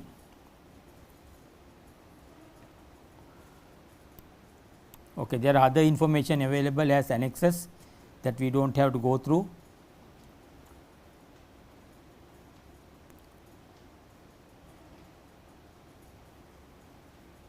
Okay. Okay. So, with that we come to the end of our discussion on these electrical systems and their operations, right. And so, if there are any questions from online or physical participants, I would like to take.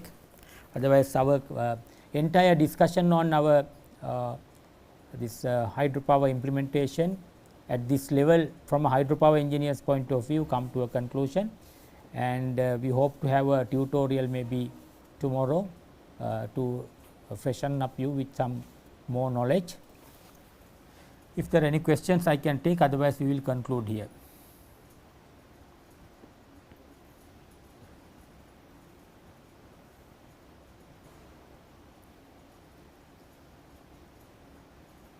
Okay. Since there are no questions, I will stop there. Thank you.